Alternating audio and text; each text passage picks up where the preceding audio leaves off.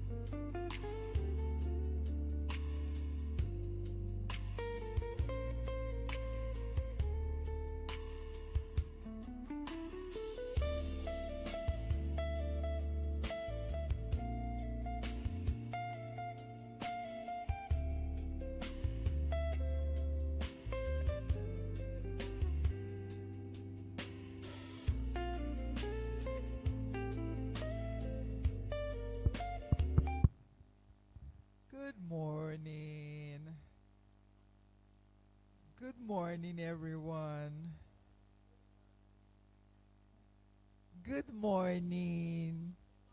I'll keep saying good morning until I get the response I want. Good morning. I need just a little more ginger. Good morning, everyone. Good morning. Welcome, everyone, to day 2 of our conference on the glass ceiling and women's leadership in Nigeria, realities and reflections. I want to say thank you to those of us who came on time. For those of us who are coming, it is common knowledge that Abuja people and keeping to time, we have a thing. Despite the fact that we don't have traffic, I can never understand why we're never early for meetings. But our participants from out of town have been here prompt at 9, before 9 o'clock. Dr. Motosho was here, and a few other women. Alaja was here as well, excited, gingered for the morning. And us, the hosts and hostesses, we did not come on time. But it's okay. Sorry, that's how we behave in Abuja. Because we always underestimate time. It's a 5-minute drive. 5 minutes, 10 minutes, I should be there, sharp, sharp. Yeah?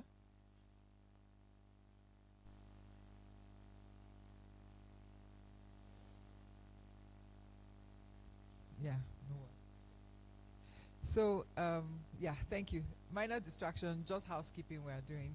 So, like we said, Abuja people, we have a thing with, I'll be there in 5 minutes, 10 minutes, then we underestimate time, then we do not calculate traffic lights and traffic light time, and so we're always not on time.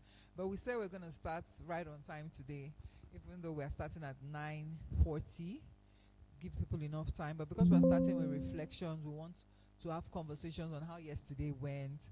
During lunch, we're having some interesting conversations. The young emerging leaders felt strongly about some subjects. Other people were not sure of what they heard. Some of us were a bit critical of ourselves, and which is good. That's how that's the kind of conversation we intend to have. That's the emotion we want to get out of all of us. But I wanted to start today again intentionally with reflections on day 1. Because sometimes during workshops, we are not able to really truly think about the conversations as it's happening in real time. But when we go back to bed, we reflect on certain things. Could I have said this differently? Did I share a thought that I think is there a thought I have that I think the people can benefit from? I think that always happens. And so I want to create an opportunity for the next 20 minutes for us to really share our reflections on how our day on yesterday, basically, whether it was from the presentation, the keynote addresses, this one panel, the singular panel that happened yesterday, the intergenerational panel, or it's what else happened? Spoken word, yes, and we had the fireside chat, which was quite interesting. I kept ruminating on that social capital thing, and for me, the biggest thing, and I honestly, quite frankly, I've been ruminating on that. When Dr. Motosho Erelu,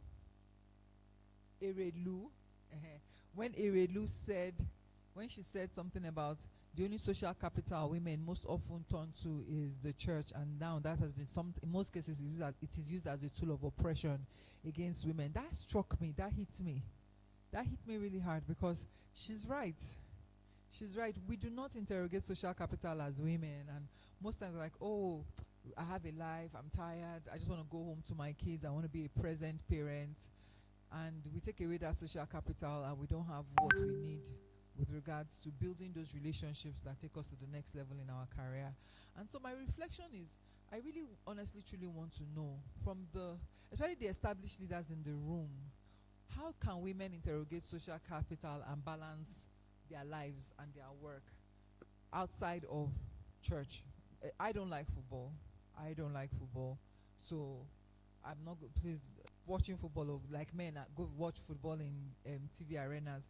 I also have a story I want to share. Maybe that'll put it into context for us and probably give us a why. I recently saw the story of a lady that decided to open a women's only gym.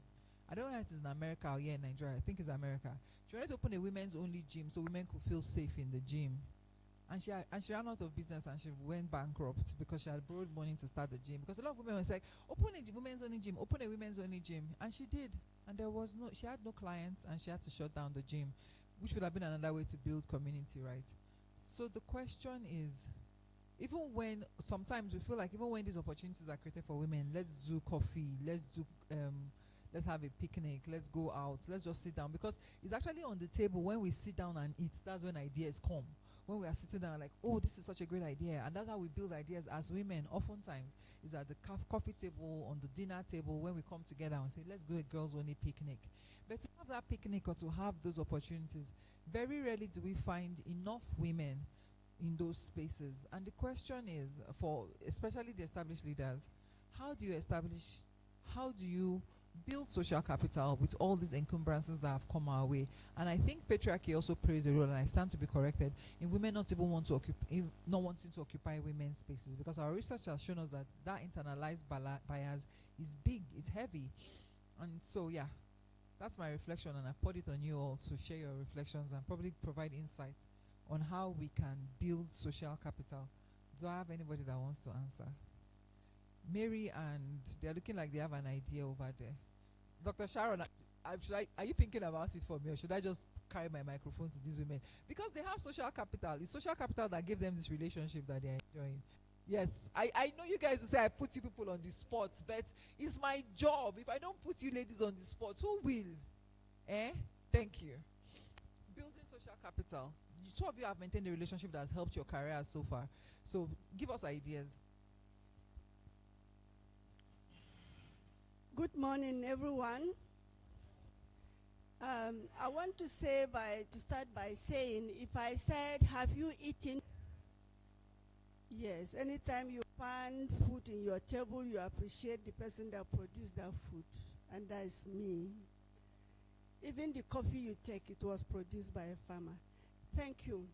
I think building social capital is something that people don't really, understand to build yourself. There's no how you can build a social capital when you don't want to be in the mix of people. Even people you know that they are not even part of either your age group or your status or your what, you tend to move closer to them, and not just only moving closer to them, but also give them something that they will continue to remember you. Anytime they are gathering, they will look for you. You build social capital. I started building my social capital. I started from the church. That's just like you said. I'm a very good singer. I was in the choir, women fellowship. And I decided to form a cooperative group where I was the secretary within my community. Anywhere they are forming cooperative group, can you invite our leader? She will train you very well on how to keep records in your cooperative. I became somebody that people are contacting, come and tell us how to start our cooperative. I was able to also bring people, women together. This one that if we are meeting, we sit under a tree. Can we have a hall that we can be doing training among ourselves? How do you get that hall? How do we even get the land? We went to the traditional ruler. Please, we need a space. We want to build where women can be meeting. They gave us a space. We contributed. We were able to build a 2,000 capacity in 3 years. And that place becomes a place that many women discovered themselves. Sometimes you are who you are. Somebody must activate what is right inside you. A lot of talent. This stomach that you see, a lot of things are there that women can do. But you just need somebody small to push you small. The moment they push you small, off you go. And this place become a place that a lot of organizations come to do capacity building training for women into different trade. If you want to learn how to prepare, you want to sell akara and pap, you have to be trained on how to do it. How do we do things differently from what we have in the open market? And through that, a lot of women have gotten their businesses. They are doing very well in them.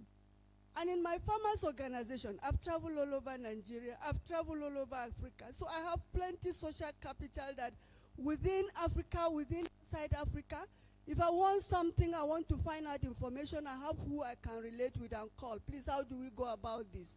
I have women who want to do this, who can support us, either online. Let me share a story how I opened my first email address. Yes. I came into a program like this one, so they will do presentation, know the people you have gathered. You will do presentation, I'm a woman farmer, and you say, if you want more information, go to www.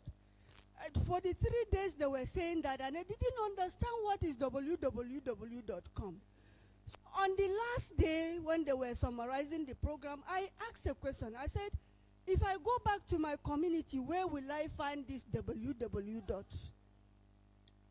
Really speaking, it was ignorant of me. And it was an African event. They did it here in Abuja. They invited women farmers. And that was the first day they opened my email address. And I'm still using that email address up till today. So if I go to any program in African Union, they will call me madam.com. It wasn't really easy. So the social capital I have is so large that I want to sell some if you want. Thank you. Thank you. So she has established church. She said church. She said a farmers workers union. Then she said within the church, she now developed a women's group. The women's group now formed another group. And, so it's intentionality and audacity about how you lead. I think that's finding someone who is unapologetic about leading and, just being daring enough to break the norm. Do you want to say something? As brief as possible, please, so we can hear as many voices. Thank you. Good morning, everyone. My name is Aisha Ololade. I have built mine in the workspace, right from various small organizations to a larger firm in the government, and globally with various organizations. One of the things I do is to hunt for, I will use the word hunt, for values in persons. And you may see yourself as a timid person, but I see value in you, and I'll create that space, access, and opportunity for you or he or she to showcase themselves. But I'm particular about women. And then in doing that, I was able to expand my reach, because I see something I may not have, or I see something in you that would add value to a particular cohort or a particular sector, and I bring you on board to showcase you. And my turning point for me is to see that what you have gained, you also cascade it down and build yours. And then the story you tell, the story others tell of having an encounter or meeting with you is, for me, a success story for me, that I've been able to transfer something that someone is replicating better than I also did. Thank you. I hope we are taking copious notes. I am Dr. Motosho Alaja Sherifa. Thank you very much. Good morning, everyone. And I want to thank all the panelists yesterday, all the presenters, the spoken word. Thank you so much. It was all the way inspiring. I'll pick my reflection from the feedback I got this morning about me scrubbing my senior professor's hair. And I hear that the young people are like, Tufiak, I will never do that. Well, I just want you to know that mentorship is never as formal as you consider it. It is never as formal as you consider it. A lot happen in our informal spaces. Ask me, I am not a person who will scrub anybody's hair. But ask me again, I have been at a meeting where they asked me to massage my colleague's back. You know what that means? To just walk over to you and massage your back. I'm not that kind of person, but things happen. And then I'll give you an example. Erelu talked yesterday about Professor Bolanleawe. I should not have met Professor Bolanleawe. She's 93, 94. She'll be 94 in January. I should not have met her at all, for the grace of God. I mean, that she lived that long. I'm too young to have met her. If Erelu, she has mentees from 70, 80, 90, and she has mentees like that, all of us. And I was surprised. On her 90th birthday, she also has mentees that are younger than us. Can you imagine that? That is one woman. And we were just sitting across the table. We've done all the work we needed to do. And then she will just cross her leg and say, Sharon, how is your husband? How are your children? She would ask questions like that, and then she'll start telling me stories that I didn't solicit for. Tell me, I mean, those are not formal things. I can say, Grandma, please, it's okay. I've done the official work. Let me be going. You have mentored me. Thank you. But things happen. You have to be as open as possible. It was in that process that one day she called me. She said, some people are troubling me. They are disturbing me. They say I should come to a particular city. Akungba Akoko, a university there. And she said, I'm too old. I told them I cannot come. And she said, so I told them that Sharon will be there. She didn't even ask me if I'm available. That's mentorship. She did not ask me if it were to be somewhere like America. You know, you will smile and say, my mentor sent me to America. She sent me to Akungba Akoko. And she said, they will come and carry you. When they brought the bus that will carry me, it is not my kind of bus. I would rather drive my own car to Akungba Akoko. The bus was ramshackled. My body was aching by the time we got there. I didn't complain. We got to the place I was to deliver our keynote. I did that. And when we finished it, it was only one person that came from an international community. I did not know that that is the person that I am meant to meet on that assignment. Till today, I'm talking about like 7 years ago. Till today, that person is still my friend, my colleague. He helps me with things. He supports me, you know, on various activities. And I only met him because Grandma sent me to one village. So you never can tell. Things happen. I also have mentees who are younger, who are older than I am. I have PhD students who are older than I am. I have just graduated one in August. And she would come to me and say, Madam, please, this is happening, that is happening. We usually will just look at your paper, bring your file, bring my file, I've done your work, you can go. But this particular day, she just came and said, now I've finished my PhD and I'm just looking for a job anyhow. And I said, hey, don't look for a job anyhow. I said, go and start applying for a postdoc. And she said, So I looked at her, I said, what is the problem? You are not brilliant enough. Is that what you are thinking? So I sat her down and I told her the story of my life. And she said, she stood and said, thank you so much, ma.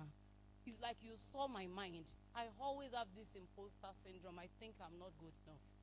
If I didn't tell her my personal story and I just say, it's formal, bring your file, I read your file, you go away, this is how to write it, bye-bye.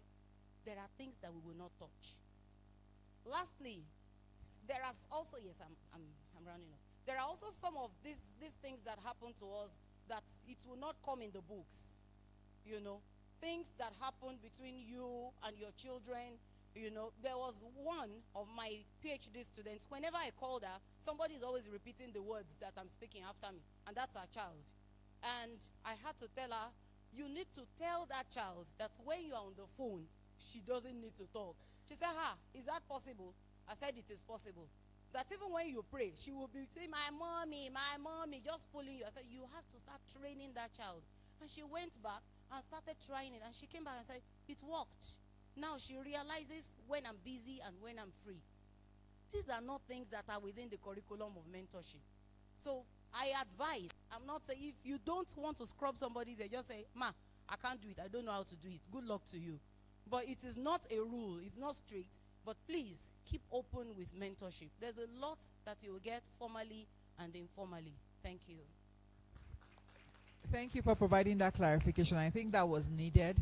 Like, there are formal systems of mentorship, there are informal systems of mentorship. And if someone is bringing into their personal lives and in the informal mentorship setting, she's saying that it's dynamic the way it evolves and you should be open to receiving all that you can from the relationship.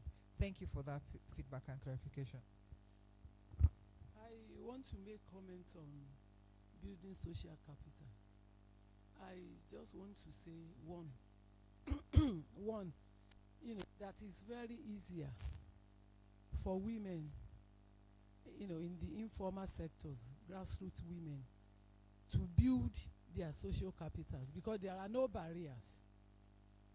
There are no barriers. They are very open. There are no pretense. But when it comes to women in formal sectors and formal engagements, it's a kind of challenging. Primarily because most women wear masks. Most women always have something to hide.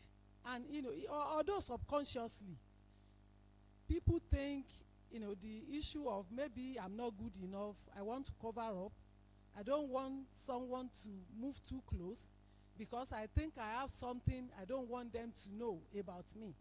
And maybe most of us always believe we have certain weaknesses that we don't want somebody else to see, or we don't want to see ourselves in other people.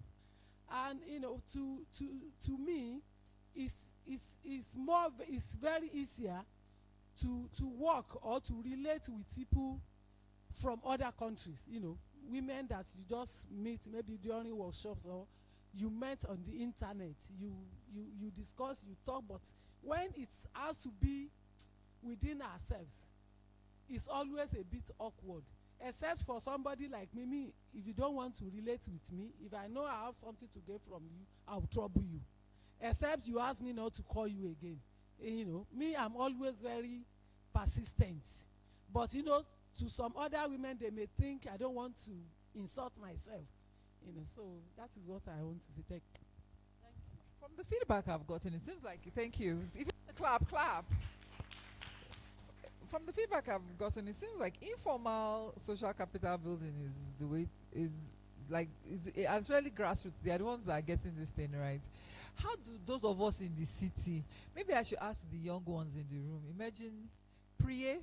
I know you have social capital. You need to share with me what you're doing. If you see Priye's IG, you know she has social capital. Priye is always busy. America today, somewhere tomorrow. Tell me how you build social. I'll come to you later. Think about it. As a young person, you're out in the years. Please, I forgot to say, so can you introduce you? Did you raise your hand? Okay. Introduce yourself and where you're from. I forgot to say that earlier on, please. Good morning, everyone. I am Benjamin from NIPS. Well, NIPS, National Institute for Policy and Strategic Studies. Right. My key takeaway, just in a sentence, from yesterday's engagement is about using our space of power to raise people. And the high point was actually emotional when Dr. Omotosho mentioned the person that she helped to gain admission into law school thereabout, and the person was called to bar yesterday. I was a little bit emotional at that point because it's a kind of self-gratification. You have a kind of joy within that, oh, thank God I took this step when I did that. And I also have another engagement with one of the political party officials that outside, and she said that there was a senator that she met, and she asked the senator, how many women have you raised as a counselor in your area? And the woman couldn't mention one. Just one. And this was a woman who had been to the House of Rep 3 times and in the Senate once, and not just one counselor raised from our constituency. So, wow, that's a serious reflection. Many people have you brought along the way? I think, let's be reflective. Not one person, and she's done 12 years, 16 years, not a single woman you've raised. You want to respond to that? The other 2 other people. Now I can relate with that and what the younger people are saying about mentorship.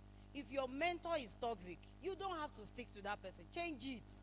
I mean, this particular kind of person is one that will make everybody carry a bag for 16 years. And there is an honorable from our side. Is at the House of Representatives now. So, but we were on a platform together, talking about empowerment and all other things.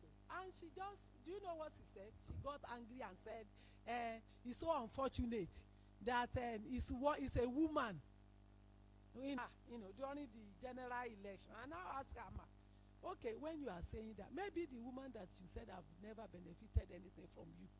You only support someone that you benefited from. If you are there, you are not useful to them, what do you want them to do? And she got that. Which is why HBS is heavy on feminist leadership. They are specific about feminist leadership. Women who are intentional about women. Sometimes it's not just women in leadership, but it's very important that we have feminists in leadership. Feminist is not a bad word, everyone. Good morning, everyone. My name is Kenneth Chuku from Conrad Adna Stiftung. When you talked about social capital, I resonated with that. I was discussing here on my table yesterday on the challenge it is for women. I think it was Erelu that was speaking when she said the men will go to watch football and they are developing capital and they're going for social functions, burials, weddings. And the thought that came to my mind is, by the time you're done with work and you're done with taking care of the house and taking care of the children, you just want to lie down and sleep. How do we manage to put it all together so that we don't miss out without any aspect of our lives suffering? That's a good question. Priya had a hand up. Priya, she wants to respond to our question. Is it okay if I give it to her? Sure. When she said, how do you balance it? When you look at this, she said the realities and reflections. What she just said are realities. Those things are real. You can't run away from them. So what you do is you find a way around it. Look, sometimes I tell them, if you come to my house and it's not as neat as you want, you go back. Yes, because I can't just keep pleasing you and somehow. Yes, there was a time I was bigger than this. So I was taking joy in walking from, I'll clean the staircase, I'll clean everything. I told myself I was using it as an exercise. But the older you get, you discover that those things, I couldn't even bend for some, time to do some of those things. I had to look for help. So those things, you have to look for help and you delegate. And sometimes you shut down and go out and, stay with friends, make friends and all that. If you begin to think about your family does not end. You will continue from there. After that, your children will get married and they will pack the grandchildren and dump for you. You will continue from where you stopped. So, those things are real. The things you said, the fears are real. But what do? We sit back and see how we can remove some things from your head. In my office, some men, when we close for office, they don't go home. They go straight somewhere. And you're running helter-skelter. Maybe you have gone for a run and you're going to cook and the man comes back and he's still shouting on you. You're so, So the thing is, which one do I drop and which one do I do? So you try to balance it. If uncle comes back, that's why I said we should use our women, power. Hey, I'm sorry. I couldn't even finish today. Don't worry about it. Tomorrow, I will be able to do it. The man will mellow down. Meanwhile, you've already planned it. Thank you. Luckily for me, I was raised by a feminist dad who didn't know he was feminist. So my dad used to take care of his girls, bathe his girls, all of that. So I can't relate with a man who doesn't hold fort in the house. I can't. I can't relate. That's why I'm talking about my own privilege, having a father who did all of that for me. At the same time, I also had to put a pause on my career for 6 years when I was having kids because I had them 2 years back to back. But the intentionality about building a community is what we are saying. We really, really have to be intentional about building community. And I understand the tiredness that we feel. I understand how sometimes, I'm good.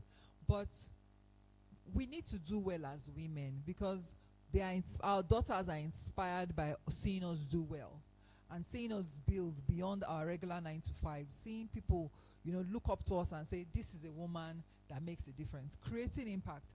And mentorship is also a good way to go when you have young women that are also learning from you and growing from you.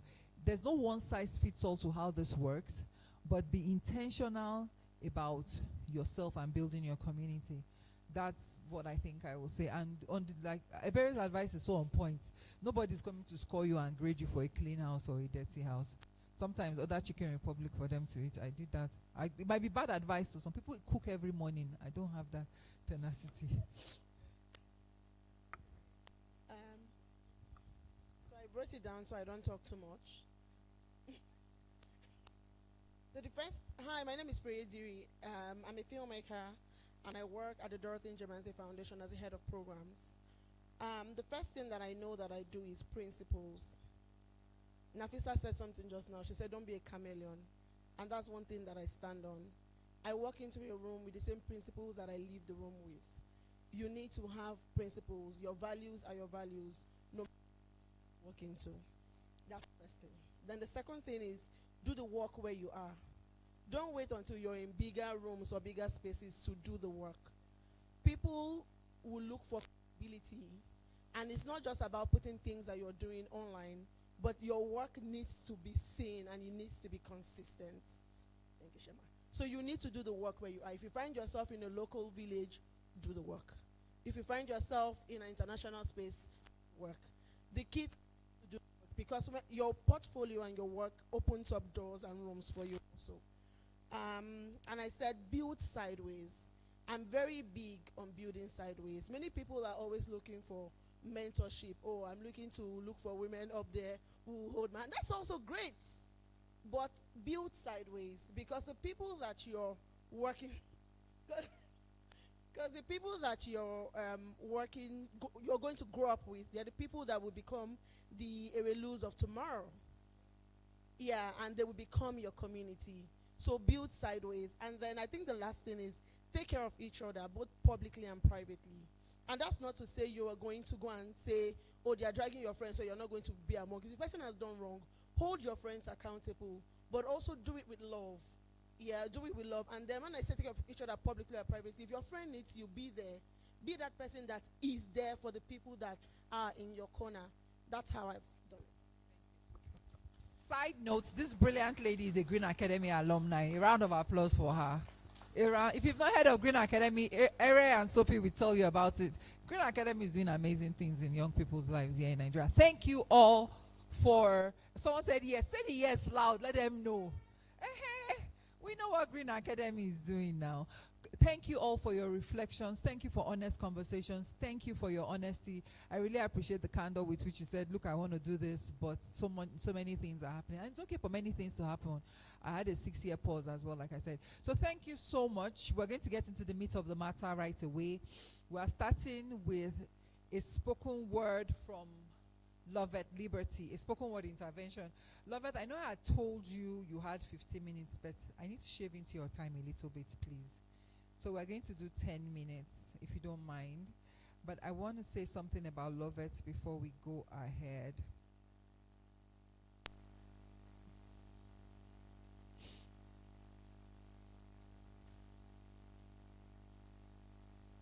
Technology is doing me in today.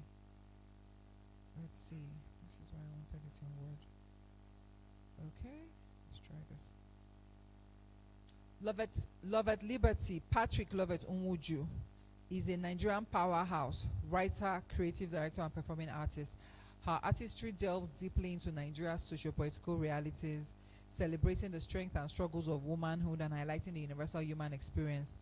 Through her writing and directing, she champions social justice and women's rights. A multifaceted talent, Lovett holds a bachelor's degree in English and Literature, a Women in Music diploma from the Spanish Agency for International Cooperation Development, and is a certified fellow of the Nigerian Green Academy. She's also an MS Switch Media alumnus and an honorable member of Young Advocates for Democracy. Recently, Lovett has further enhanced her credentials with music certifications from the American and French embassies, solidifying her expertise and versatility in the creative industry. A round of applause for Miss Lovett Liberty, please. Thank you very much.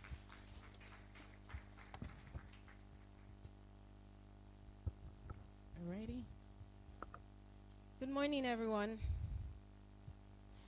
Alrighty, to get this, I want to say to get this party started, but to get this conference started, my performance started. We'll be doing something a bit, different from poetry. So, sound. Favorite things.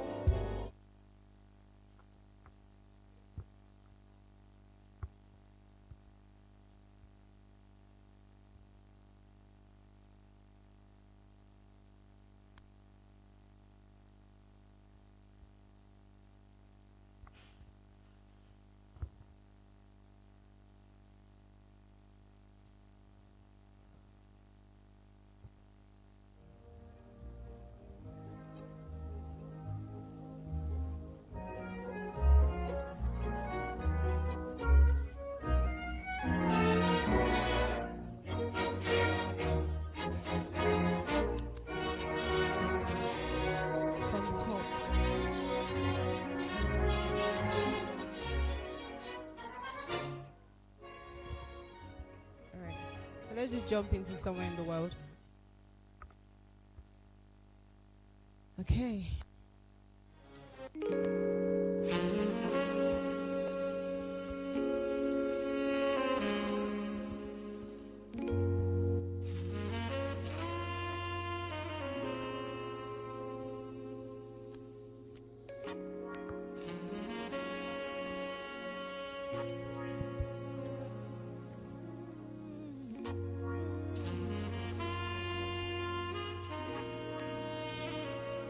So you see, somewhere in the world,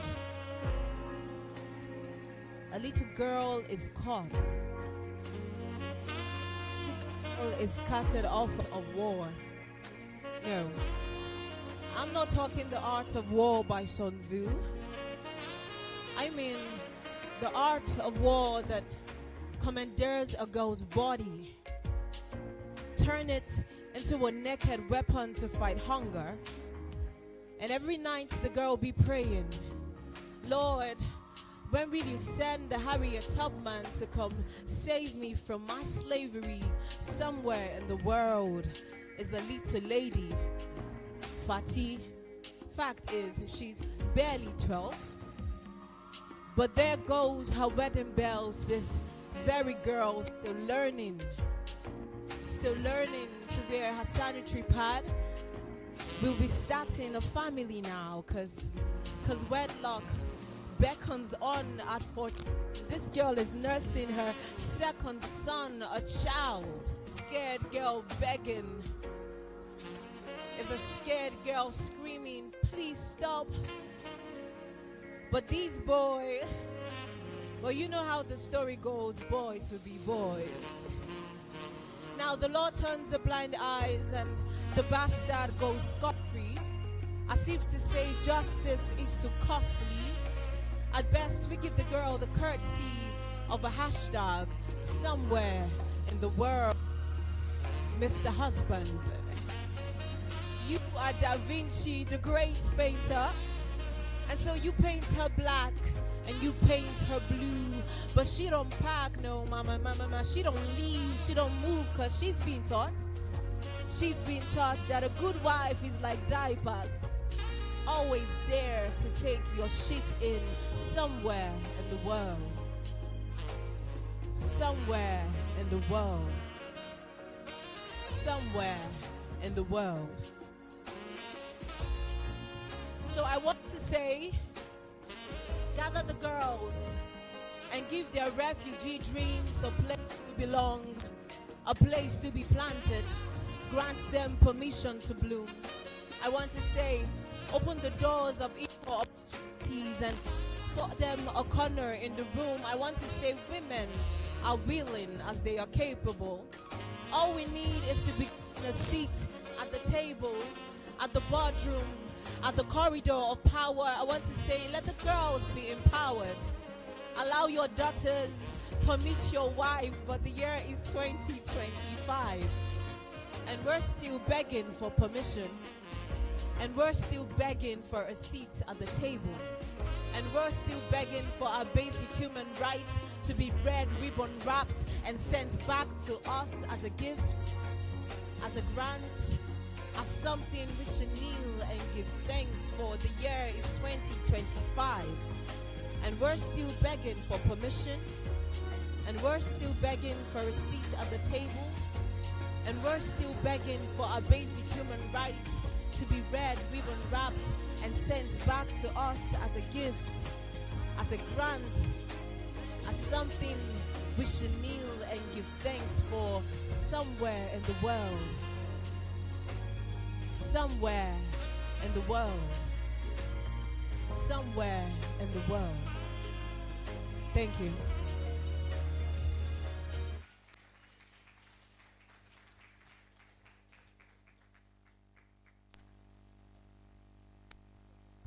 Thank you, Lovett. That was beautiful. A good wife is like a meant to take your shit. Wow. Thank you. A lot for us to reflect on there. Thank you for sharing, Lovett. Lovett is also a Green Academy Fellow. Green Academy Fellows, where are you? Raise your hand. How many Green Academy Fellows are in the room? Yeah, a few of them. A few of them. Good, good, good. Oh, congrats. Why? Were they not oh, okay, good. Oh, wow. Nice number. And we've had 4 years of Green Academy now. Well done. Well done. Thank you for coming, everyone. We should have a group photo at the end of the day, Ari. They should all come together into like a Green Academy. Yes, please. I say so. Yes, I have the mic. I can put you on the spot. So next on our agenda, it's not written there, but yesterday we met a phenomenal woman who immediately she came, she fell in love with us. We know she fell in love with us because she told us, so we say know it for a fact. And we want her to share with us just a goodwill message. We want her to wish us well. We did not know we were going to be privileged with her presence. Luckily for us, she came with somebody, and she shared from her heart since you've all met her. But we want a goodwill message from her in our office. So her name is Honorable Aisha Oluwakemi Ololade. Please forgive me if I pronounce this wrong. Strategic Engagement Advisor, International Organizations, INGOs and NGOs. She from the Presidential Committee on Economic and Financial Inclusion, Office of the Vice President of Nigeria. She's also the technical advisor to the National Program Manager, Renewed Hope, National Homegrown School Feeding Program. She's also the advisor to Executive Secretary, National Commission for Imagery Out of School Children and Education. I think she's the right person to be in this room. So can we welcome Miss Ololade, Miss Honorable Oluwakemi Ololade, as she gives us a goodwill message. Thank you very much. Keep clapping until she comes to the stage so she's not conscious. Thank you. Thank you very much. Good morning, everyone. I would start by saying thank you very much to the organizers of this wonderful program. I was appalled. I actually came on invitation by my friend and sister, Honorable Chief Mary Afan MNI. And coming in, I was struck by the lady who introduced me.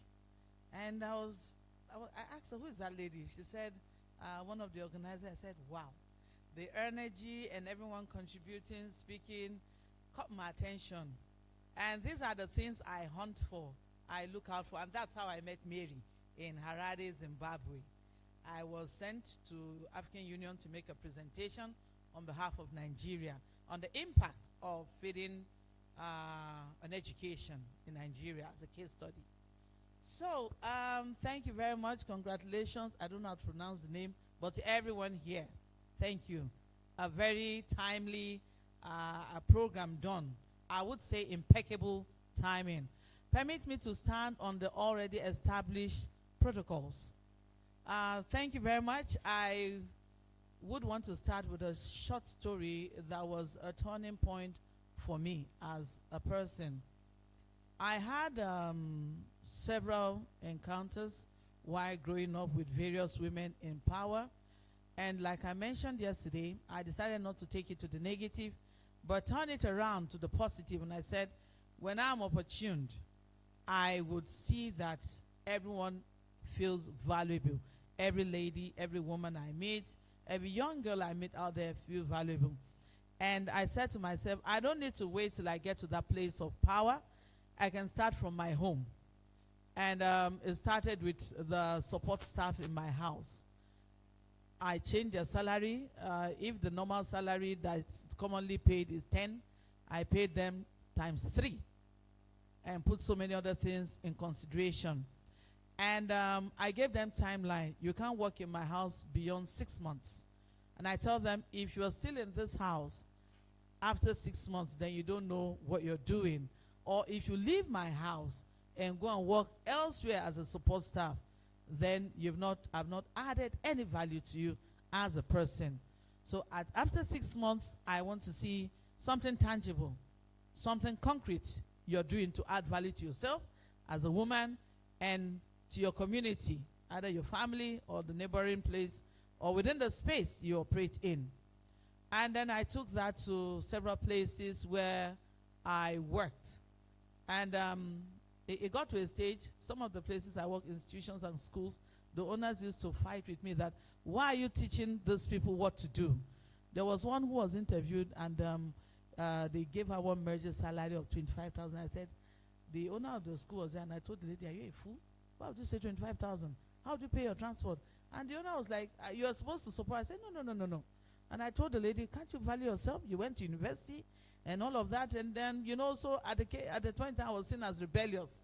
We brought you to speak for us, but you're speaking for the other persons. That's me talking as a woman, for a woman standing up for women. Some of the things I took from here yesterday kept me up late. I slept about 3 a.m. this morning, and I kept reminiscing on all that took place yesterday. And I said I couldn't sleep, and I had to reach out to my principal. He's from the office of the vice president. He's a technical advisor to Mr. President, Dr. Nodin Zoro. And I reached out to him. I said, sir, I met some people I need you to meet. And I said, sir, we need to bring them all together to the villa and do certain things together. That was about 2 a.m. this morning. And then I spoke with the National Program Manager for Gender Enterprise Empowerment Program, Honorable Hamza. I spoke with Dr. Princess Adiremi, one of my principals. I spoke to quite a number of heads of government offices. And I said, I've met a caliber of women you people need to sit down and listen to. These were the definite steps I took yesterday night and middle hours of the morning, and also this morning. And I told Mary, I said I could not sleep. I said so many things are going on, and some of these people, all they need is that access, that opportunity, the platform to showcase more than what they're doing. If these women at this level, not this women, if you at this level are making such impact, and Nigeria has not heard it, then there's something wrong.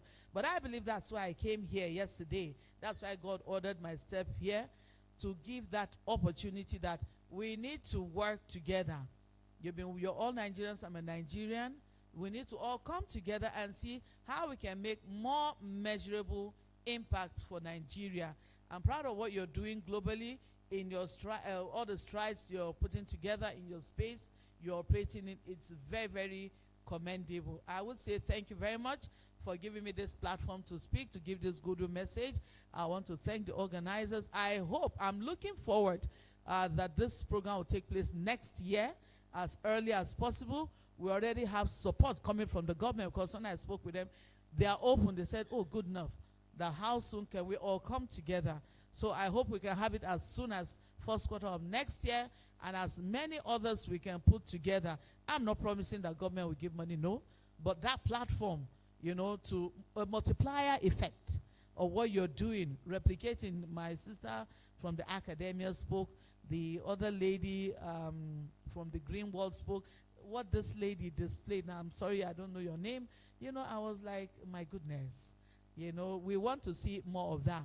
Another thing I did was to reach out through the brother of the wife of the speaker, to Honorable Tajuddin Abbas' wife, that you need to have a one-on-one. You need to hear the women. So I've already created that space. So I'll say thank you very much.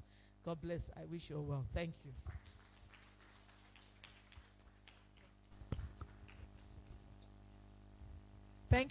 Thank you, Honorable Aisha Ololade. HBS, you have work. They said first quarter. Ere, Sophie, all the best. I wish.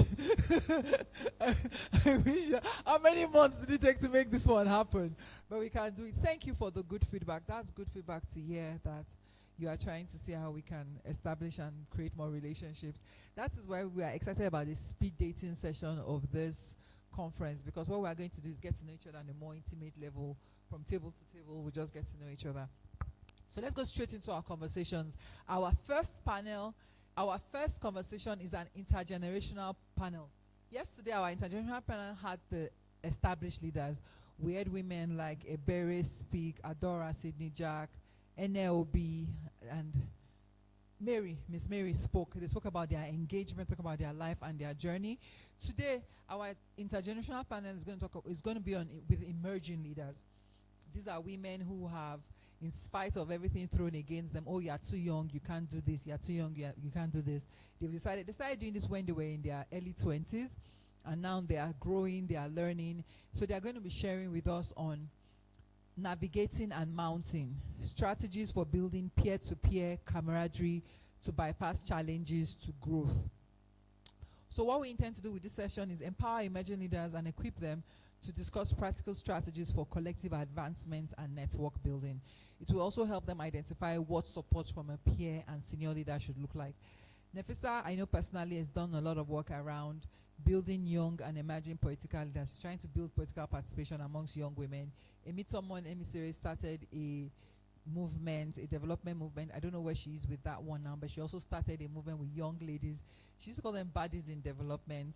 Diepre Diri is also a woman who has used that platform to build young ladies, especially in the DNF, support young women, support the work that they do, and to be very interesting to hear what they have to say and as we go on in this session. But I want to start by introducing the panelists, Dr. Jamila Mohamed Dahiru, who is an educator, policy leader, and development strategist, whose work bridges classroom, government. You can come up when I call your name, please, so I'll be reading your profile while you sit.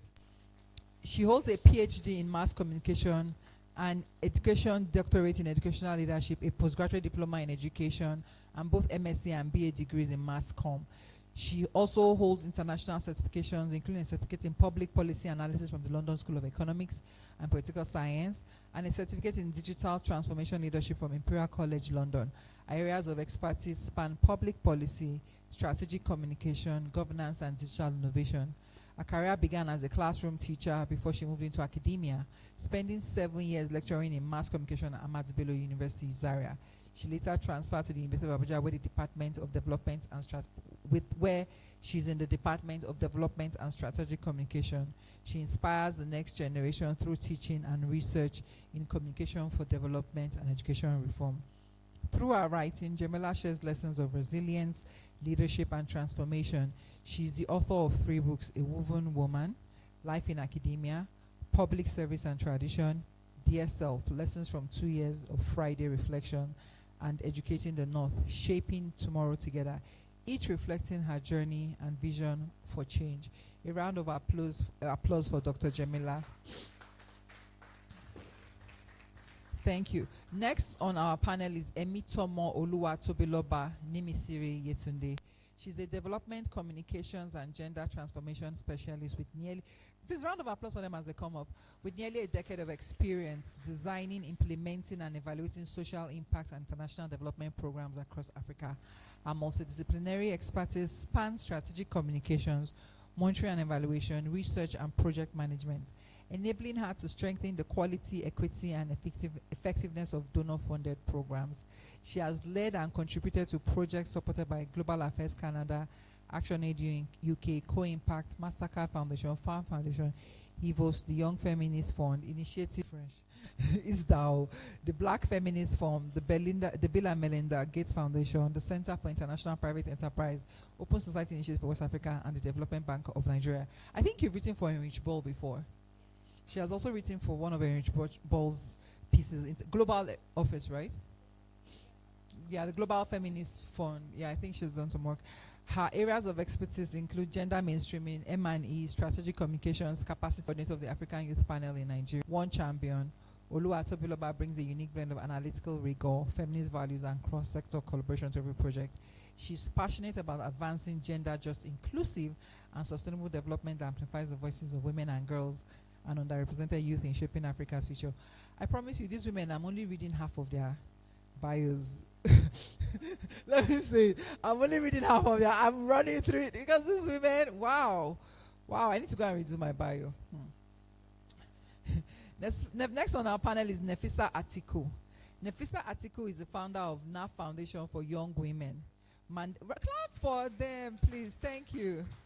Mandela Washington Fellow, Nala Femme Fellow, Cool Chechia Exchange Fellow, Global Shaper of the World Economic Forum, TEDx speaker, Royal Africa Awardee of the Oni of Ife, author of Girls Just Want to Run, a book written to encourage young women to be involved in politics. She has a rich portfolio spanning advocacy, business, gender justice, governance, and social impact.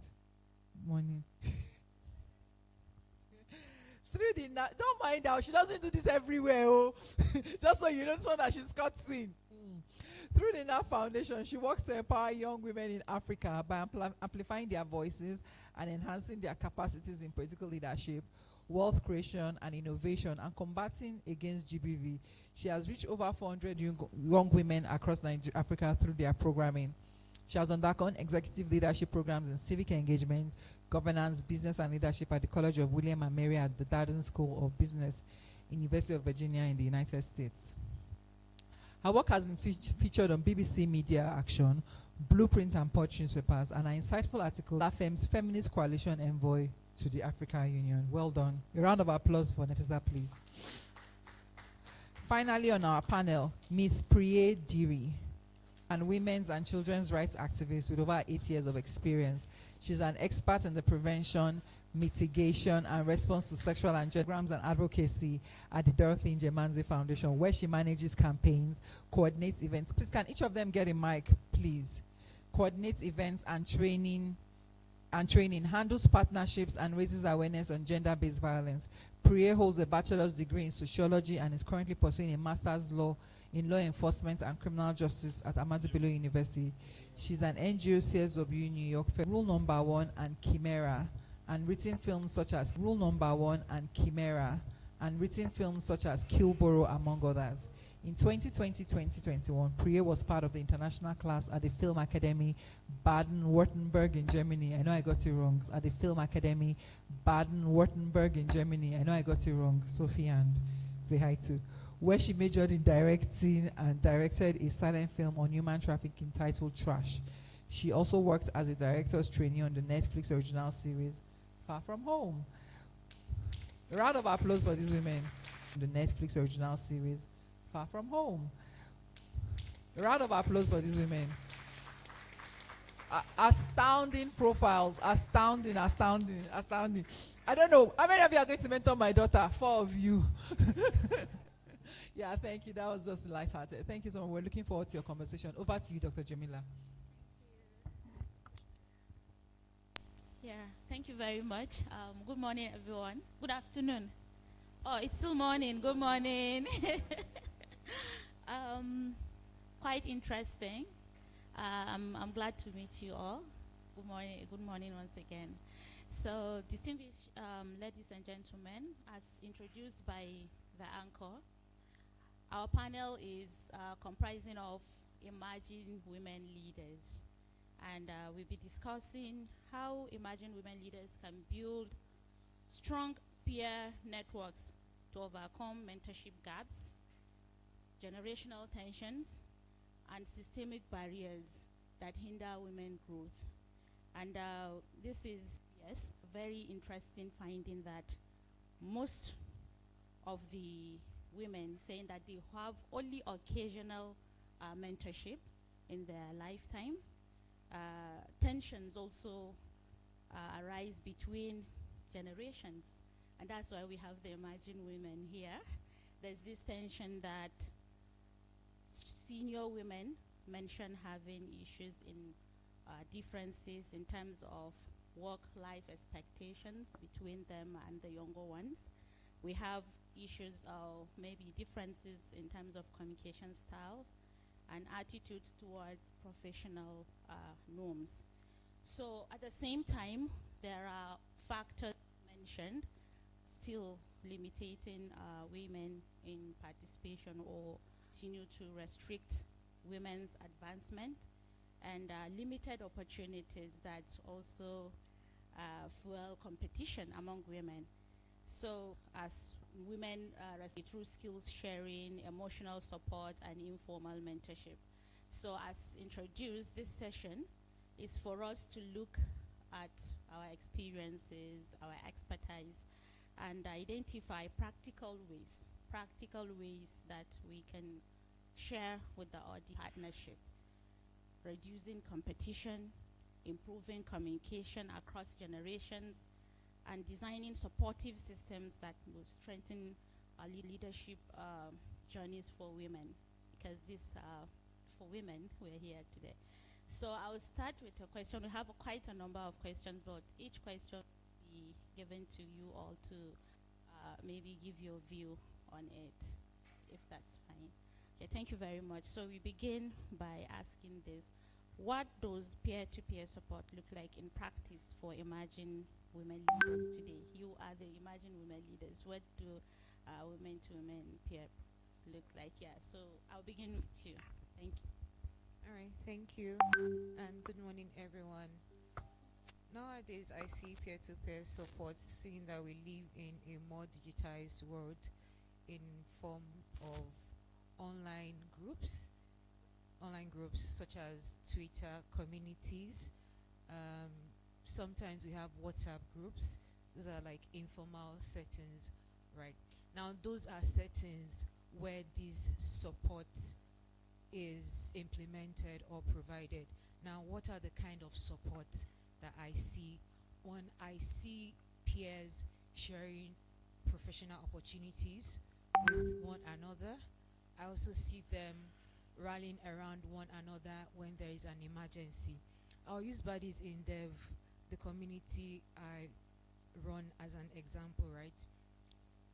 I think last year or 2 years ago, there was someone whose house was raided or the house was burnt or something. And in that WhatsApp group, we were able to raise some money for the person, right?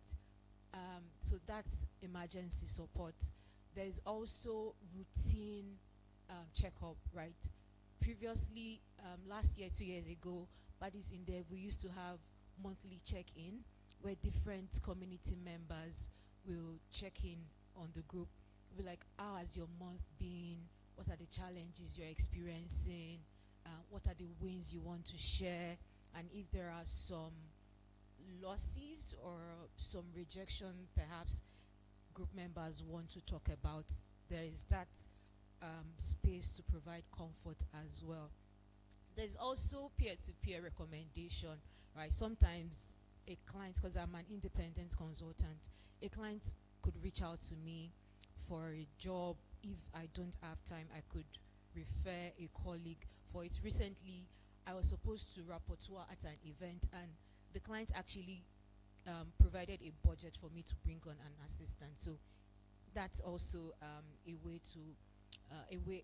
one of the ways we support one another.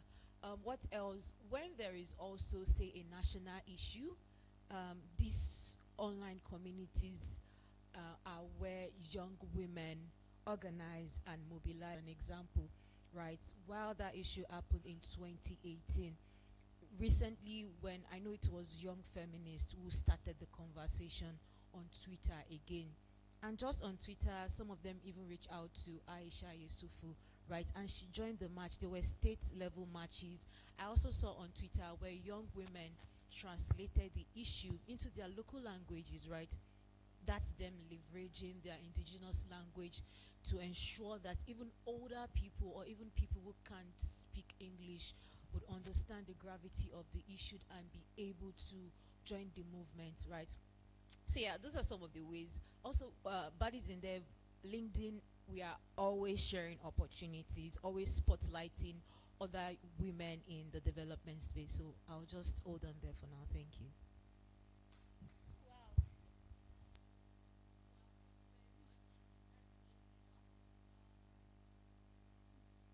So that's actually practical because she took us through having a platform, online platforms, especially using WhatsApp. She mentioned Twitter. She mentioned now X. She mentioned also LinkedIn, opportunities for professional growth, rallying around each other, routine checks, comfort, and peer-to-peer recommendations, among others. Thank you very much. I think that's actually practical. Over to you, Mariam. Fatima. Nafisa. Yeah. All right. Good morning, everyone, and thank you once again to HBS for convening this 2-day convention and this panel.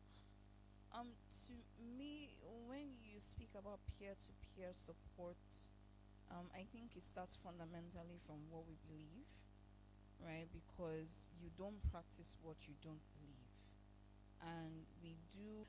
Unfortunately, competition is a default behavior when it comes to opportunities, platforms, spotlights, and whatever it is. So there first of all has to be an interrogation of what you fundamentally believe as a feminist in this space, right? Because there are people in this space that don't believe that, it's their business to see to their business. But when it comes to supporting the other young woman by their side, whether it's by, listening or sharing opportunities or standing up for the press, they don't believe that that's what should be done. Because I know I have seen and experienced such things. And, in my 10-year experience, I said that that's not a good way to feel. And then I mentally started rejigging myself because, like I said, I wasn't even aware of it until I see young women. I need to support them. Now, that support, when you translate it into very simplistic terms, just means showing up with their work. It can mean saying, hey, can I help you with this, or how can I support you? Sometimes you don't even need to say anything, because a very, very funny experience. Back in 2019, I used to work in a particular place. And unfortunately, the environment came in. We were thrown into a toxic environment, left to swim. We didn't exactly know how to navigate it, but unconsciously, and without knowing the values and ethos of feminism and sisterhood, we built a sisterhood and a support system. So sometimes when you see someone going through something, you just step in and support. And by nature, that's how other people started stepping into vacuums and roles of support and just feeling it by instinct. I can remember one very funny day. I got to the office around like 7:30, and I was having at 7:30 a.m. and I was having a hell of a day. My colleague who used to sit at her name is still for me. She saw me, from the other table. I was having so much of a night and day that this pattern of my week was like this. Literally, I remember that day I was a bob. So she looked at me. She didn't say anything.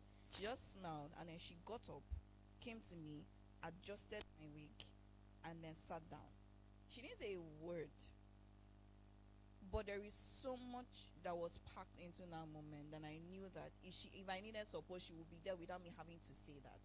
And I keep on saying it's an eternal thing that then reflects itself in external actions. And that reflects itself in different other ways, right? We have opportunities. You say, okay, how can apart from myself, how can this also benefit other people around me?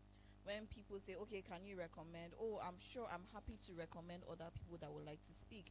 You see a young woman who is starting out her own business or non-profit, and you're saying, how can I support you? Like, for example, my colleague here, Priye, right? I run a young non-profit for young women's issues. She has been very, very, open to partner with our young organization to implement activities here in Abuja. And this is something that I have extended, but it's how we can also support ourselves in building capacity to be able to do the work that we need to do. So like I said, peer-to-peer support can show up in different ways. It's even like saying that, okay, I have donor funding for an event.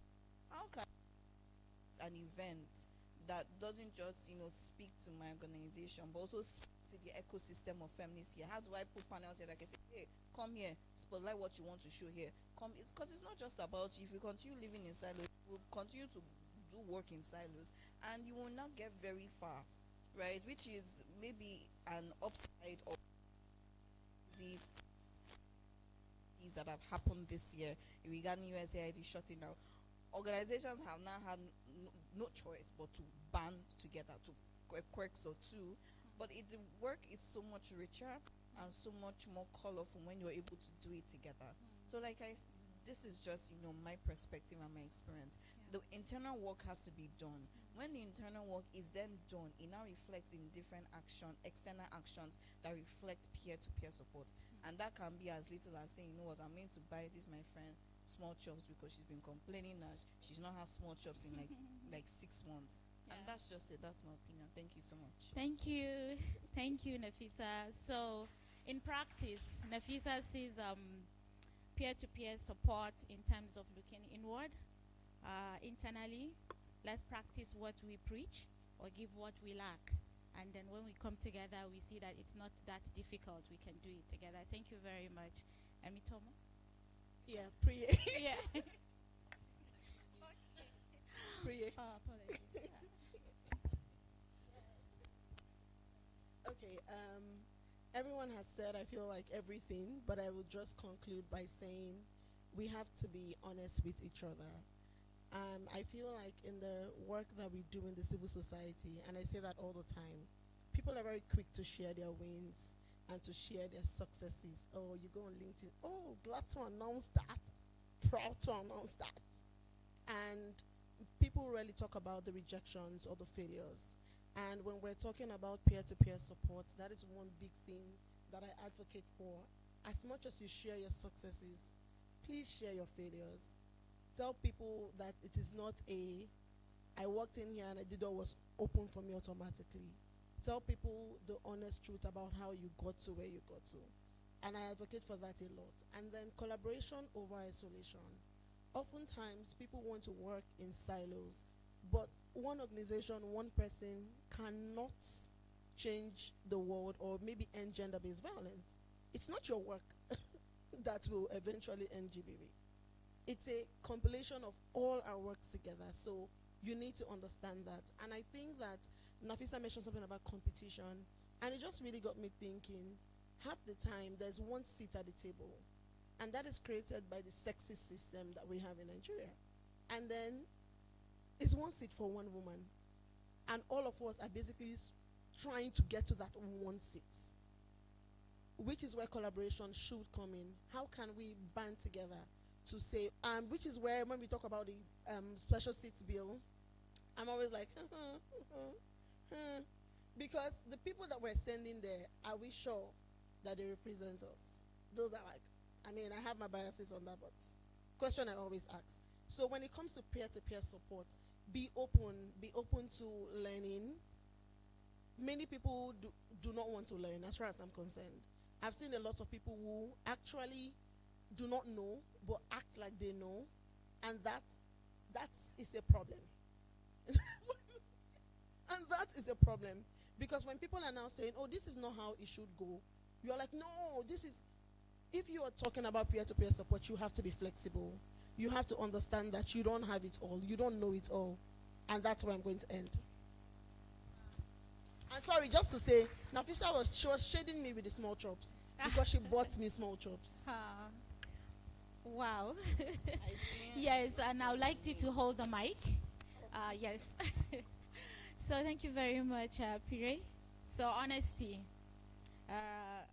share both success and failures, peer-to-peer review, open to learning, collaboration, have a time to sit on the table and collaborate. I think that's quite powerful. And so while you were mentioning that, you speak almost to one of our questions, and I think you should speak more in terms of competition. You know, how can young leaders compensate for limited access to formal mentorship and create their own support structures? One of the findings of HBS survey, the recent survey, is that women actually compete on spaces, and that's why you have all these tensions around who wants to be there or who wants to support one to reach there, because I also want to have it myself. So how can young leaders, emerging leaders, compensate for limited access to formal mentorship, and create their own support structures? Okay, when we talk about formal mentorship, I always like to say, what is formal mentorship? Because mentorship looks different for different people. And so I don't know if we've all agreed on the definition for formal mentorship, and then we can go from there. But I would say that horizontal building is one thing that I always advocate for. The people who are in my circle will know that I will pull you in. I will hold your hand and say, oh, let's do this together. And I think that that's one of the ways to go by. Another thing that I would think about in this very moment is, my mentor told me this. I do have a mentor, privileged to have one. But I'm very glad to tell people, and I'm sure I've had a conversation, my mentor said, do you bring whatever information that you've got? It's not, you don't walk up to people to say, oh, will you be my mentor, please? Many people I've seen in this space do that. Oh, be my mentor. Because one of the things I've learned in terms of mentorship is the person has to care about you to a certain extent to want to put in that effort. And so another thing again is for young people, and I ask it all the time, are you mentorable? And this is my honest question. Every single time I ask the question, are you mentorable? It's not about always being out looking for a mentor. Are you able to be open? Are you able to listen? If tomorrow Ishama says, oh, this thing you're doing is not good, why did you do it this way? And with love. Are you going to say, I don't like the way she spoke to me, I beg, I'm not doing that for what? And I'm not saying the mentor should be rude, no. But there's a way that my mentor will call me on the phone and say, what is that thing that I saw on your status? Explain. Me, I'm a hothead. People that know me, but in those moments, I'm like, this person has a different lens that I have. How are you seeing what I've put out? Oh, this is what I actually meant to put out. And then she's like, oh, but that's not how I received it. And then be able to step back and look at it. So when we're talking about competition, in terms of like the work we do, yes, there are limited opportunities for people. I'm applying for the Chevening grant or the Chevening scholarship. You are applying, everybody's applying. But how can we come together and say, oh, this is my application, let's look at it. These are the things, and I've done that with the Mandela Washington Fellowship, where when people are applying, I'm like, send me your applications to review. Let me look at your applications. And that's because I was able to have someone look at my application. And so I know what they're looking for and I can pay it forward. So a big thing that I live by is pay it forward. How do you make sure that when you get through a door, you open that door for the women coming behind you? We're talking about the glass ceiling. You cannot break the glass ceiling alone. Many people have gone, and the reason why one person will go and break that glass ceiling is because there are already cracks in the ceiling, and that's because women before you have gone and attempted. And so when you go and you have a free pass, oh, I broke it. You didn't do that alone. Yeah.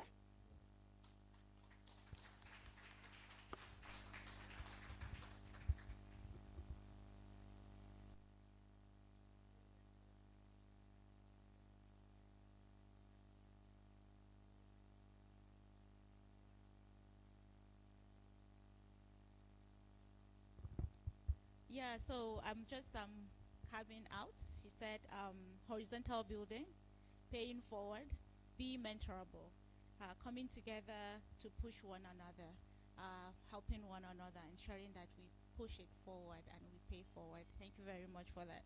So, Nafisa, one of the findings, as Alia mentioned, is that we have factors that contribute to the persistent mentorship gap for women. So how do you think women or peers can help close that gap? Those structures in place that usually cause us to have to have a very limited mentorship opportunities for women in terms of institutional or cultural barriers. So how do you think we can close gap, specifically institutional cultural barriers? Okay, thank you for that question. I just want to clarify: is this on a peer-to-peer basis or on an overall peer-to-peer? Okay, so in terms of institutional, structural, cultural issues when it comes to peer-to-peer mentorship, I think this is my perspective on that question.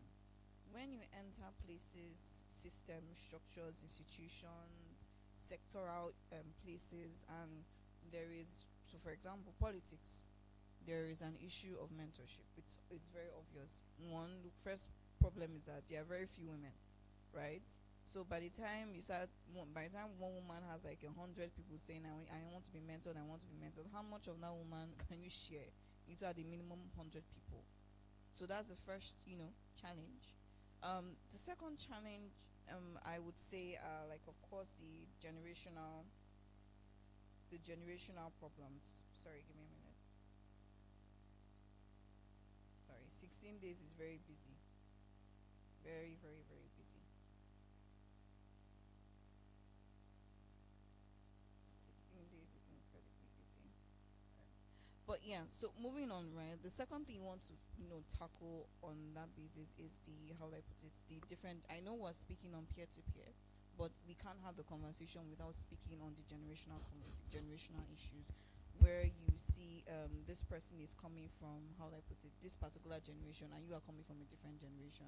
I'm here recently at the similar panel at the Czech diplomatic mission, where we're also speaking about mentorship and how basically different generations need to come with a perspective of understanding and respect, knowing that differences do happen, right? but look at those differences as unique. How will I put it? Unique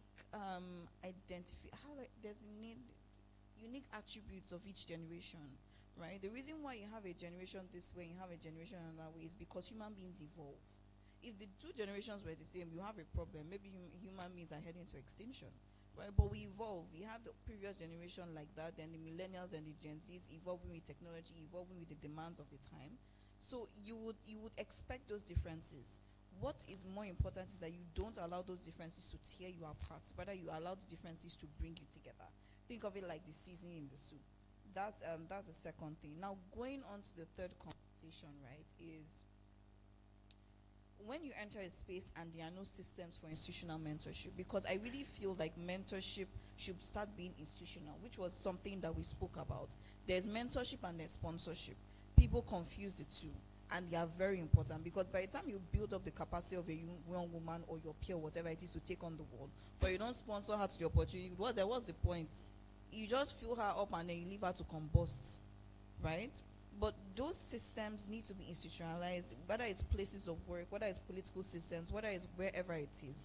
We do need to figure out a way to institutionalize those systems. And for us in this generation as young women who are peer-to-peer supporting each other, is to start to build up those systems where we can actually support each other. So you enter a place and, like for example, Nimi, Siri, yes, so I want to be sure that I'm pronouncing that right. Yeah. So for example, you created Bodies for Development. You entered the system and you saw that there were no platforms, there were no communities, there were no systems for people to peer support each other. Create those systems, right?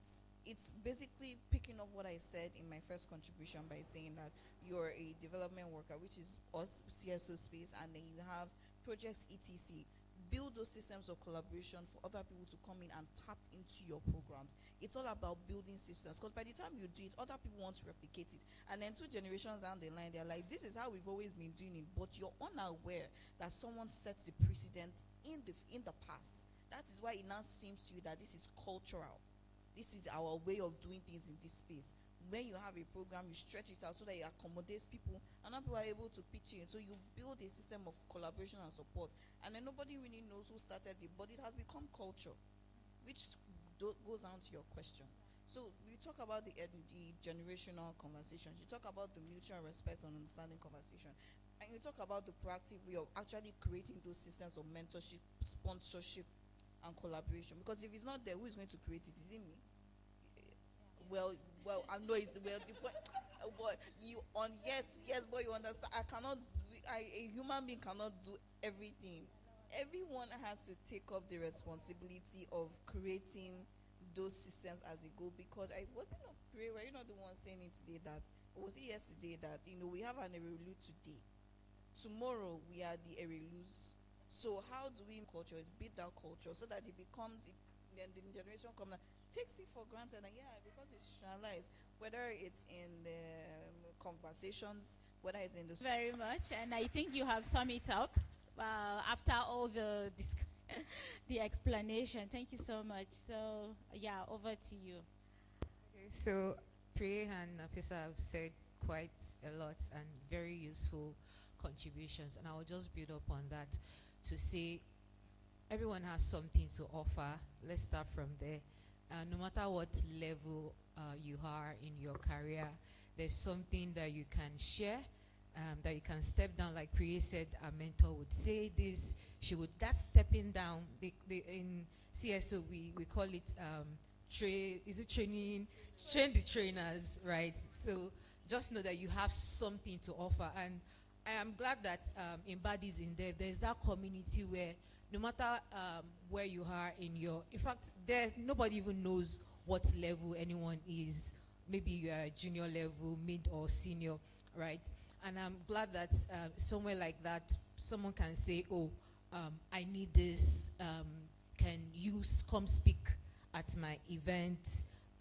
Someone can say, I'm applying for this. Can you support me? Or in that community, we have people who have also gotten scholarships for, someone got, I don't know if it is Yale or something, or Oluwa Ojo. She got a scholarship recently and she's doing her master's. And I was very intentional about sharing our win on the group. 1, to celebrate her. 2, to let members of the community know that this is your community member who is also thriving. 3, so that if anyone else, this is selfish, if anyone else wants to apply for what she did, they'll be able to reach out to her.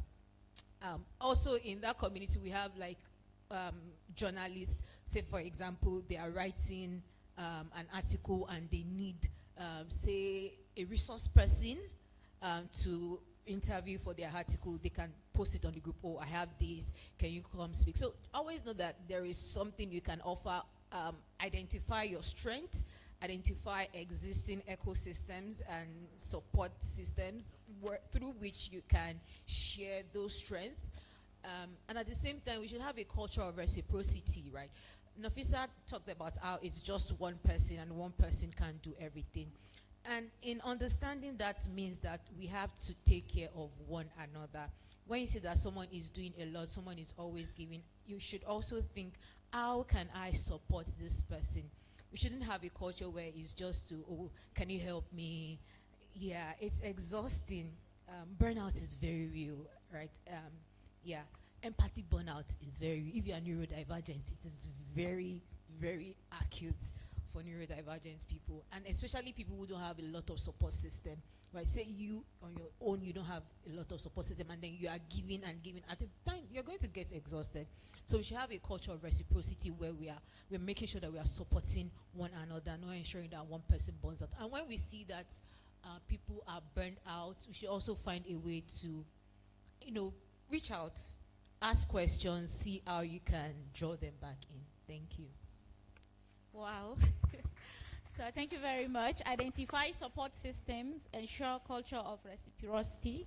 Empathy is key, very key. Yes. Perry? Priye. Priye? Yes. Okay, Priye.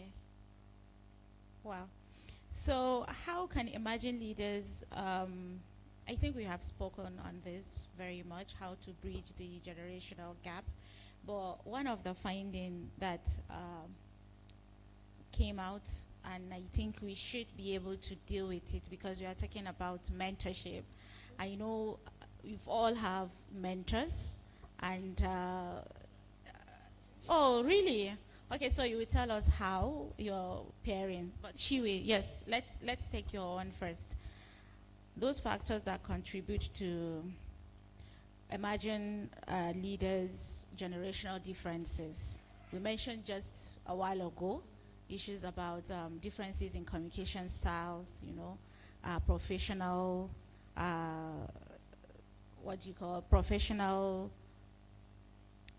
sorry, let me take that again.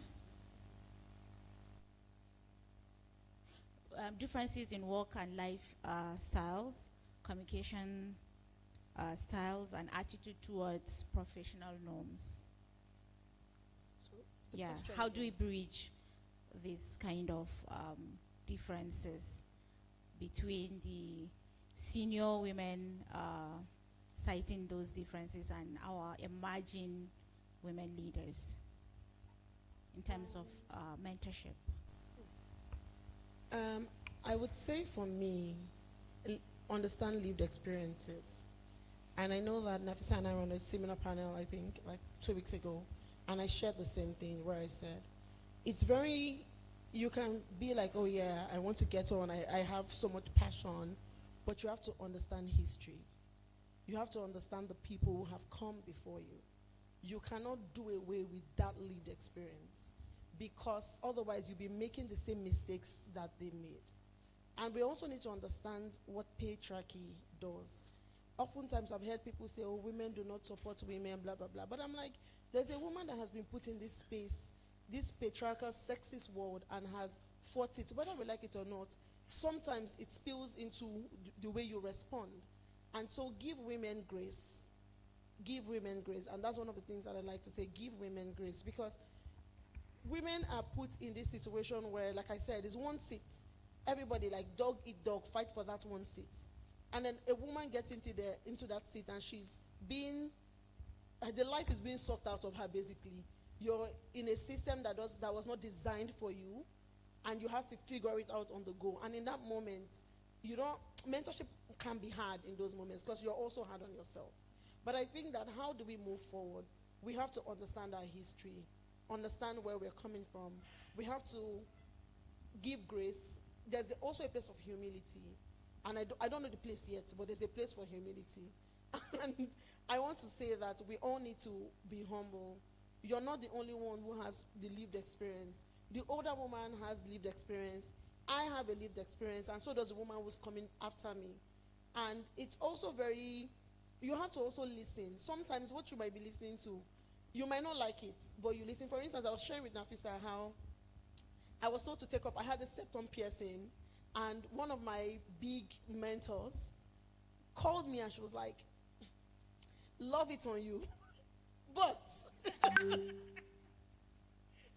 love it on you, but, and she goes ahead to explain to me why she would rather I take it out.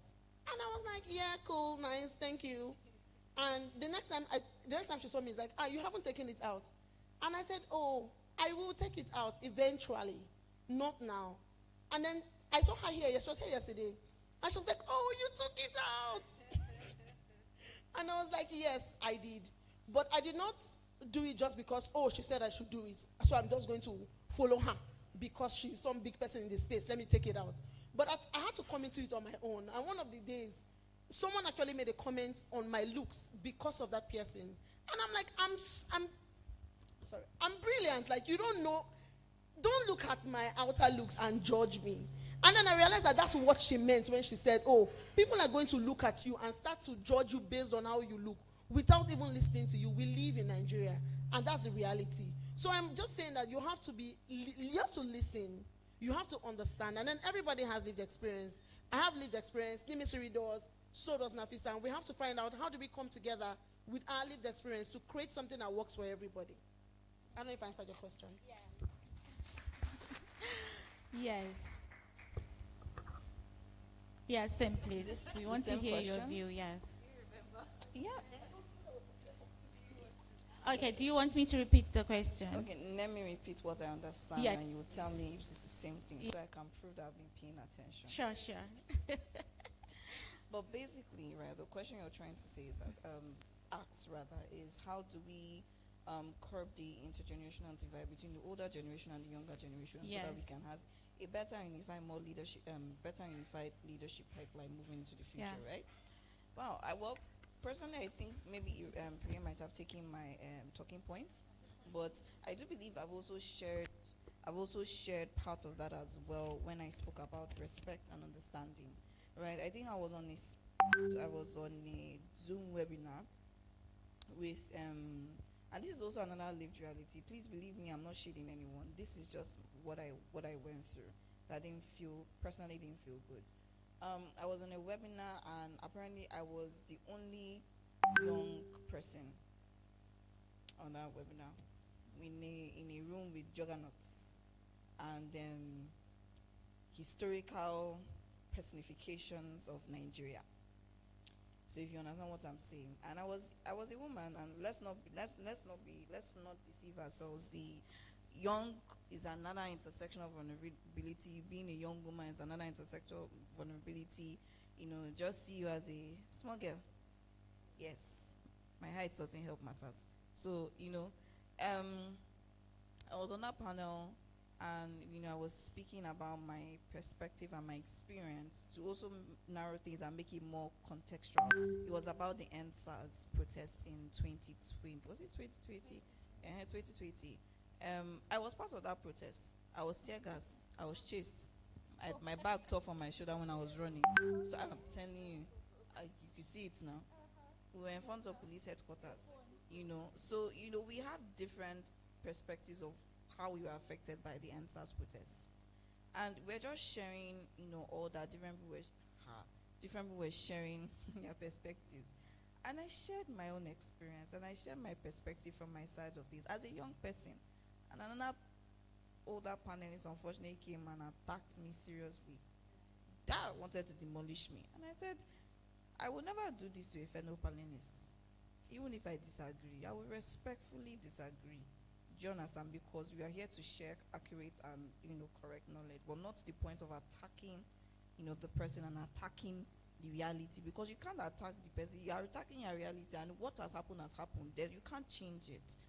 And then I think the keynote speaker, who is another older person, who had to step in and say that, like I said, different generations come with their differences and their different way of handling things. But you need to first of all respect, because the issues we are dealing with today as young people.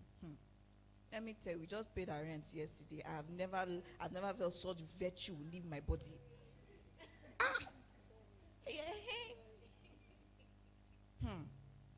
Please, my parents, when they were my age, were not paying that kind of money for rent.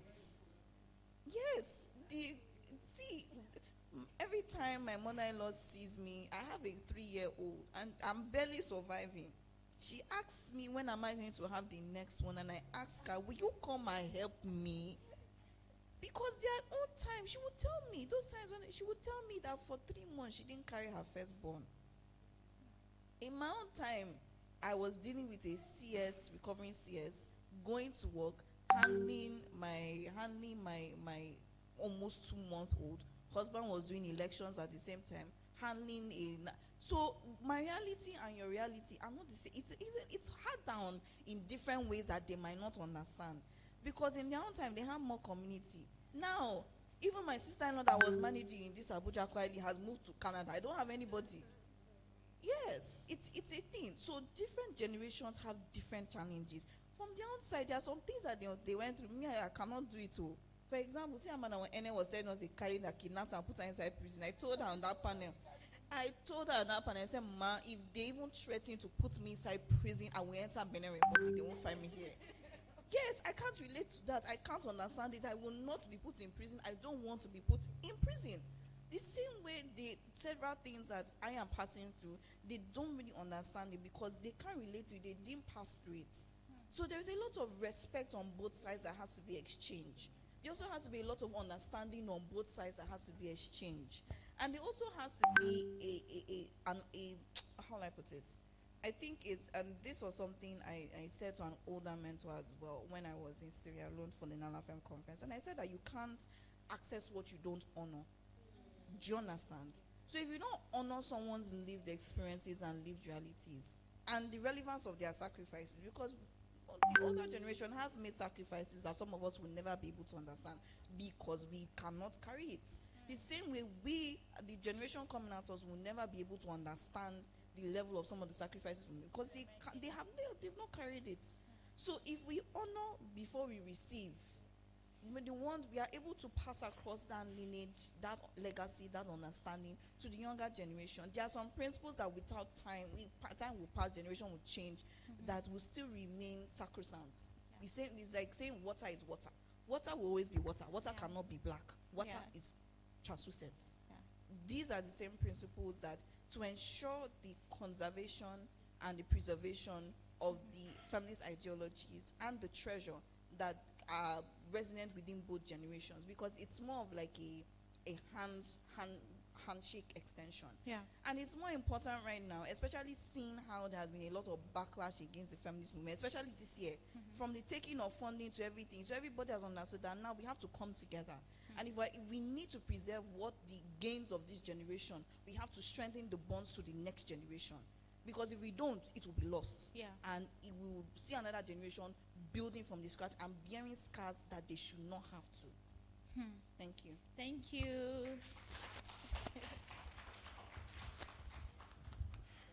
Well said, Nafisa. Thank you. Yeah. So they've talked about like learning from older generation. I would like to talk about the older generation learning from the younger generation. And I will say that the Nigerian feminist movement has been exemplary of that. I joined the Nigerian Feminist Forum in 2020. That's 5 years ago. And I have met a lot of amazing older women that have really contributed to my career, right? And one of the reasons I was able to be in a good relationship or work with these older women was because most of them were willing to learn, right? I remember the gender abuse movement that we had, right? When the gender abuse were rejected and we did the online campaign, while the older women were the ones speaking to stakeholders, also the state of emergency GBV. Well, I don't know if they still like that older women, but sorry. Why they were like senior women, right? Why they were, because they have more institutional knowledge and power. They have more power than us. So while they were engaging government stakeholders, the Senate, we were organizing digital campaigns, right? So they're always, I remember back then when I was really in the movement, they're always like, this is your online thing. And they're always excited about it, always excited to also fund it because, I mean, data is cost, right? You have to pay for data. So they're always willing to support. So there has to be that willingness to know that even though you are older than this person, there is something that you can learn from them, right? There is that. Younger people should also know that just because you are younger than someone doesn't mean you can't support them, right? There's a mentor of mine who is very dear to my heart. There was something I saw on her status one day. I was like, do you want to come to my house? Yeah. I was like, do you want to come over? Let me get you ice cream. Yes, let me get you ice cream. Let's talk about it. And we had a very good time talking about yes. So just because someone is older than you doesn't mean that if they are also going through something, you can't support them. Yeah, thank you. Wow. Please, let's appreciate these young, emerging women leaders.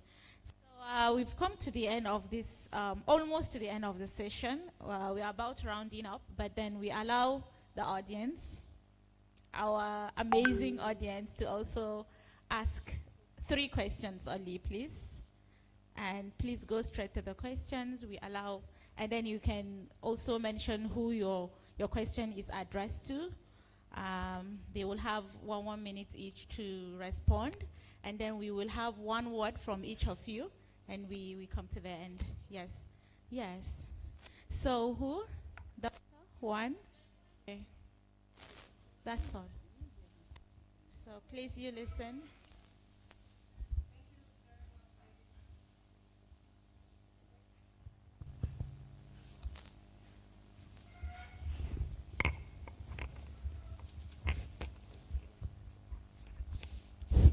Okay, thank you very much, ladies. Where do I start from? It looks to me like most of you were born in front of the camera, so it was so comfortable for you to do this. And you were just speaking to yourselves. I wonder what our next would look like. I hope we won't beat ourselves. You know how older people, I don't belong to that older people, please. But you know how some of us, when we have to speak, we speak inside the mic, everybody's hearing, but you guys were just speaking to yourselves, and it takes a lot of, attention to follow what you were talking about. You were absolutely saying things that are important, and I can relate. The reason why I can relate is because I have children on campus. And I have had to adopt more children into my house because of my own children. They will come home and tell me things like, she's not even lifting a finger. She doesn't even have any skill. Oh, he's not doing that. And I'm like, so what do you intend to do? I'm bringing her right home. And I'm like, you only have 1 room to yourself. He said, yes, we'll manage. So that kind of thing is one thing that I've found with emerging leaders. The love, the community, the commitment, and all of that. But when you get to that situation, when you have slow peers, it's not all of you that are this smart, this experienced, and all of that. When you have slow peers, how do you help to bring them up? It's easier when you guys talk and you can relate immediately. But there are some people that they just don't understand what you're talking about, yet they are supposed to be in your circle. So how do you deal with that? Number 2 is, and these are questions for all of you. Thank you, Nimisiri. Thank you so much. I don't know how you got into my LinkedIn page. I started following buddies in dev. I don't know how. I'm still trying to figure that out, but you do great work. And I wanted to find out how you deal with toxic mentors. I think that's really important, because I'm having to deal with some issues currently where people that you are expecting them to be mentors are actually tormentors. Yeah, yeah. So how are you dealing with that? The third one is that many people in this category, your group, don't like us talking about your private lives. You try to keep them off the table. But it's like we are busybodies. We see it when you don't even mention it. And then we are like, hey, this high heel you are wearing, and you are 9 months pregnant. You should not wear it. But you don't want us to talk about those. So, what advice do you give us? Should we mind our business, or we should do more of that? Please let us know so that we won't keep infringing into your privacy. What do you want? Thank you.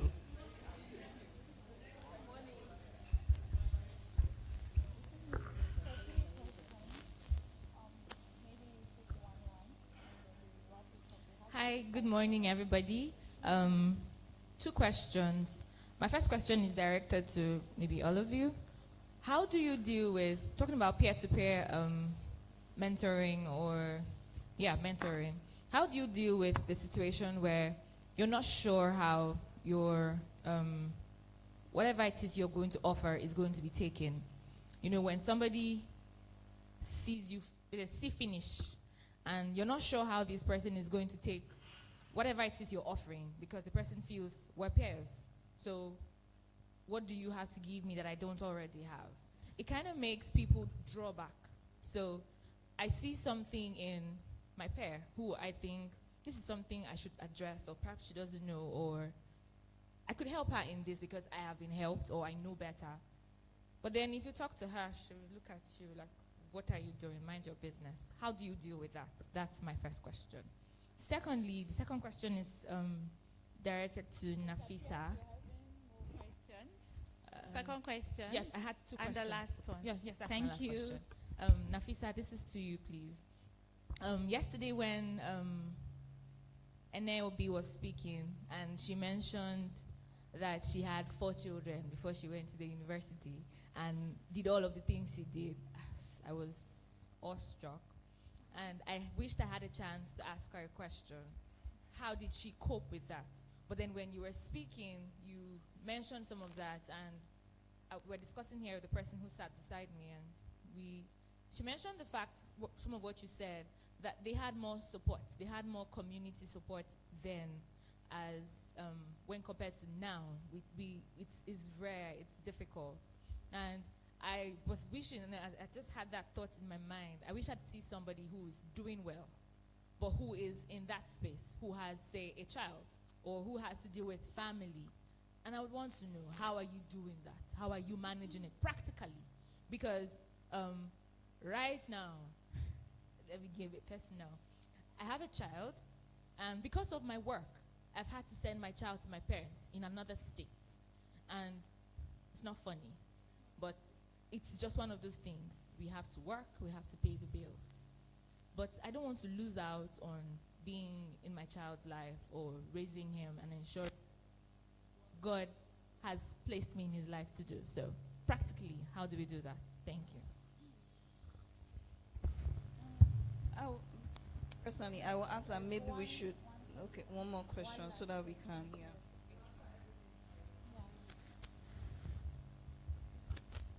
Good morning, everyone. Bukola is sitting, no, Bukola is sitting down with us now.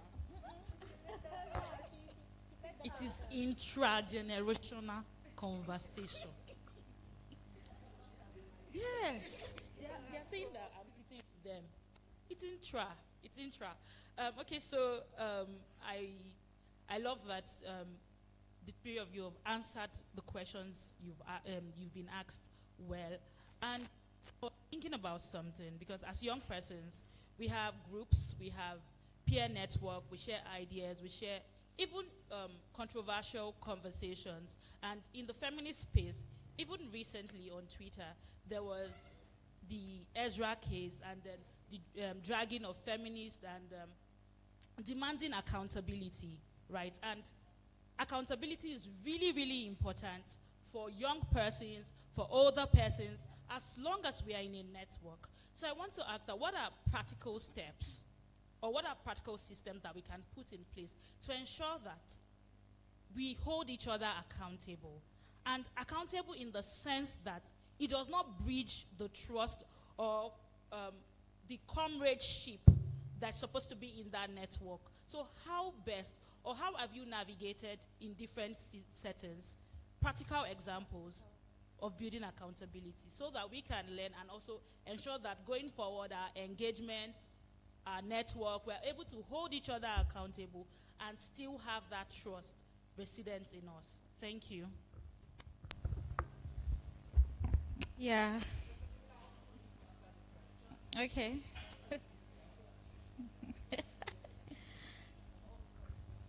She's asked, dealing with toxic mentors. You remember the questions you wrote them? Yeah. So go ahead. Okay. So thank you. Who will go first? Yeah. Toxic mentors. Okay. How do you deal with slow peers? How do you also how do you advise, or what do you advise the senior women to handle issues on privacy, which a lot of our generation are actually wary about? And I think toxic mentorship, yes. All right, thank you. And thank you for following Buddies in Dev. Right. First question, how do you deal with slow peers? I don't know if I like that word. But yeah, how do you deal with peers that perhaps are not at the same level you are? And the most important thing is to, what Priye said, right, humility, right? Just because you are there does not mean that they are not going to reach you there as well. Just because you think you know better than them doesn't mean that there is something else. So whatever you think they are slow in, there's something else that you also might be slow in. So there has to be that humility at first, right? And then you also have to recognize what are the ways in which this person learns effectively. That is, if it is a if it's a one-to-one mentorship, right? What are the ways this person learns? Some people like to read. Some people learn better when they watch videos. Some people learn better perhaps with games. We have virtual reality now, and that can be a way for learning, right? So you also have to know what has worked in the past for this person.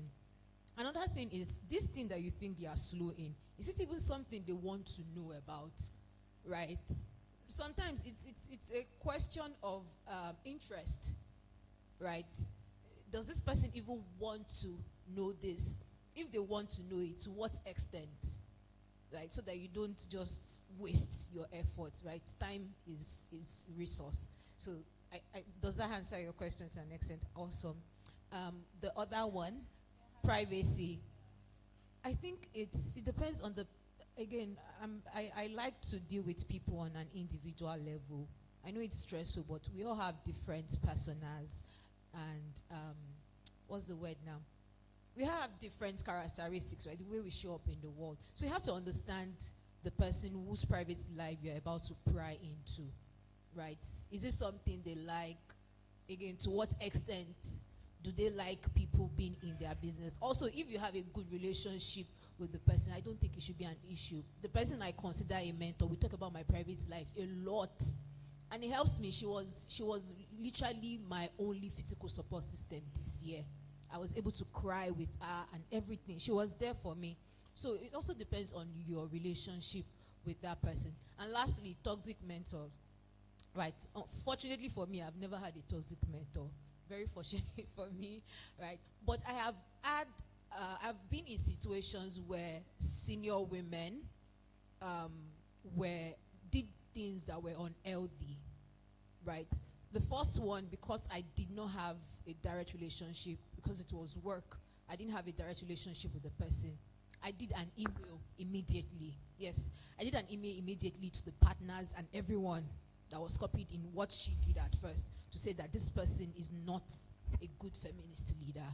Yes, to say all the things, because this person accosted myself and my other colleague during each of our events, right? I'm not going to go into the details. She made the work very stressful for not just me, and my other colleague that I brought into the job, which was very stressful for me because you could have just like been hostile to me, but you're not still being hostile to my colleague. So I made sure that because I had already told my own team members, they knew this already. So again, if you have people around you, make sure that they know what that person is doing, so that when it is time to refer or when it is time to take the case with the seriousness that it needs, you have witnesses, right? So when I was doing that email, I mentioned that my colleague knew about this because I told them about it.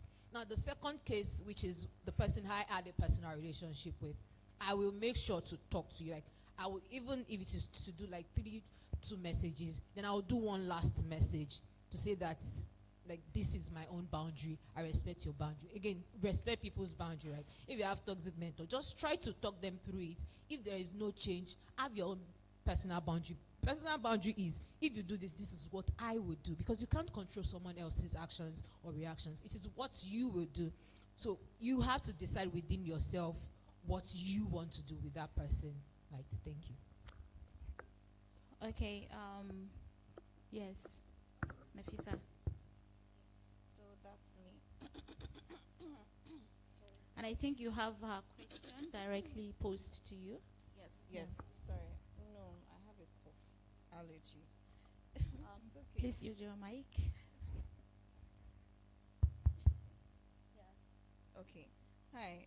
So to the question of how do you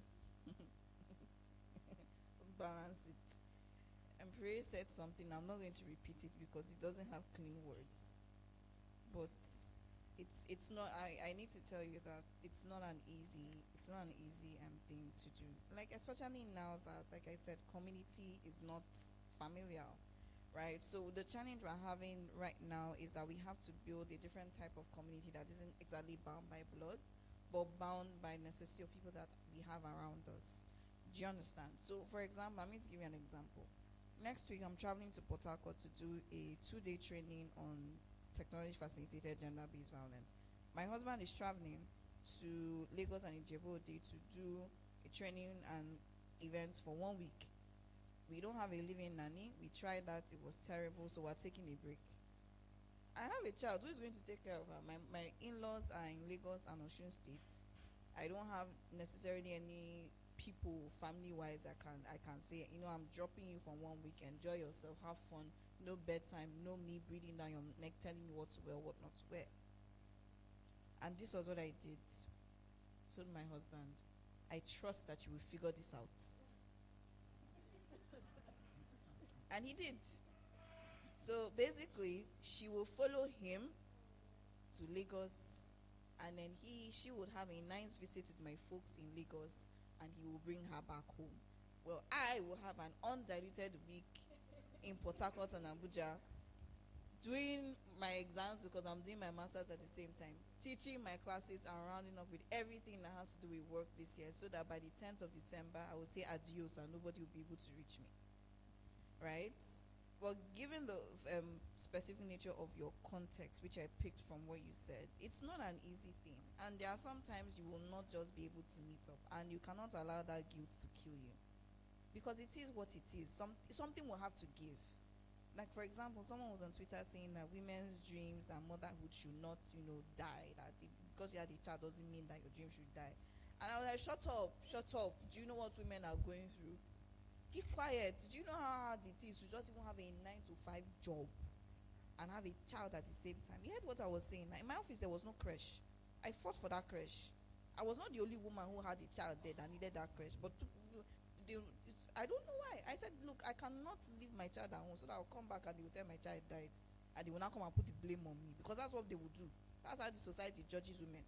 I said, I need a creche here.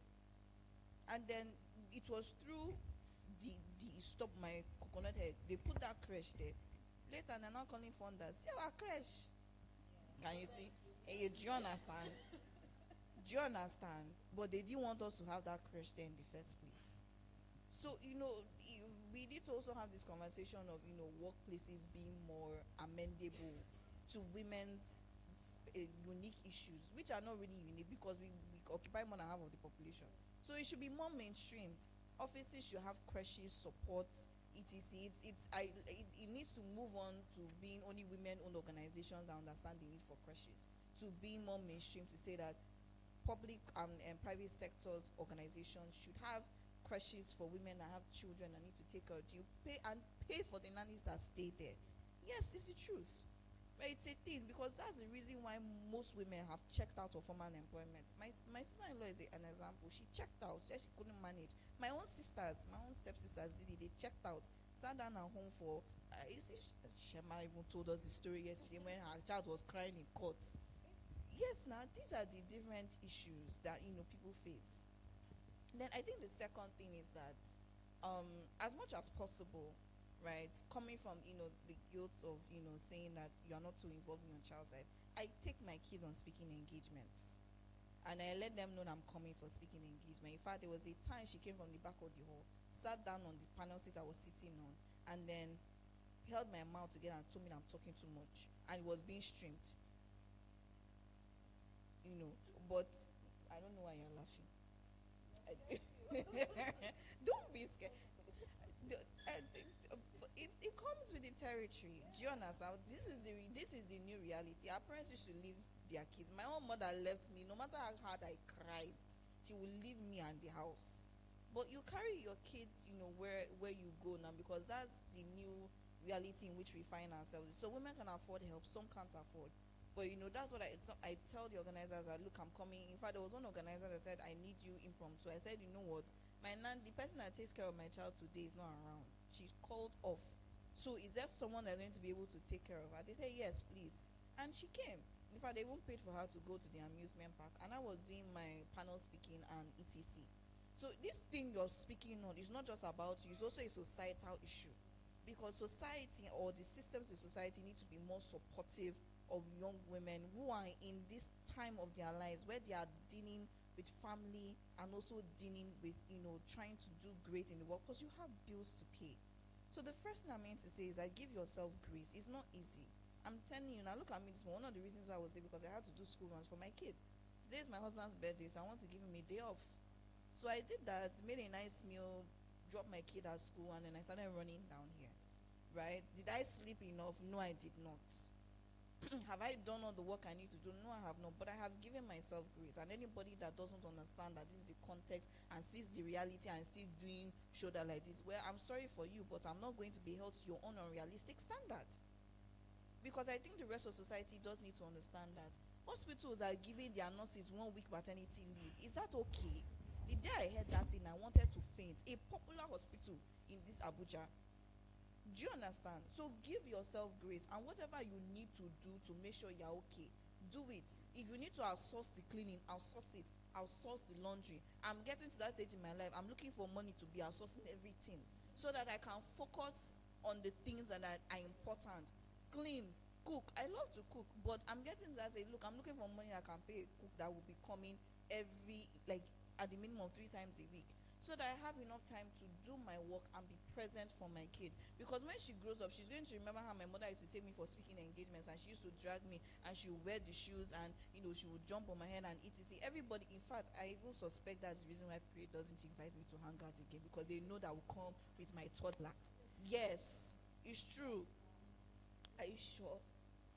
Next time you will invite me. But it's a thing. So give yourself grace. And sometimes there's also the issue of being the pioneer. When you see unequal systems, right, in your workplace, whatever it is, speak up and say, this thing needs to be put in place. Now I've left that office, but that crash is still there for anybody who needs it. Speak up, because you're helping yourself and you're helping people around you. For now, your kid might be somewhere else because you've not gotten to that position where you've equalized a little bit. By the time you equalize, you're able to bring him back. And then some things will still cost you. But you just need to understand what matters to me more, and what can I do away with, right? But the most important thing, like I say, is to give yourself grace. Build community where you can see community. If it's a friend here that can babysit for you, if it's a neighbor here that can check in on your kid, etc. We're having to build community from scratch. Sisters and brothers are jackpying. We that were here, we're now becoming the minority. Honestly, I don't even want to talk about how my neighbor was the one who took care of my kid when I was in surgery this year. Because everybody had talapia, everybody's everywhere. Do you understand? So build those bonds where you can see them. Speak up, give yourself grace. And when they are unrealistic standards, you tell them, I wish you the best, and you move on, because it's only an alive person that can enjoy the presence of your child and make a difference in the world. You are facing a unique type of problem, but it also demands a feminist response, because the feminist response has a lot of compassion, has a lot of sustainability, right? So you're not alone in this, right? I've told you, you are not alone. It will cost, but it is worth it. Yeah. Thank you. I know that we're pressed for time. So I think you will try to. I wrote them down so quick. Oh, okay, good. I know that Bukola spoke about accountability, and I'm going to address that. Oftentimes when we are in movements or communities, we forget that there's a role that accountability plays. When you do something that people call out, you need to learn to take responsibility for the things that you've done wrong. That's the first thing I want to say. I said accountability is a big part of feminist leadership. It hurts, but it is what it is. And you need to get to the point where you take accountability for your actions and sometimes your inactions. I want to also say that accountability does not breed trust. If you know that this person has your very best interest at heart, you're not going to say, oh my God, like this person is dragging me, or it is what it is. I have been held accountable for my actions many a times, and I will go to the public, the same place that I will say, oh, I've thought about this and I apologize for A, B, C, D, E. And if there's something that I feel like I shouldn't be apologizing for, I will say, but you see this one, I beg to differ, because again, I have coconut head. We talk about toxic mentors. One of the things that I would say is that you have to find people that values align. I'm very big on values aligning. You cannot have a mentor who is mean. If you can stay in such an environment, then you're a mean person. And you like those sort of environments. And that's what I believe. My mentor, a couple of people know my mentor is, she's firm. She will tell you no. And when she says no, you know. And I always say, I know that this person has my very best interest at heart. I trust 100%. So I'm not going to say, no, this no is from a place of hatred. No. So I think that we need to get to the point where if someone is your mentor, do they have your best interest at heart? If your answer is yes, then you need to understand the context at which they come from and they have the conversations with you. And then finally, when we talk about slow pairs, one of the things that I like to do is meet people where they are. And Emisiri said it. Maybe the person is not even interested in learning that thing that you want to teach them. So you meet someone and the person is not as willing or as ready. Meet them where they are. What do you need? Because it's not a one size fits all when we talk about mentorship or community. And so what do you need? How can I help you right now where you are? Because when you ask those questions, it becomes personalized. And the person begins to say, oh, I need this and I do not need that. But if you're using a one size fits all and you're covering everybody with the same wrapper, some people will get heat rashes and they don't want to be covered with wrapper. So you need to understand that. And as we get private life, like Nimisiri also said, my mentor, she doesn't want to ask me. I go and I say, this person has broken my heart though. So that you know that there's nothing here. And you're willing to share information with people that you trust 100%, will not use that information tomorrow and say, that's this year, you, 12 relationship, only you. So you need to be able to understand that people have those kinds of relationships and trust that they have your best interest at heart. And I think that my final word will be to everyone who is sort of like looking to get mentored, network across the table. You have people who are on the same level with you. Nimisri and I, we used to be really close friends. We're not anymore, but we used to be really close friends, and we would talk about different things to each other. So find people that you know that you can speak to about literally anything, and be sure that they are not trying to judge you. You know that if Nimisri tells me something, I know that she's not coming from a place of judgment, because she's saying, Priya, no, now this thing now, it doesn't make any sense. So be open to learn and be open to teaching people also. Wow. And she took us with her final words already. So can we have your final words before Nafisa is back, and then I'll wrap it up. Okay, final words on accountability. Like Priya said, do it with love. Also, people, there's this thing called rejection sensitivity, right? People also react to criticism differently. So again, giving people time and space to absorb your criticism and react to it. Thank you. Wow. Thank you very much. I think we've had a very fruitful conversation. We've said so much. We've said a lot. I hope we are able to answer some of the questions that we raised. Before she is back, I don't know whether we would take Nefisa's. Oh, she's not coming back. Okay, great. So on a final note, there is this one message that stands out from our conversation, and I try to summarize it. That women rise when we rise together.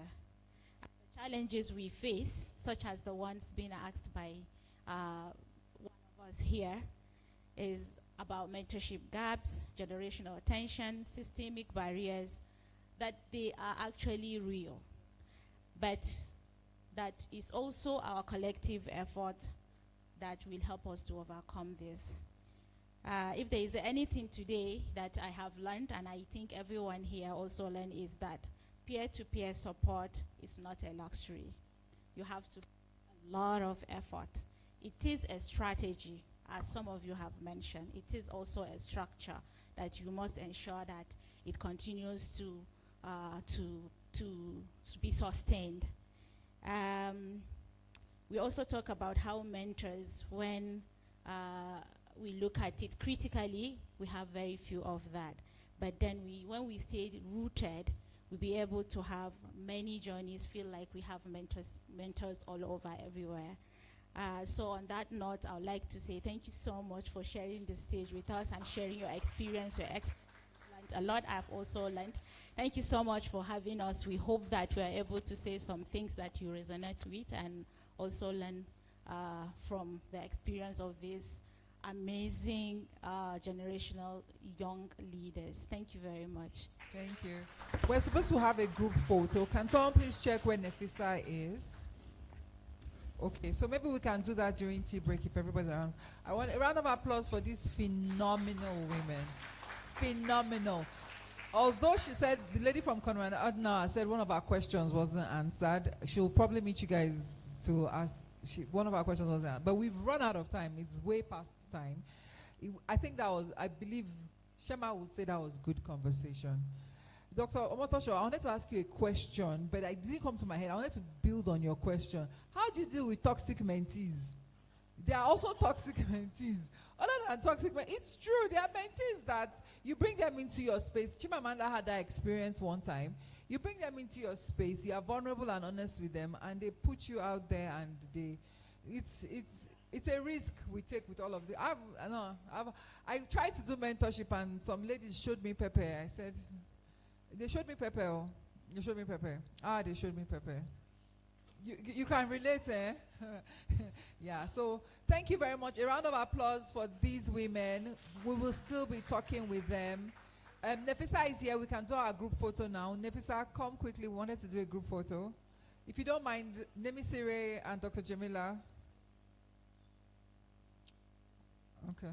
Thank you. Pardon? Pardon? No, up here on stage. You're doing your group photo up here on stage.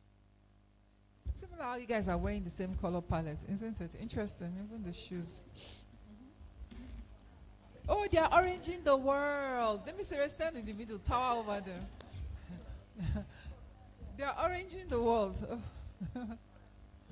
Does this work for you? Sophie and Eric, can you join them? You've been taking pictures with the panelists since, please. Thank you. Take off them, then take with Sophie and Eric while they are coming up on stage. Nefi, you're not looking at us. Thank you.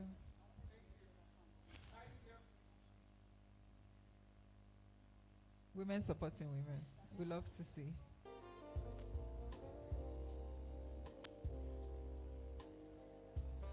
Sophie and Eric, please come join us.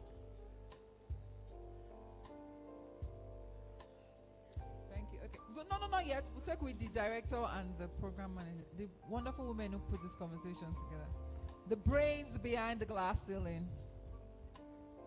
Yeah, a little bit. Lovely. Oh, no, no, let me join you.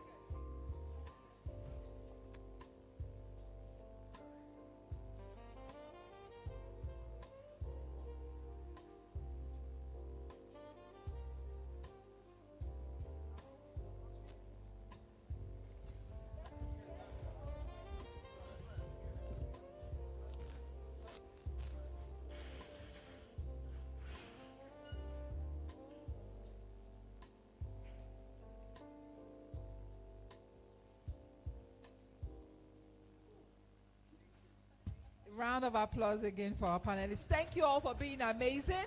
Tea break is ready. We will be back at 12:30. We will reconverge at 12:30 for the next session, which we will run through. Thank you so much. Did we find value in this intragenerational?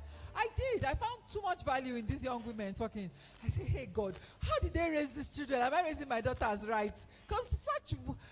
The one question I wanted to ask, and maybe I'll ask them later if we have an opportunity, is their why. Like, why? How did you get here? So interesting. Anyway, let's have tea. See you all in 30 minutes. The next panel is going to be explosive, I promise you all, so you can't afford to miss it.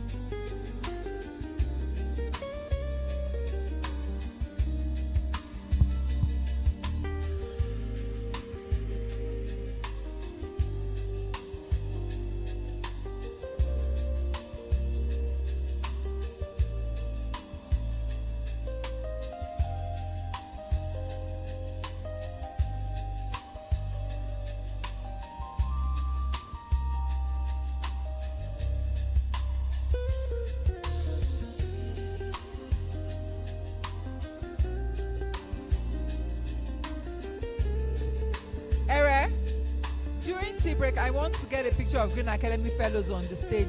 So can we get So yes, when you get your tea break, please, I want a picture of Green Academy Fellows on the stage. Thank you. Yeah. Pardon? On the way. I know, she hugged me. I saw her. Yeah, I saw perfect. So yeah, I want a picture. I don't even know how I know these people. I just know these people.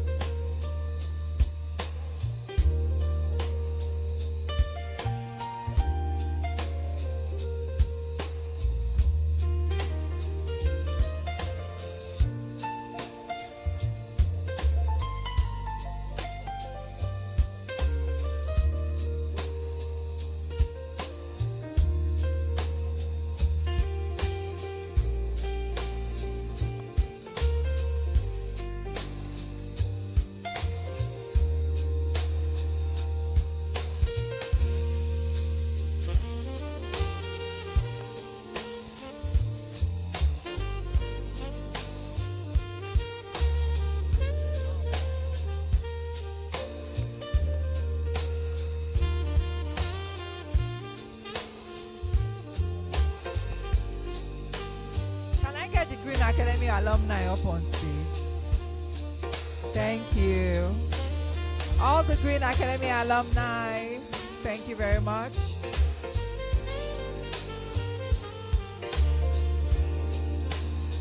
Ere,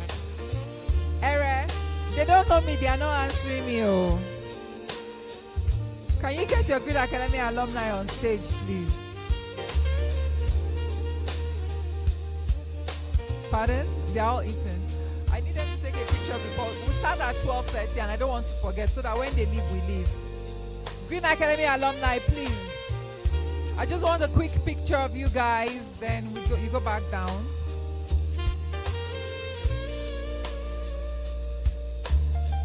It's in celebration of what HBS has achieved in the past 4 years with the community that it is building when it comes to mentorship, leadership, activism, and everything related. Green Academy, get up on stage, please. Green Academy alumni, I think these people cut across. In fact, as a matter of fact, I had promised us yesterday that Area was going to give us a short. People, can you just tell us quickly? Okay. The Green Academy, the Green Academy is a vision.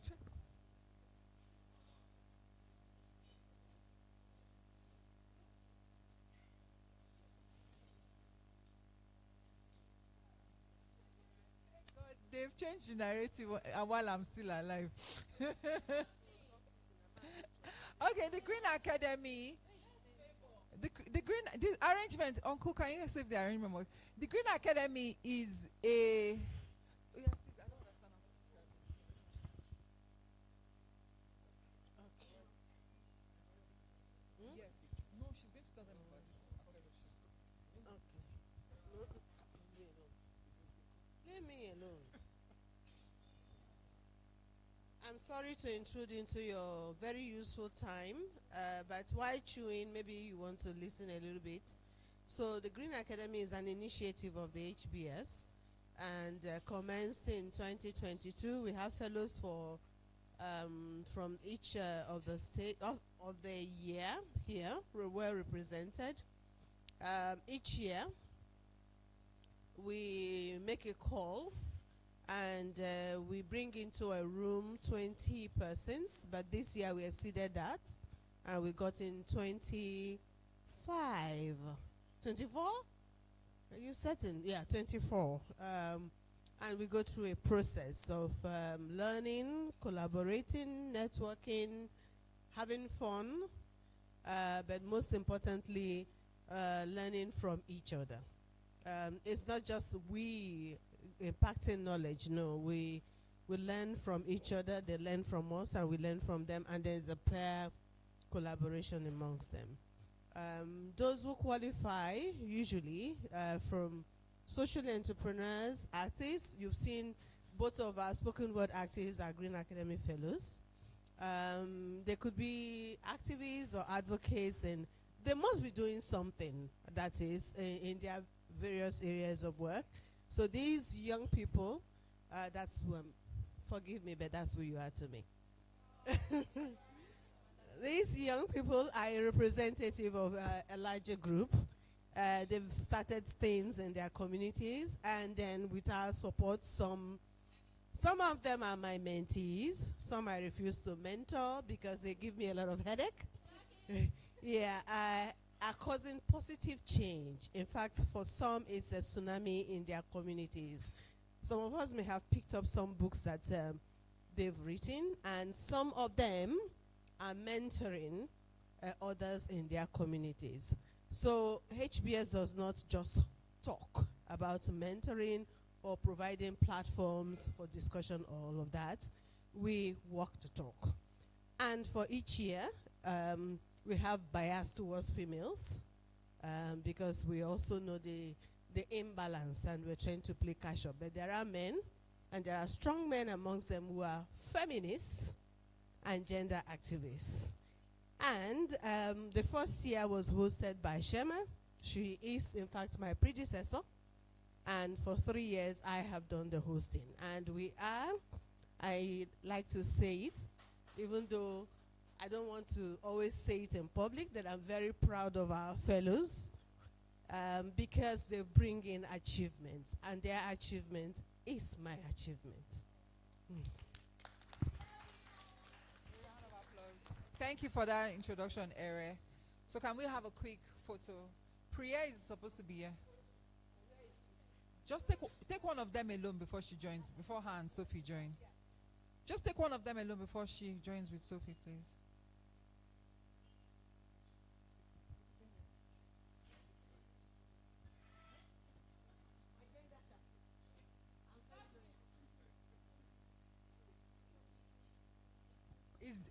Is Godwin a fellow as well? But I don't understand why you there if you're a fellow.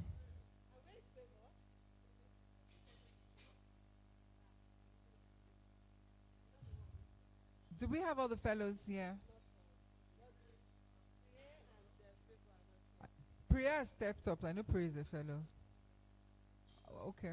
I don't know. It's so nice that Godwin walked the walk and talked the talk to the extent that he's now a staff of HBS. That is how HBS mentors. I don't know. Oh, Priya is here. Green Academy alumni. I didn't want representing your set anyway. Come to the front.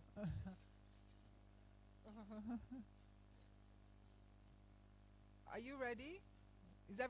Can everybody be seen? If the camera can't see you, if you can't see the camera can't see you. Perfect. Okay.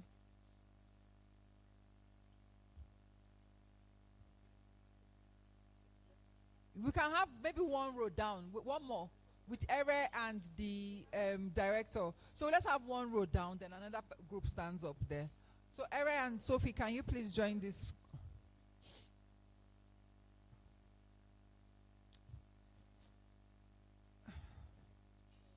Okay. Ere, Sophie, please can you join this photo? Thank you.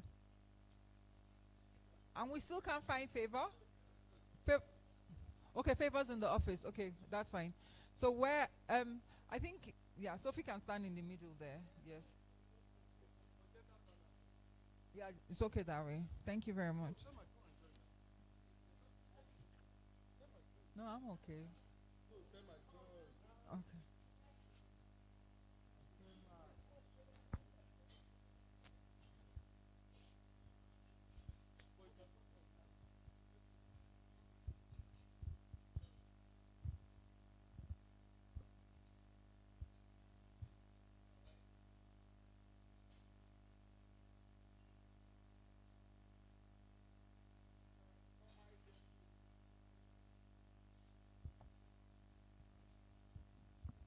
Thank you. Thank you very much. We're hoping to use this during tip time to take this photo of Green Academy alumni. During the elevator sessions, hopefully we'll get to know them and get to know more about their work. So, because we have eaten too much into our time, there's a slight adjustment to the agenda. First of all, the interaction session on the output of the conference on the survey report, we're not going to have that session anymore. We've decided to remove that. Mary is happy that we've cancelled that session. We're not having that session anymore. So we'll remove that. Maybe for next year when we are launching the reports, we can probably have an interactive session on the report. So that is where we are. For our building our wall of demands, this is very important for the report because it's feeding into our policy recommendation. And Ugoma, please can you help me get someone that can distribute the post-it notes across the room? For building our wall of demands, what we want to do is your ideas, your thoughts, whatever it is you have, you paste it on this corner of the wall here. Throughout the session, you can just walk up there, paste it. The sticky notes will be passed around, post-it notes, because we want to use that to feed into our policy document. It will also be read into the communique as well.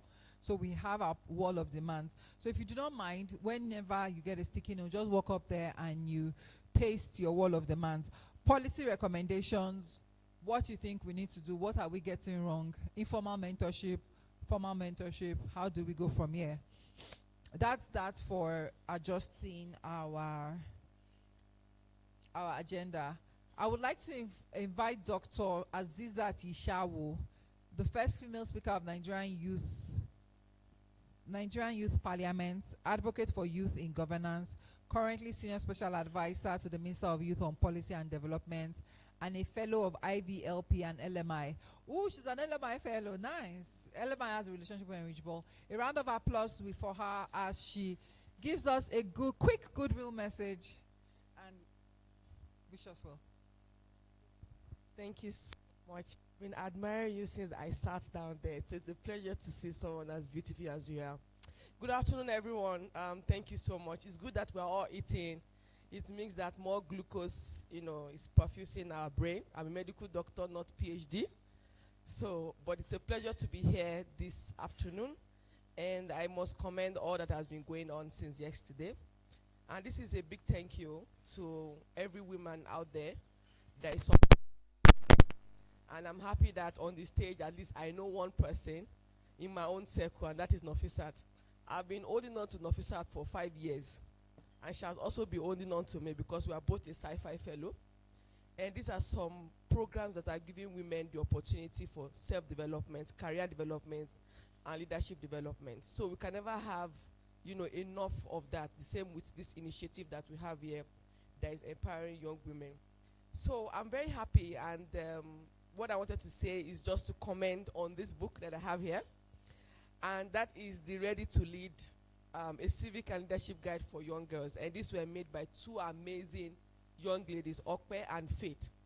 And I remember when one of my, I don't really use the word mentor. I have people that I emulate. And I think on the table here, they've mentioned some of the reasons why you might not have mentors. One thing I've learned in life is that you cannot, everything about somebody is not perfect. You can only emulate those things that are good. You understand me, about those people. So I have different people that are that I emulate. So one of the he or she that I emulate that works in news reached out to me and said, these young persons are writing this book, and you are someone that has always been on the forefront of young women in leadership position. We need you to say something to forward on this. And I was very excited. So I had not planned to come here today actually, because I was asking what exactly am I to do? Is there anything to do? Will it be possible? But for one reason or the other, I came. And then I met someone. Sorry, ma, I don't know. I can't see you in the crowd. Yes. She just approached me later and said, look at this. I said, yes, I know. And then she showed my face right in front, and I was very excited. So I want to say thank you very much, ma, for what you do for young girls. And I just want to congratulate everyone that is here, that is part of the conversation. There's a lot to do. For me, as a matter of principle, my approach to addressing gender issues is to apply logic. We sit on the table. Someone mentioned it. Yes, the table is always one. We've talked about creating our own table. We've talked about different strategies. One of the things that I always said is that when we apply logic through our process, we can evaluate what the outcome that we want. So as we celebrate this 16-day activism against gender-based violence, I want to use the opportunity to encourage all of us across the generations, because this is the first time, maybe in a long time, that I've seen older women in certain, this kind of environment, this mix-up. If it is a certain group, you find out that it's women of certain age or certain class. If it is another group, you're like, oh, everybody here is young. But I'm very glad to see this mix-up as well. So I say well done to everyone, and thank you very much for your time.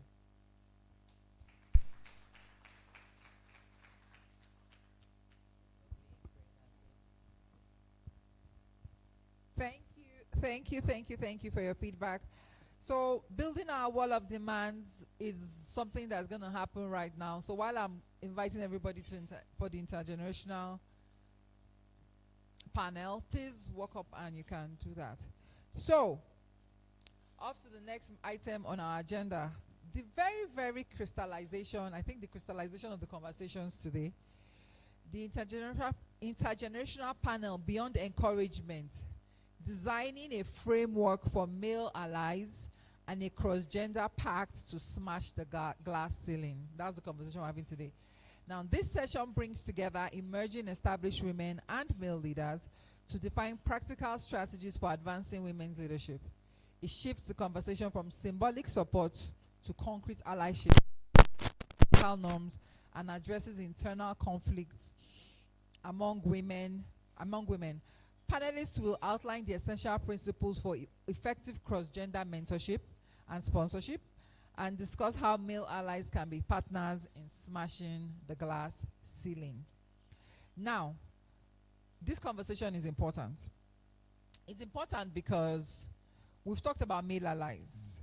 Yesterday, I remember, I think, she's left. Ebere reached out to me and said, somebody said something about, we didn't give the men enough space to speak, or a man wanted to speak, or something like that. I'm really not sure. And it wasn't intentional, but I feel like the women just had so much to say because the issues were issues that directly affect women, so to speak. So hopefully, I'm really hoping that this panel will give us what we need when it comes to having this kind of very honest conversations on male allyship and what that truly means. The first person I'm going to call is the moderator of this panel. Her name is Ms. Vanessa Udegbe Gregory. She is an accomplished sustainable development professional with a proven track record in leading impactful programs across complex, cross-functional environments.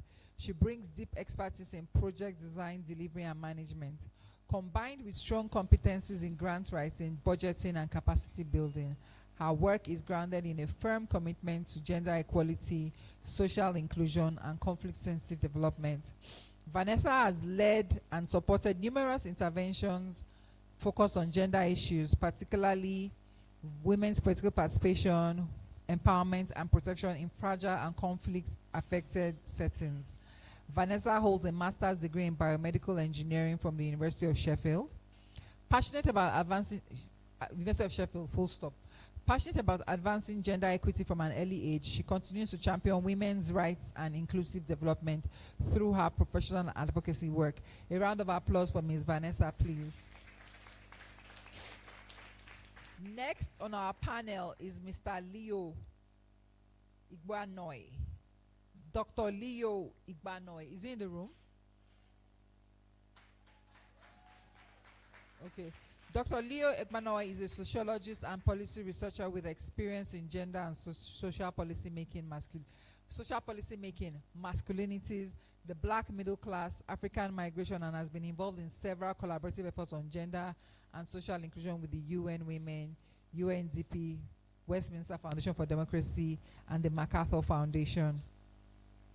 His collaborative efforts have led to several publications, including a gender and social inclusion strategy for the National Assembly, a toolkit on gender responsive budgeting in Nigeria, institutionalizing post-legislative scrutiny in Nigeria, a gender strategy for the Nigeria Correctional Services, and is the author of Fighting to Be a Real Man, Respectability and Contestations Among African Migrants in Johannesburg. I'm curious, why Johannesburg? Why not Nigeria or West Africa? Okay. A round of applause for Dr. Leo, please. Next on the agenda is Dr. Sharon Aditya Omotosho, a woman I respect a lot, admire a lot, and I'm inspired by. She's an associate professor, gender and media studies at the Institute of African Studies, University of Ibadan, where she heads the Women's Research and Documentation Center, WORDOC. Currently the team lead on the dimensions of feminized corruption across Africa Research Group. Her work integrates the interdisciplinary fields of applied ethics, media and information literacy, gender studies, higher education leadership, African politics, and African philosophy.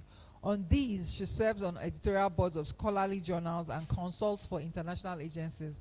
As an Alexandra von Humboldt Fellow, her strength lies in developing innovative concepts that contribute to debates in scholarship, activism, and policy engagement. A round of applause for Dr. Sharon Omotosho, please.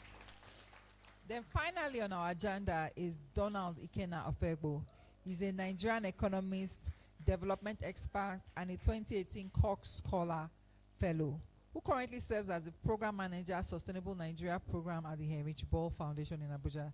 He's known for his work and expertise in sustainable development, climate change advocacy, and agricultural policy. He's a published researcher and writer.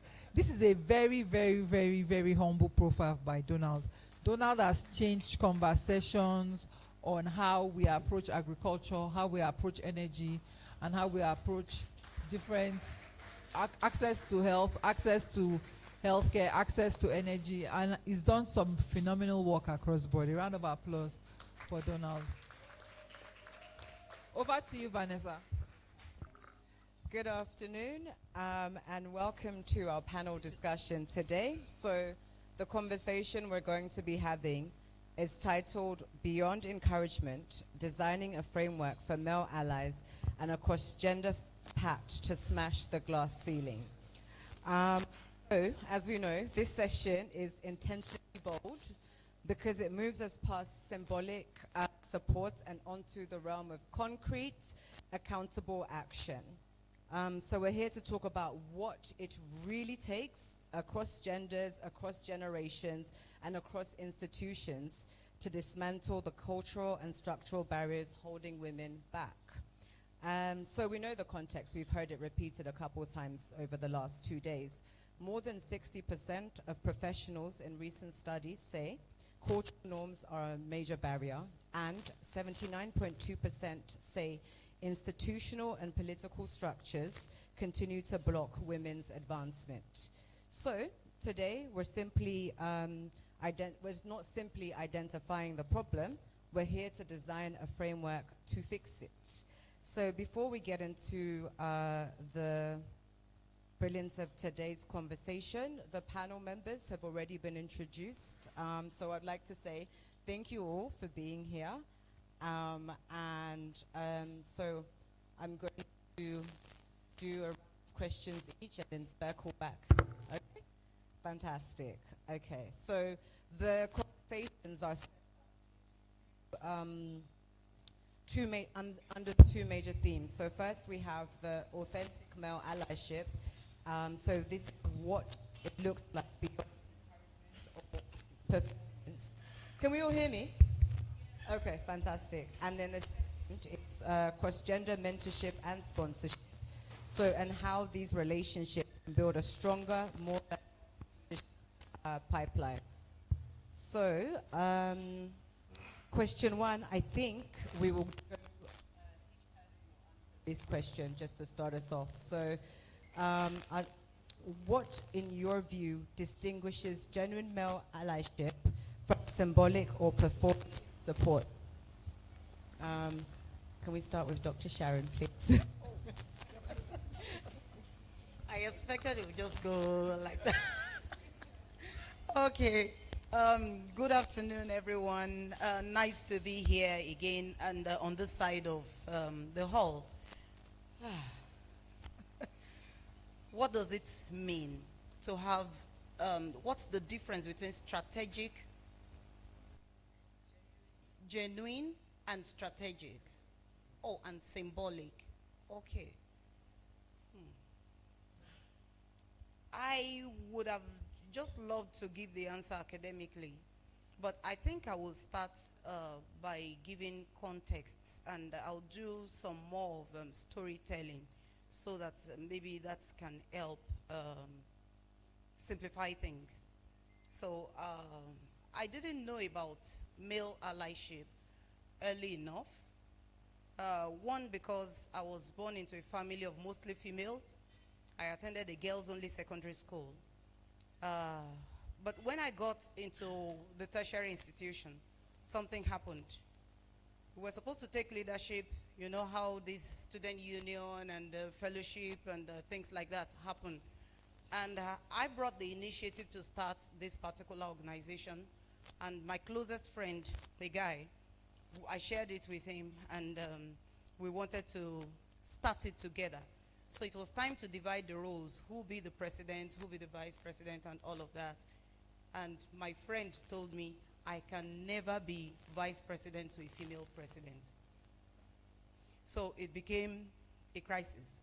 This is my idea. I only invited you to come and join me.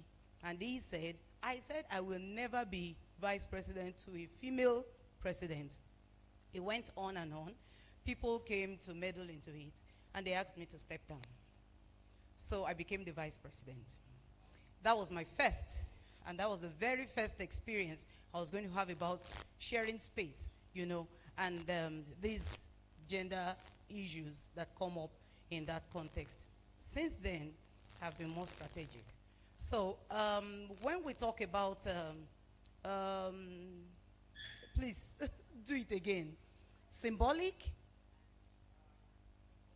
and genuine allyship. When it is symbolic, what you find is that it is tokenist. So they say, oh, we're organizing this. And then everybody, they've been talking about it for weeks, for months. And suddenly someone realizes, oh, how do we present this to the world? There are no ladies in the room. There are no women in this group. That's symbolic. So who do we bring? Somebody says, oh, let's call this person. She's very active. Another person says, no, don't let us call that one. She's stubborn. Oh, let's call this one. And then they decide who they want to call. And many times, the person they are calling is somebody who can be the secretary to the table. Yeah, you know what the secretary means. So you are not permitted to talk, just take notes, but be there. That's tokenist. So in many cases, when you talk about symbolic representation or symbolic, allyship, they just look for one woman in the room. And many of us get into those situations many times, They are setting the table, the high table, and they look at it. Last minute, they think about a woman. Leadership opportunities, last minute, they think about a woman. Board of trustees, last minute, they think about a woman. That is actually the symbolic side of it. But when we begin to talk about it being deliberate, a situation where you are not even going to start anything without involving women, that is one thing. But when we begin to look at allyship in the male context, let's take it that way. Who should be the allies? I think it's a major question that we need to ask. Before we even start talking about whether it's symbolic or whether it is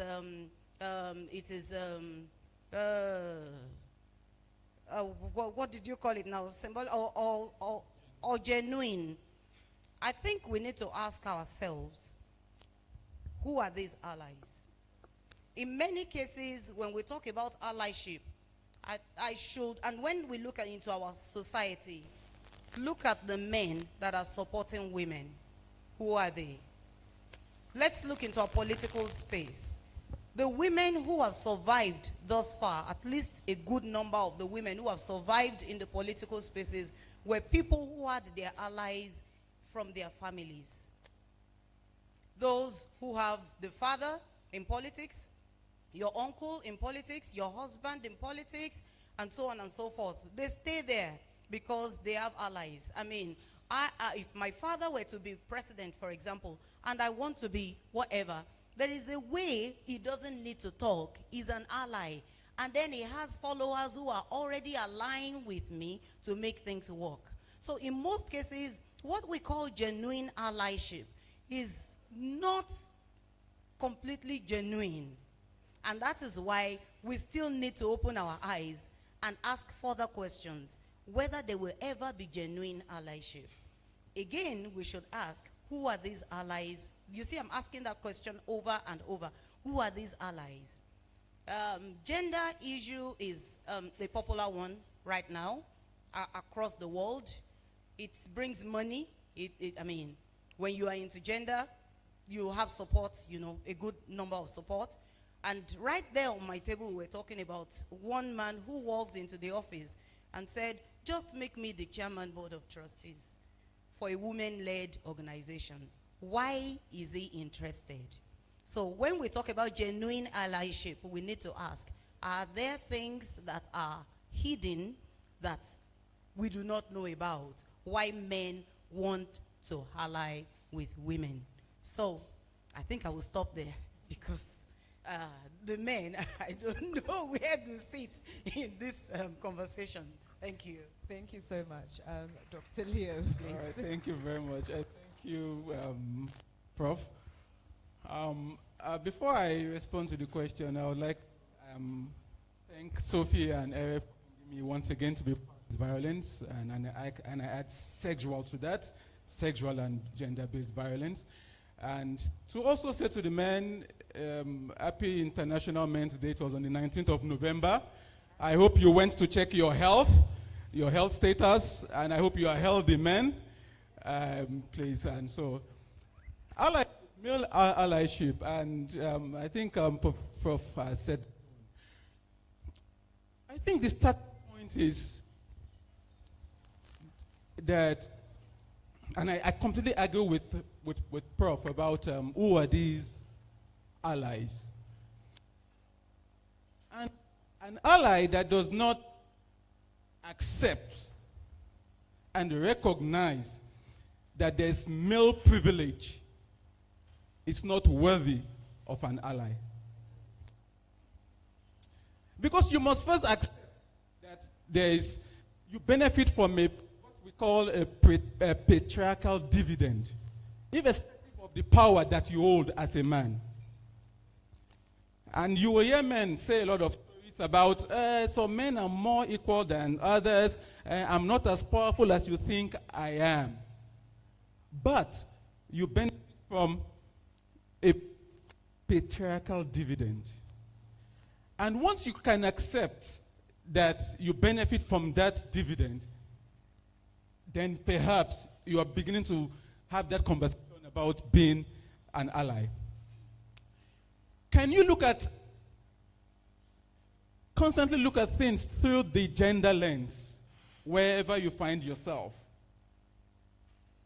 And for me, that is important. Because what we find are touch and go allies, male allies.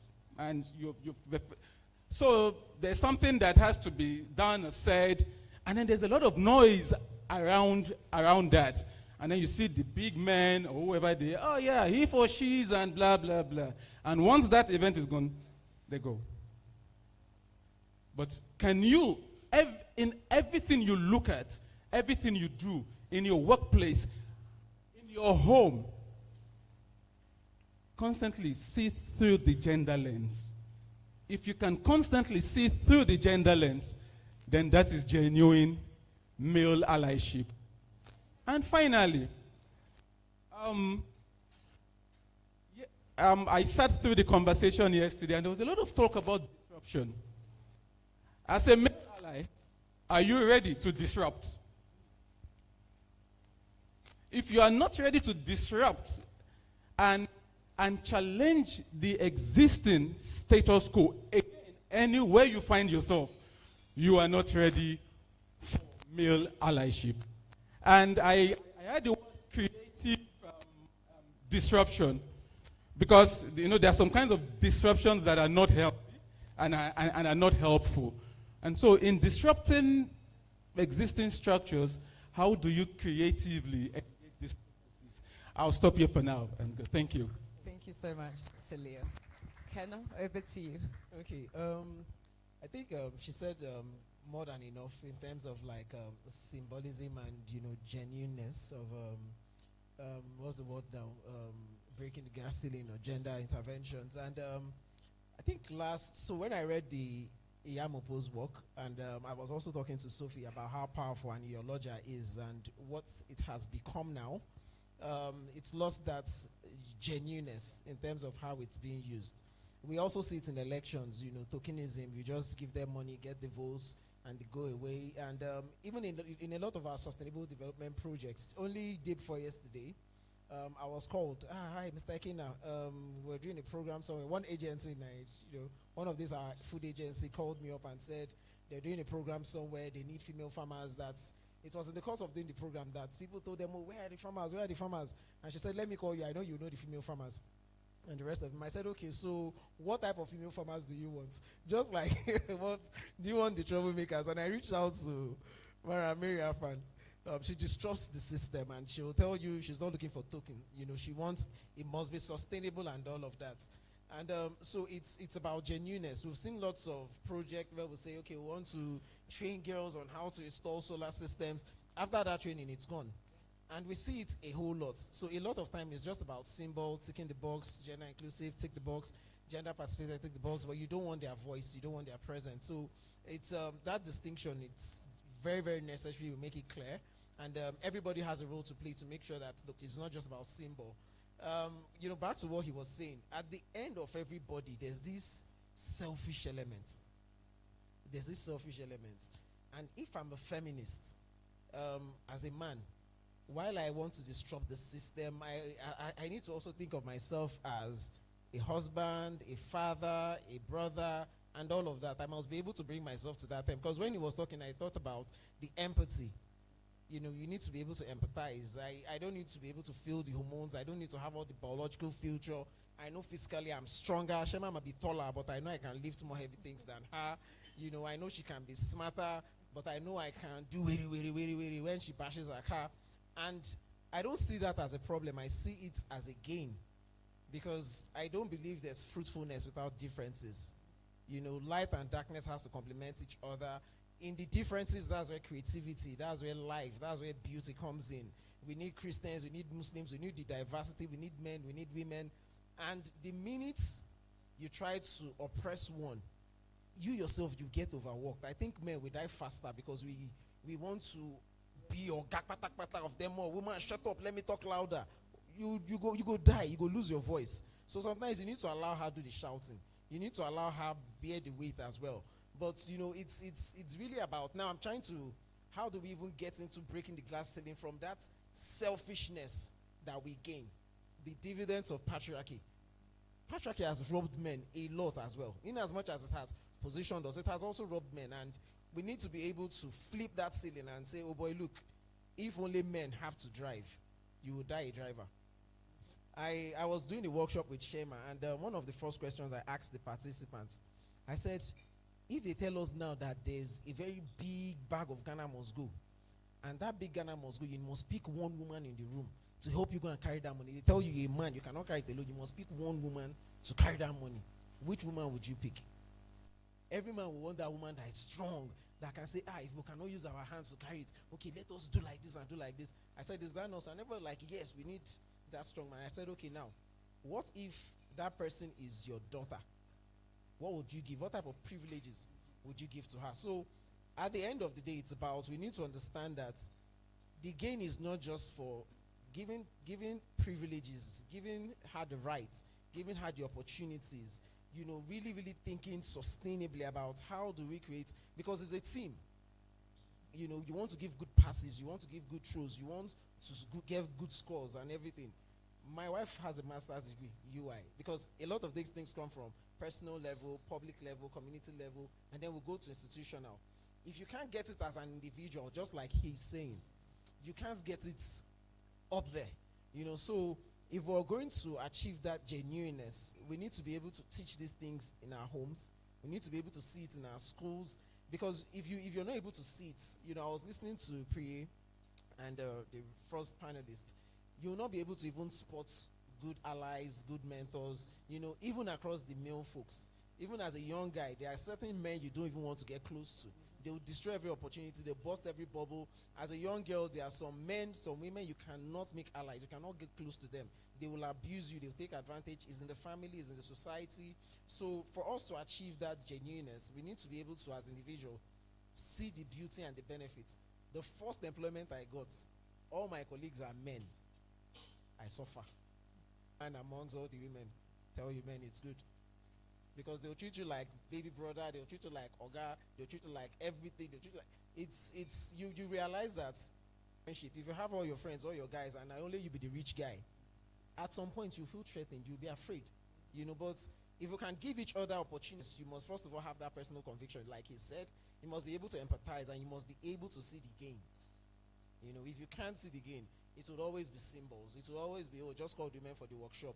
But if you fail to see how they make it different, how they shape the culture, energy, and I can tell you that it's only a woman that can carry the weight of Nigeria. The way it is right now, in terms of our food system, smallholder farmers, in terms of our trade, now give them this. I tell people, it's no matter how many riches. So we need our sexes and see that the more we have that complexity, that mix, that differences, as we grow, we become better. Yep. Thank you so much. Thank you. So, Dr. Leo, drawing from your previous responses for women, what do you think male allies often misunderstand about the professional experiences of women in this context? That is an interesting question. And we can sit and I can sit here and beat my chest. I am a male ally. I have been doing this for a number of years and all of that. However, we must realize you are not a woman. And because you are not a woman, you cannot fully grasp and appreciate the extent of the complexities and the realities of the woman who experiences these challenges. And therefore, we as male allies sometimes, because we feel we are pro-feminist and whatever we want to call ourselves, we feel we have known it all about the women's situation and that we can speak up any time about women. I deliberately did not say anything throughout the conversations yesterday, throughout the conversations today, until this point. Because the first thing you must do as an ally is to listen. If you are not listening, you are not understanding the complexities and the issues at play. And when you attend one seminar and you think you have understood the issues, by the time you go to the next seminar and you realize that, I am just starting to learn the issues. And when you are in Nigeria, you think you have understood the situation, and then you end up in South Africa, you realize, When I did my master's in 2012, I was the only male student in a gender class. Yeah. We're about, I think, 12 or 13 of you. She was very kind to me, she will, whatever. But the ladies were not kind to me. And I got the bashing of my life as a man. But it was good experience. It was very good experience because I learned to listen. And then as I listened, I learned, I unlearned, and I relearned certain things I thought I knew about women's problems and women's issues.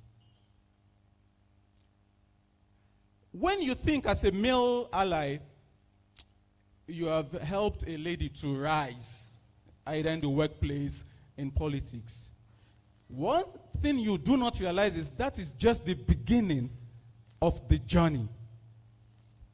Because once she holds that position, the gaze and the scrutiny begins. Oh, what decisions is she going to make? What is she doing wrong and what is she doing right and what she is... And then she now must play a balancing act between not failing on the one hand and trying to keep that position. I see this every day where I work. And then when she fails, you distance yourself from the failure. You say at any time.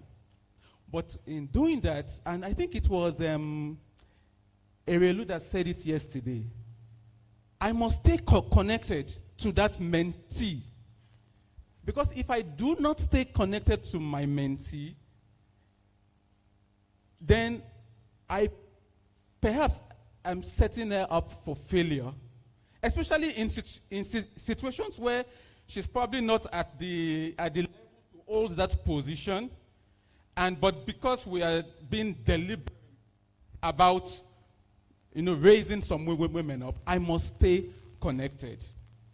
So if I'm going to play, and if we, the men here, are going to play that allyship role as male, we must understand first and foremost that we are not women. And we must continue to learn the complexities. The kind of gaze she's going to feel holding that position, a man will not go through that kind of scrutiny. If he fails, they will look for excuse. He was sick. He was this. His daughter was this. If she fails as a woman, it's because she was a woman, period. No excuses. And therefore, if we must understand these challenges, we must continually listen, and not stop listening. Thank you. Thank you so much. Thank you so much, Dr. Leo. Dr. Sharon, over to you. So in your previous response, you spoke about tokenism and tokenistic approaches. So, we find that organizations tend to measure allyship through event attendance or public statements. So how can institutions actually measure the effectiveness of male allies? Okay, before we start asking institutions to measure the success of male alliance, it's important for us to find out how many people actually believe in male alliance within the institution. And that, I think, is fundamental. It has been a problem in our societies. So as Dr. Leo was talking about empathy and all of that, I was asking myself, empathy? And I wrote here, let me read. Are you willing to lose your place for a woman as a male ally?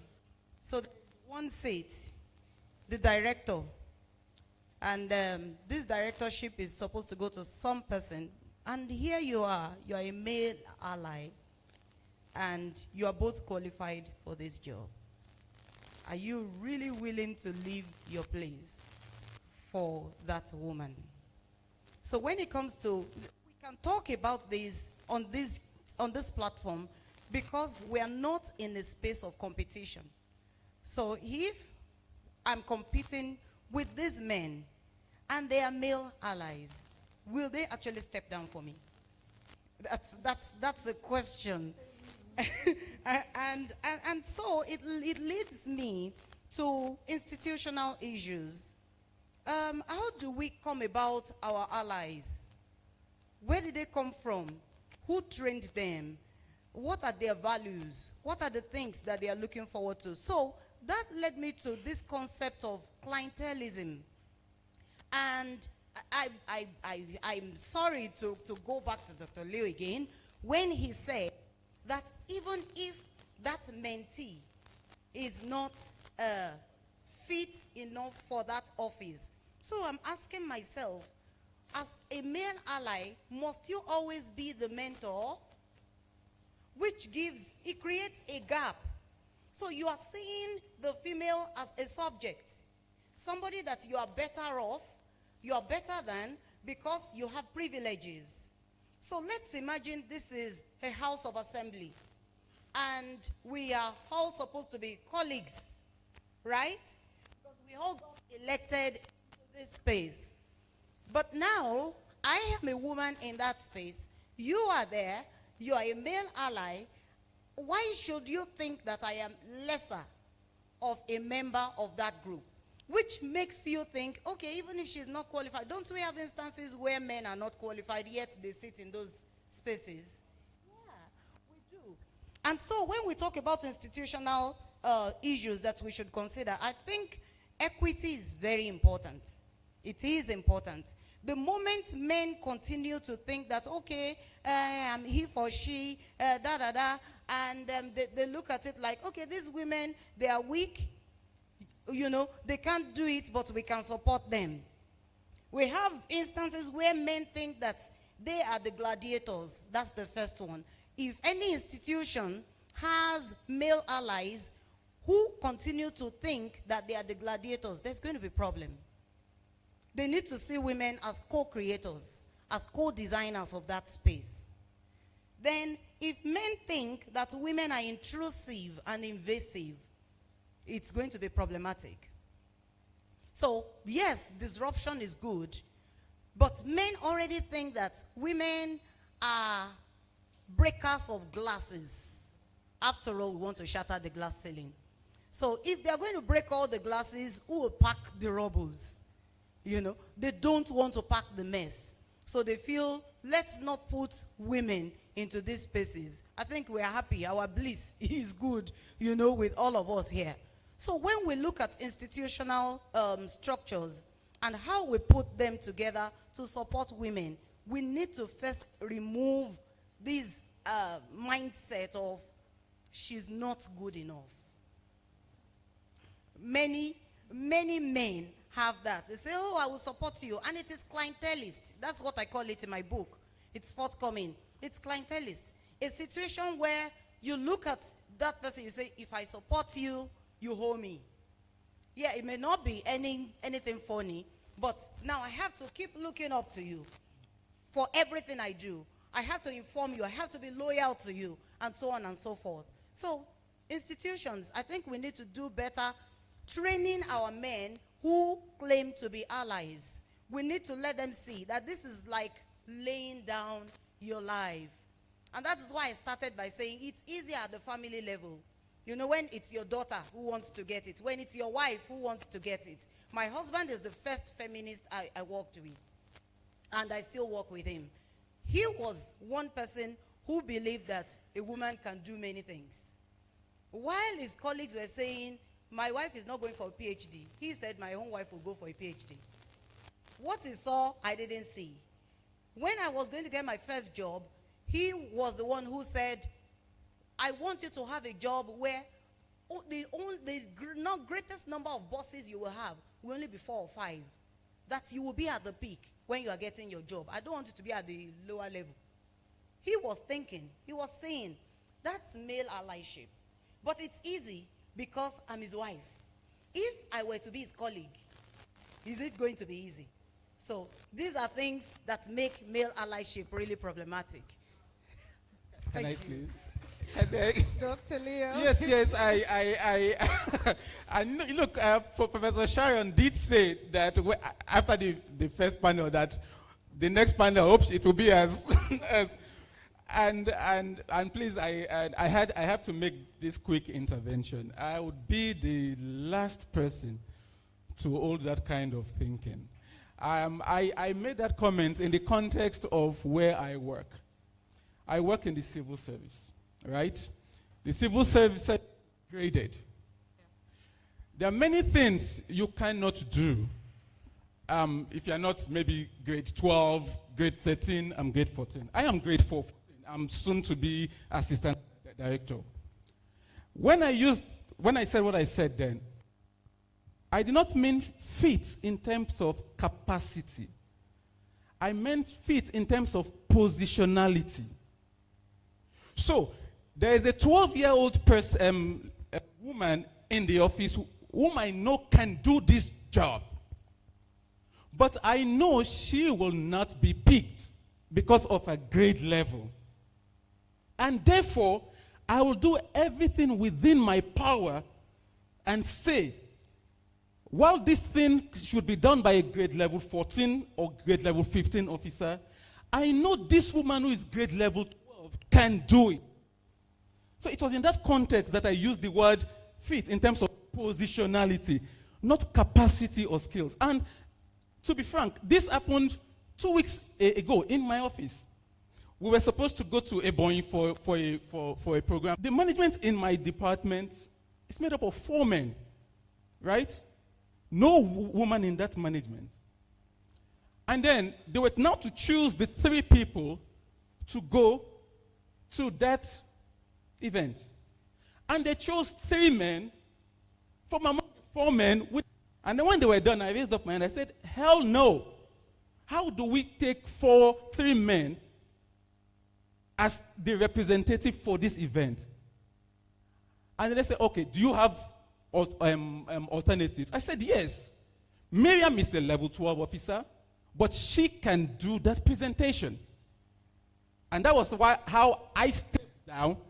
And no. So please, it was in the context of positionality in where I work. Thank you. I just wanted to clarify that. Thank you, Dr. Different or defensive around gender equality, equity conversations. How can male allies help address resistance? Listening to them carefully, and they are both right in their spaces. And for me, it's also about levels. You know, like I talked about personal level. And then we go to public, cultural, and then climb up to institution. And then when we say some men, we've gotten to that personal space. And we also saw that from the conversation. Her husband is very, very supportive. He's her ally. It's also, you can also say he's a mentor because he sees the part of you that you don't even see. He sees, she can be a professor, she can do this, do like this, do like this. So he's also playing that role. And that's from like a very, very personal level. There's no institution that shaped his behavior to behave that way. So he's informed by his culture, maybe his mom, maybe his dad, maybe his uncle. Maybe there's just one man he just sees and he likes the way this man and the wife flows at that personal level. It can be a sermon in church that he heard, or maybe he just read too many stories about Deborah and Esther and is like, I think I want my wife to be just like this, a strong woman. And for me personally, now this is personal, we're talking about personal level. For me personally, I mean, my wife, when we got married, she hated the idea of driving, and I hated the idea of me driving her everywhere. And we had just one car. And I said, you know what, just drive yourself, and me, I'll be jumping along because I just wanted to be free from that burden, the selfish parts. Yeah? But these are all personal levels. So how do we help men, we hope to get the majority, to be able to think and reason at that level? So we want to ask ourselves, what do men see? What do men talk about? Where do they go for information? What are those things that shape their behavior? What are those cultural, patriarchal benefits that this man may be enjoying that may at the other end be robbing him of some other benefits he may be getting? So the example I was giving, if there's big money out there, pick a woman to help you pick it up. You would want, I want a strong woman, and she's to go abroad. And as a person, I feel like I owe Nigeria. We need to fix Nigeria. But truth be told, I actually don't want my kids to stay in Nigeria. What's that key? If my wife can go abroad and take the kids, why not? I should do that. That is me choosing and creating opportunity and empowering her to be the best version of herself for my kids. Yeah? So how do we pass this message? What do men see? The football, the movies, the church, the mosques. How do we get to understand and see the benefits of this? You may not be a good husband, but you can be a great father. I may be a terrible husband to my wife. I may feel threatened by my wife's success. But how about my daughter? How about my sons? So I think messaging, narratives, the environment, what we see, what we hear, all of those channels, if we can tap those messages. I know religion, I was talking to Sophia and I was mentioning so many women in Nigerian history that these women are goddess. We have Jewish that, but how do we transmit these messages to, privately? Those Nollywood stories we watch, all of those movies, how many Nollywood movies do you watch where you see a man? I mean, most of the stories are hearts. If you go to Abuja, you see lots of, I have aunties at that private levels, so a lot of these beautiful stories comes in, but a lot of time we prefer that story that ends in shrine and they remove that demon that girl put in him and put him in bottles. So all of those things also reinforces into the subconscious of the man that if you give her money, if you empower her, she will leave you. You need to be able to say those stories at that personal level. If we do that at that personal level, you'll see lots of men encouraging their wives, their daughters to do better. Even if they don't care about the society. A lot of people don't care about climate change. A lot of people don't care about whether the world is burning CO2. But teach our children. I teach my sons about, I know my daughter needs to protect herself, but I teach them how to protect her and her dignity. Until she grows up old enough, you must wash plates. Not for her, but for yourself. So until we teach young people how to, see these things, understand these things, it would not reflect. At institutional level, to be honest, Shema is my colleague. And we knew each other when she was in Global Rights. I was in CSG. When I was in Heinrich Boell Foundation and Heinrich Boell Foundation opportunity came, I said, Shema. We work together, we're partners. See, we compete. We compete in dancing, we compete in shouting, we compete in other things, other areas, And if you give us a level playing field, so institutions must have level playing field. We don't want the woman, we don't want the man, we want the best. And the world is not fair. It has never been from the beginning of time. The day the devil visited us, according to the Bible, woe to the world. The world will never be fair. Even for young people, nobody's going to give you anything. Nobody. From the days of John the Baptist, heaven suffered violence. You must take it yourself. And you must devise strategies to getting it. So we need institutions that would make it work. Institutions must create alpha. And I'll tell you, I was talking to her when I met her in, I've always known her. And we met in one hotel in Lagos, Action Aid events. And I was asking her, how did you get here? She just became a commissioner. I was asking her, how did you get here? I used to know her as a farmer. How did you get here? If this is a conference of women farmers, if this woman enters the room, you go hear, wait till me down a word. So fun, oh yeah, everywhere. Google. See, if the president he should be talking, he will shut up for her. And I was asking her, how did you get to this level? I wanted to understand that story. And she started with, Action Aid came to community. Then she was young, she was small. And then the nation, I would not be down, I would not be quiet, I'll be the best version of myself until you start to deem it yourself. You know, it's my job to tell you, Vanessa, you're not good enough. You're not good enough. And that's how humans are. You know, whether it's a man, whether it's a woman, if you meet somebody that feels things about you, see, if you're my friend and every day you tell me, Ikena, you're not looking good. Ikena, you're not looking good. If you tell me that 5 times in a week, I will cut you off. It means there's something wrong somewhere. Even when I know I'm now adding weight, I'll tell you, no. And there are men that do this and there are women that do this. So if you identify somebody that works for you, you know, at personal level, you lean close. The new CEO of Rayan, I wanted her to be on this panel, Moturayo. She's worked with 4 female executives. The last was not a nice story. Today, she's a young girl, acting director. She didn't know her left from her right. And she will call me and say, they give me this opportunity. My boss doesn't want me to come. I say, it's a lie, Moturayo. We'll go. Tell me the email to send. I'll send the email to her. That's me trying to support her. Today, from the history of Rayan Renewable Energy Association, they just did the best conference ever. It was Moturayo that threw that. So we talk at different levels. They've created the institutions, but how do you allow personality navigate? And I don't do that because I want to laud Moturayo. I want her to tell her story and say, oh, Ikena did this. No. It's because I want my daughter to be like her.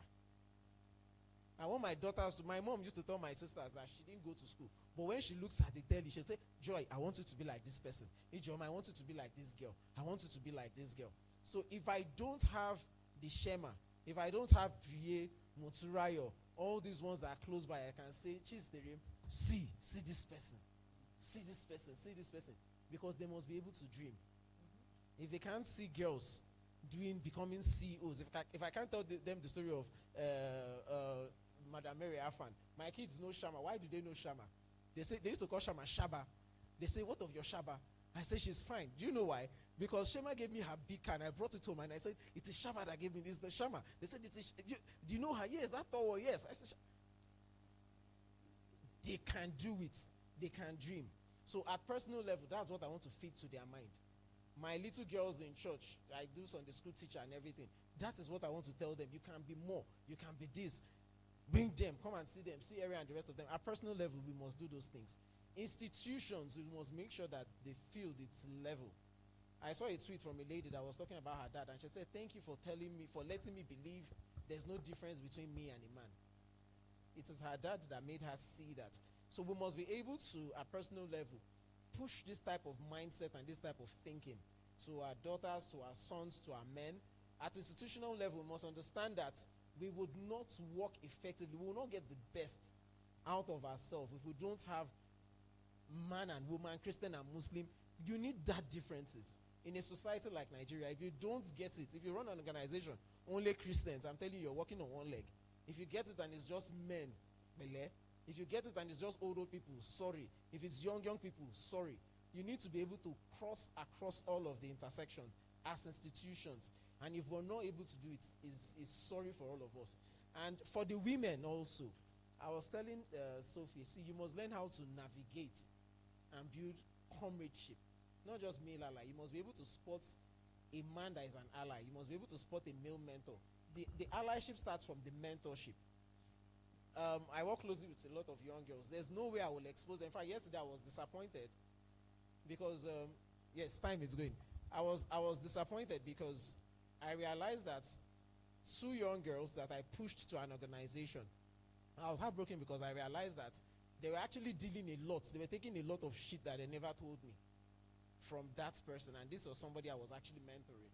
You know, so I had to apologize. I told them I'm sorry, like genuinely sorry. You know, but it doesn't just stop there. You know, you build allyship from mentorship. You must be able to identify mentors that work. And from there, it is the responsibility of the mentor, because your mentor wants you to grow. He wants you to be more. So he becomes that, you need to go and say Azubike, oh, you need to work with this person, you need to work with Chibeze, and you know, it grows like that. So I'll just stop there. Thank you so much. So, as I had said earlier, it was supposed to be a two-part conversation. So the second part of the conversation was supposed to be on cross-gender mentorship and sponsorship. So just so the audience can hear something about the second part of the conversation, can we, in 30 seconds or less, we'll go one by one after the other, if we can just say how we can normalize cross-gender mentorship so that it becomes a standard, you know. So how do we, because in Nigeria, due to our cultural and traditional sensitivities, we often, if I'm a young girl and I say, oh, my mentor is a man, people might look at me funny. They might say, but the funny thing is I can have multiple women mentors, but there's a certain perspective that they're not able to give me. I often say this, if I wanted to go into politics, I wouldn't look for a godmother, I would look for a godfather, because they've been doing it, they have experience, they know exactly what's going to happen. But I know that people will look at me and say, Vanessa and all these men, you know? So what can we put in place to, as a culture, to make people understand that we can have these cross-gendered relationships? 30 seconds or less, please. Okay. Thanks, Vanessa. I think the starting point is it has to begin from us. Again, I agree with Prof about, you see, what becomes normalized, what becomes institutional, must begin with the individual. And if we are the cross-gender mentorship, you must be deliberate as an individual about it. You know, whether you are the male ally or... I was mentored by a whoop, and I thought she was my supervisor because she was the one I chose as my supervisor. And after talking for 2 hours, I realized that she was not my supervisor. But that became a lasting relationship that continues until tomorrow. And whenever she's on a project, she's South African, by the way. Whenever she's on a project, she'll say, Leo, what are you doing now? Okay, this book project, that project. She sent me another email this morning. I woke up and email, hey, there's another book project. And so, because she was big on mentorship, how I internalized the importance of mentorship. And if we then become, if it must now become institutional, this person, you understand? In where I work, there are divisions. You understand? Yes, there are divisions, and I say, okay, Dr. Miriam, can she be paired with me, for instance, because I know her capacity and I know what she can do, and I'm ready to now, continues to sponsor you. Have had more of male mentors than female mentors. Even this one that I was talking to you about, scrubbing her hair, was with me. I was in her radar for 10 years. She didn't see me. She didn't notice that I had any capacity. Until one day when I approached her and I said, please, ma, I need you to write me a reference. And she said, but I don't know what you've been doing. But she's been seeing me. I don't know what you've been doing. Can you send me your CV? I sent my CV and she was like, oh, you mean you've been doing this much? That was when she now took me in. But the men around have been my mentors, teaching me how to write, teaching me research, teaching me how to read, teaching me speaking, and all of that. So when we talk about cross-gender mentorship, it's very important. My colleague is here, all the way from Germany. She's on a PhD there, and she came in to chair me this afternoon. Debbie, thank you for coming. And I want to say that if we talk about cross-gender mentorship, she had her mentors.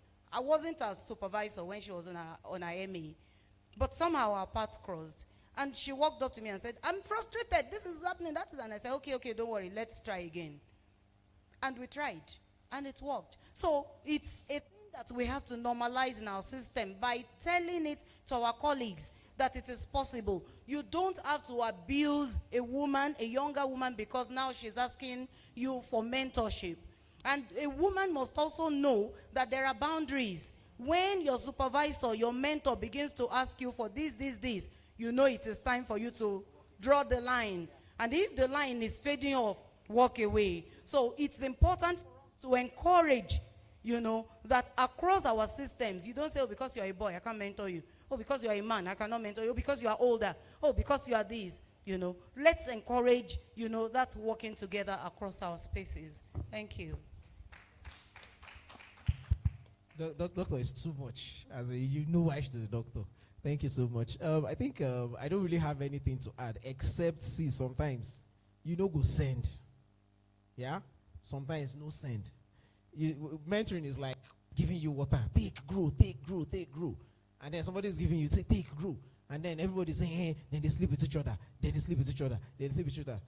You, when they drink the water, you will now tell yourself, I don't want to drink again. So they are saying we are sleeping with each other. See, then you're not ready. Because whether you like it or not, they will talk. If you don't do, then go talk. If you do, then go talk. So focus on your growth. Let them talk. And you say a lot of time it's because of this, oh, I'm afraid if we get into this, they'll start talking, and then you decide to hold back. Then nobody's holding you back. You're holding yourself back. So you know where you want to get to. Every step, every ladder, you need to climb it. And like she said, set your boundaries, set your lines. The signals are always there. There are limitless, numerous mentors. If this one doesn't work, go away, move to the next. But you don't stop, because at the end of the day, see, I'm a spiritual person, and I believe this is like a calling. You have a calling. You must fulfill your calling. Those people that her husband is one of those things that has to help her reach that fulfillment. In your career, in your profession, there are lots of young people that have that calling. It is your job to be like John the Baptist, go before them, pave the way, and all of that. If you don't play your own role and you want to just take advantage of them, I believe there's a big cost on that person. So don't send. Let the society talk. A lot of time we've listened too much on what the society is saying, and that has reinforced the norms that we're seeing today. So don't send. When the result comes out, then everybody will say, wow, she did it. Wow, he did it. So, just no send anybody. Keep taking as much as you can. Thank you so much, Dr. Leo, Dr. Sharon, and Mr. Kenna, for a powerful and honest conversation. So what we've unpacked is more than a dialogue. We've been able to have a clearer definition of genuine practical allyship. We've also have tools for accountable actions by male allies. And finally, principles for transparent cross-gendered mentorship. So this means that if we are committed to smashing the glass ceiling, then we must be equally committed to building cross-gendered pacts with one another, those anchored in trust, accountability, and also intentional collaboration. So I don't know if I have enough time to take questions. Okay, so okay.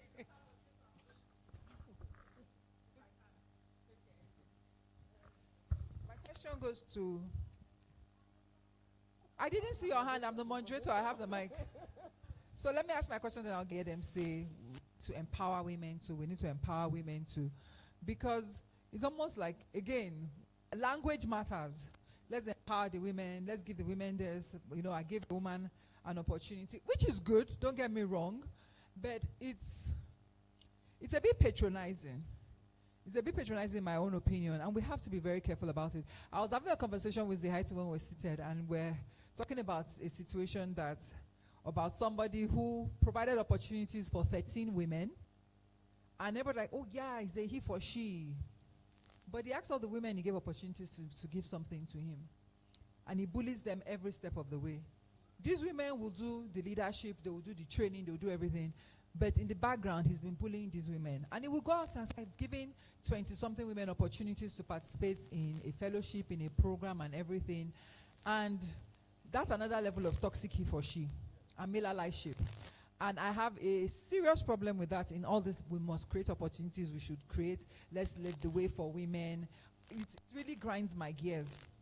Another thing I think I want to say is very important. For my feminism and my feminism journey, I always say that equality is not sameness. I acknowledge the fact that I am not the same as a man, but we are equal. So I am not trying to be a man. I'm not trying to break into male spaces. I am not the same as you, but we are equal. And it's very important that that's how we have these conversations. So even when we're discussing male allyship, and language also matters. Language also matters. And I heard Vanessa saying that, oh, she only has a male godfather. If she wanted to do politics, she'll go to a male godfather. I wonder if we should be saying that. Yes, we are pursuing male allyship, but we're really, really trying hard to build women and get women to climb up the ranks. Remember when Mama Taraba ran for office, when she ran for office, president, and she was doing the PDP primaries, there was only one vote inside there, and it was her. It was just her. I think there's something we can learn from her, and there's something we can learn from building community. We are trying to succeed in a patriarchal system that is not designed for us to succeed. We are trying to break into a system that the entire system, the structure, everything is not designed for us to succeed. If we do not understand that is like putting square pegs in a round hole. And we have tackled it for so long. And I think Erelu, she was very apt when she talked about male allyship and the kind of allyship we are talking about when it comes to partnership with men. It's very important that we remind ourselves of that we don't want men to define it for us. This is how I'm going to operate. This is what you are going to do for us. This is how I'm going to do it for you. But rather understand this is what I want. This is what women want. Because you said something very profound 2 years ago during that conversation we had. You said feminist leadership is knowing that when I'm building a bridge, I need to do disabilities access. I don't know if you remember when you said that. And you really broke down what feminist leadership was. And it was beyond just, oh, there's a woman in power. But women who understand that there are gaps that have not allowed other people to minoritized groups succeed, and we're able to put it there, which is what I think Dr. Leo was really harping upon, right? Like, we understand these gaps exist. But in discussing male allyship, when we say he for she, that even phrase worries me. that phrase itself worries me. It's very important to remove ourselves from trying to fit into this patriarchal system that has been designed for us not to succeed. We can't do well in it. I just wanted to add that and really make us think about some things we say and the language that we use when we are having conversations around women's empowerment. So I see women's empowerment. See what I'm saying? See what I'm saying? I need to change my language as well. I see Zehaitu's hand up. I see Ere's hand up.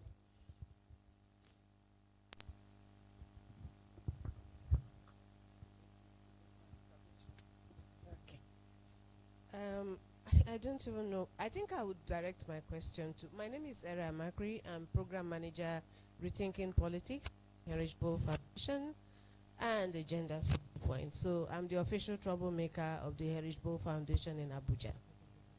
Thank you very much, the four of you. Very interesting conversation. I have been looking forward to listening to all four of you. I was looking forward to this panel. So I would ask Dr. Leo and then perhaps Dr. Sharon. Maybe you can add your perspective. I know the perspective of the man beside you. I live in his space and he looks for my trouble every day. So please, I don't take the mic. So my question is, how has patriarchy undermined young men and poor men? It's one thing that has been troubling me, and I really would want to hear from you, Dr. Leo, because I know you've been working on men and masculinities forever, and I also know the story of Dr. Sharon. She's been in that space. So I want to tap from your wealth of experience. I know there have been some conversations around poor men, patriarchy for young, how it has affected young men, but no one has really broken it down for me. And tied to that is the statement which is bandied around young people's circle: his money is our money, but my money is my money.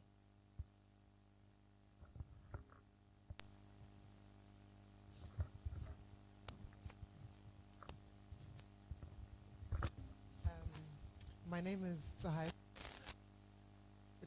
I'm not sure if it's going to be a question or more of a comment.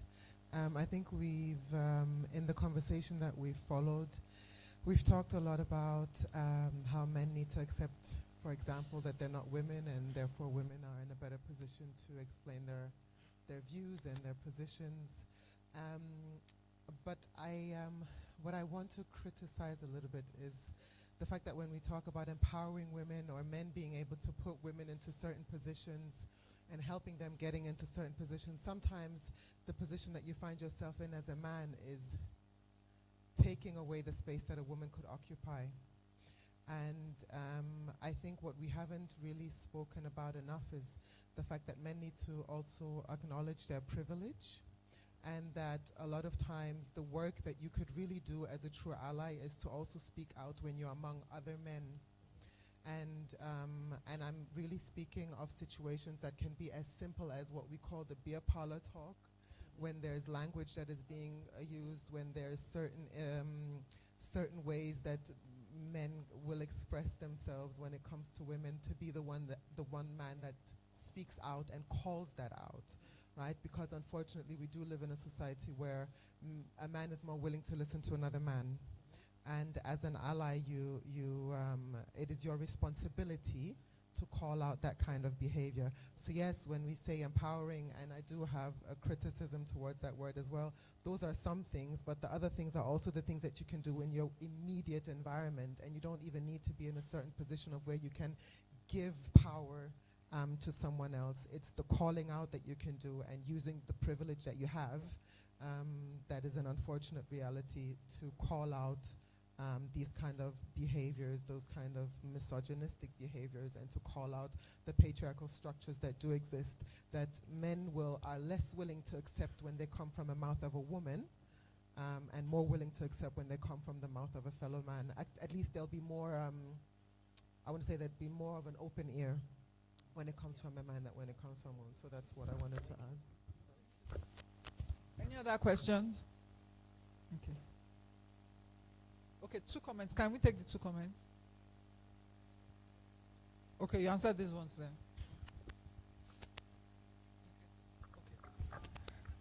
I think the conversation is becoming even more interesting.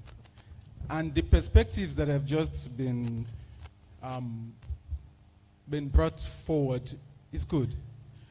When I began, one of the first things I said was that I said, if you want to be a male ally, if you cannot see everything through the gender lens, then you are not ready to be a male ally. And the last 2 speakers, I'll come to you. I want to begin from the last 2 speakers. So on the one hand, male allies are find themselves stuck between wanting to be allies and manage to retain their biases. You understand? And the dynamics is tricky. And for 2 reasons. The first one called homophobia. Homophobia is fear of other men. You don't want to be called woman rapper. You don't want to be called a sissy. You don't want to be called all kinds of names. Trust me, where I work, they call me all of these. But you must move beyond woman rapper. That's what. So you are at the beer parlor. The men are using all of these misogynistic terms, gender, and you keep quiet. You are drinking beer and whatever, and you cannot call out. I was at a meeting, seminar, in my workplace about a month ago. It was a seminar, an academic seminar. And then a director got up and said, these women dancing on Facebook. And you were just, okay. And the interesting thing? No woman spoke up. And then I knew there was a problem. And you know why they did not speak up? Again, don't forget, I speak contextually. Women did not speak up because they were level 12 and below. I always refer to my context when I speak. They were level 12 and below. I know that if my own level 15, 16, 17, or whatever were there, they would have spoken up. And then I knew that you cannot allow such, even from a director, such a statement to slide. And I stood up and I said, Director, can you please take back that statement about women? I said, men also dance naked on Facebook. And then it became a back and forth. Who are you to talk to me? I said, please take that back. Now, this was a director from another department. 3 weeks ago, my own department was holding a seminar. A senior colleague had spoken to a copper, a lady, in a way, and she was crying. And then when we now were having the evaluation meeting, I brought up the issue.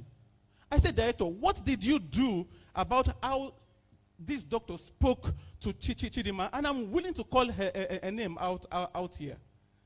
And then he said, no, she was this. This is not a place for crying babies, for cry babies. I said to him, who are you? And again, remember, I'm talking to my own director. I said, who are you to determine how a woman should behave in the workplace? I taught a course on gender conflict and the workplace. And I said, who are you to determine how a woman should behave? This woman was spoken to disrespectfully, and you push it under the carpet. And so, sometimes women are already empowered. And I agree with you, with your disagreements with this empowerment stuff. That's empowerment that is not effective, empowerment that is not agentic. Agentic empowerment is not empowerment. Because when you think you are empowering her and you're not allowing her to be what and who she wants to be by allowing her the agency, then you are not empowering anybody. So thank you to the both of you for that perspective. I'm very excited about that. It's a good thing. Please, men, if you want to, men that are here, please, at any opportunity you find yourself, call out misogyny. Always. To young men undermine patriarchy, undermining young men, poor men, right? Is that your question? Patriarchy, yes. We are all victims of patriarchy. And so when Erelu spoke about patriarchal queens and princesses yesterday, that was precisely what she was referring to. In the hierarchy of men, there is something they call hegemonic men, the traditional thinking men. Then there are subordinated men. Then there are complicit men. All kinds of men. And poor men and young men are caught up in this drama of patriarchy. Because when you look at our societies in Nigeria, across Africa, you know we operate in age grades. Anyone from the East knows there's age grades. Anyone from the West, there are age grades. We operate age grades. And then they say you cannot become this as a young man if you have not done this, if you have not attained this age. And then the men do everything to be able to come to the table. Because they want to wear that red cap or that blue cap or whatever color the cap is. And so the young men are caught up in a systemic and structurally cultural thinking about who a man should be and what a man should be. If I stood up now and I asked every man here what it means to be a man, I can assure you I will not get the same responses. I will not get the same responses. Because we have it can be cultural, it can be based on class, it can be based on our religion, and all kinds of things. So the young men are certainly caught up in everything they do. So they have become what we call aspirational masculinities. So they are constantly aspiring to become what they feel those that are hegemonic masculinity have become. And it's true for poor men. You understand? Poor men cannot talk on the table of conversations because they are poor. You understand? It is only the voices of those that have money that can contribute to conversations. However, I go back to the first thing I said. irrespective of the positionality of a man, he still manages to benefit from the patriarchal dividend. It just depends on which context he is at a particular time. So it can be poor, you understand, but be in a place where he holds influence as a man in the context of a woman. So he continues to enjoy that privilege as a man. You understand? It can be a young man without money, but again, it can be in a context, maybe in a classroom or something where he enjoys such privilege. So however you look at it, we still manage as men to enjoy that dividend, and we need to constantly, interrogate this power before us. Thank you. Good. Thank you very much. You said a lot about that, but let me start from Ere's question. The question about patriarchy and how it undermined men. And I'm going to shake the table a little with that, where Dr. Leo stopped. Why are we talking about male allies? Should we ask ourselves a question that whether the male allies we see around us did not have a space at the table with other men, so they decided to pitch their tent with women? It's just a question. Harmless one. Harmless one. So he's like, since I don't have mouth, I don't have money, I don't have clout, I don't have position, let me just follow these women and be telling our men that I support women. Women are our mothers. They are our sisters. At least I have a space and the women will respect me. That's the kind of thing you are talking about. That's there. But we also found out, I work with another organization outside campus where they work on masculinities. And we found out that many times when you approach men to come and do these kinds of things, for example, please come and talk to boys. We have approached like 10 of them. 7 will say, oh, but I'm not good enough. I don't have a story to tell. Oh, but I don't think I am a mentor. I'm not fit. And you ask them why. Because an average lady who was battered, who was molested, who was cheated, who was everything, will come out and say, let me talk to girls. I'm happy to talk to them. But men, no matter how successful they are, there's this imposter syndrome that comes on them. Like, I can't do it. They develop cold feet and they don't show up. It's part of the way patriarchy undermines them. It gives them an impression that if I don't have money, the first thing they think of actually is when you invite them for a program like this, I must be able to donate something. Now, do you know what they also do with that? And I'm telling you empirical evidence. They will now come into the room. They don't have the money. They come well dressed and they tell you, I donate 500,000 to this program. Every year I will be giving it. Go back there next month. They will tell you, did I say that? Oh, but I don't have the money. But they still want to show up in public like somebody who can call the shot. It is part of the dividends of patriarchy that men inherited. And so when men sit in the room, they don't like to talk about their problems. So in our masculinity class at Ibadan, you will see men sit, and when women are talking about, let's say a PhD researcher is talking about masculinities, you see one professor stand. So men have become a subject of study to you women. Why are you studying us? So it's a whole lot that men are going through. And I've also seen a posture when men are in the room, with all due respect, when men are in the room and we are discussing gender, they have a posture like cross their leg, do like this. When you finish your wala, let us go home. That's, you know. So, but the point is you are still going home to meet a woman. You are still going to deal with your sister. You are still going to have to support your daughter.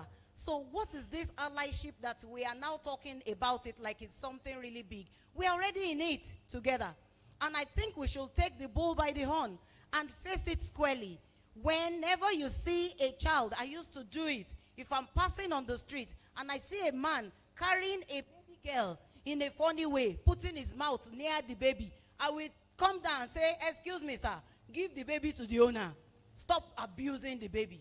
So we all have to get to that point don't look away from, you say, well, what you did to that girl is not good. Why don't you speak up at that point in time? It's very important for us to stop burying these things, because that is what brought us to this point. I don't want to mention names. You'll see interviews of all kinds with the recent development in our House of Assembly. Somebody will even say, hey, this lady said, she's not even as fine as, and another one will come and say, it's her beauty that is destroying everything.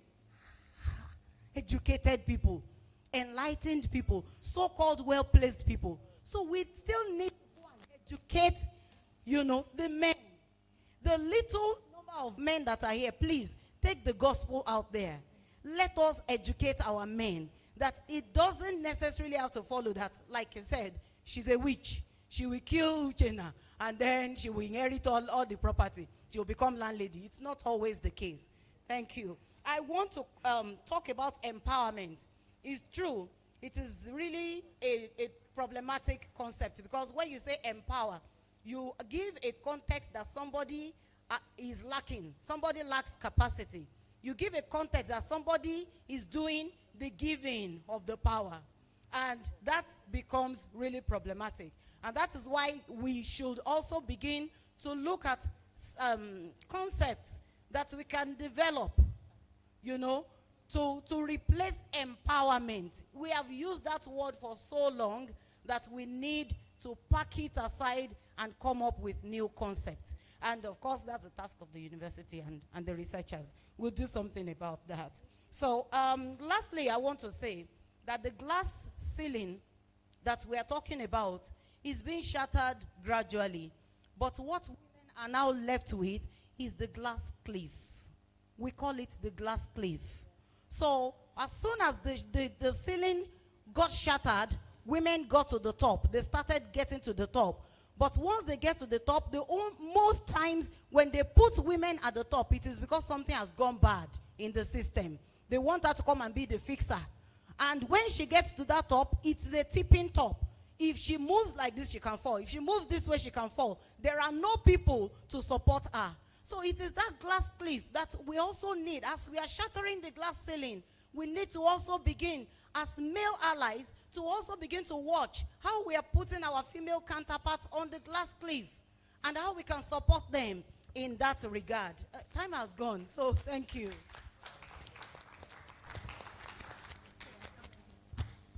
Okay, I don't know if I have much to say again. They've exhausted everything. I think the first question we asked was about, genuine, is it genuine support or, the other term?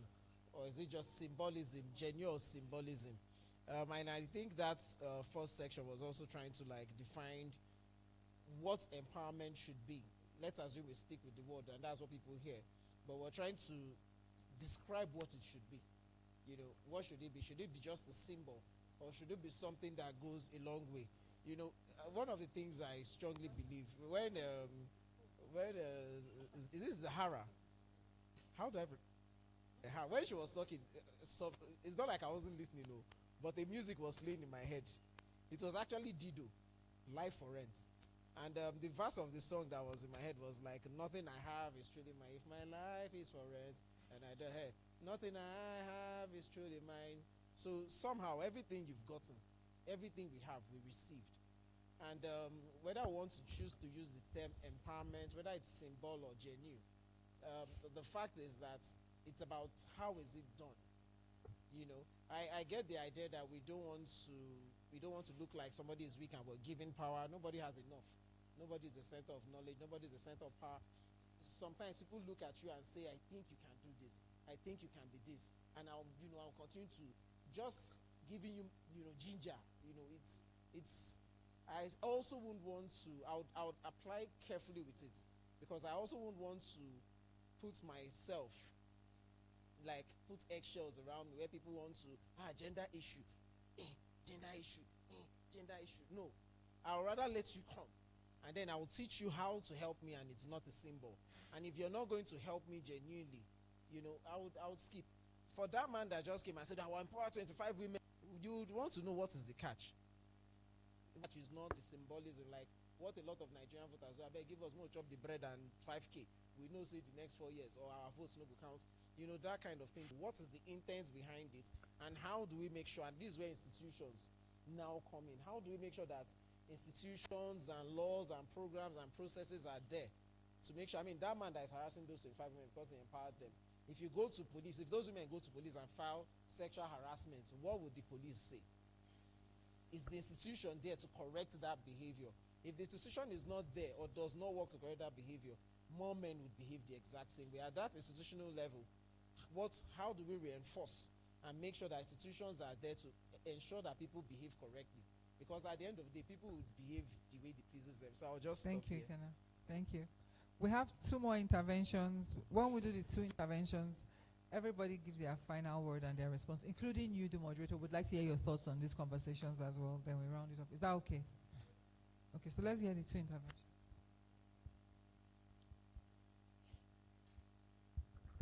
Thank you. I want to say something on he for she. Have it here that he for she is just a language of encouragement. For those of us that are working in the community, just a language of encouragement, language of an appreciation, or to us, a language of boast, that at least you have men that believe in women, and I don't want to use empowerment, women, and I don't want to use emancipation too. So in women enhancement. So and I know that there's always stories, behind those beliefs. It's either you have a man that to motivate her daughter that women are the best and they have capacity to, the sons of Iyaloja, sons of Iyalode, sons of women that are very positioned in the community. Those ones, they actually believe in the capacities of women. Thank you. She corrected. She said our understanding of he for she is that there are men who believe in the capacity of women. Thank you so much. Good afternoon, everyone. I just thought of, okay, my name is John Dick Perfect. I'm a storyteller and an eco-feminist. So I'm coming from the Niger Delta, where for us, when we talk about women's rights, it's like double jeopardy for us, because women are forced to face the climate crisis. And before you think about leadership, that's like a secondary thought, because women are still trying to survive. They're still trying to go through their predicament. So I think when we talk about women leadership, we have done ourselves more harm than good. It's ingrained in our religion, our culture. I see women that claim to be feminists. I'm sorry to say, but they are still, they are still going according to what their religions and their culture is saying. And I don't think that we are yet radical to actually dismantle the structure, because if we want to, we'll not even be accepting the reserved seats.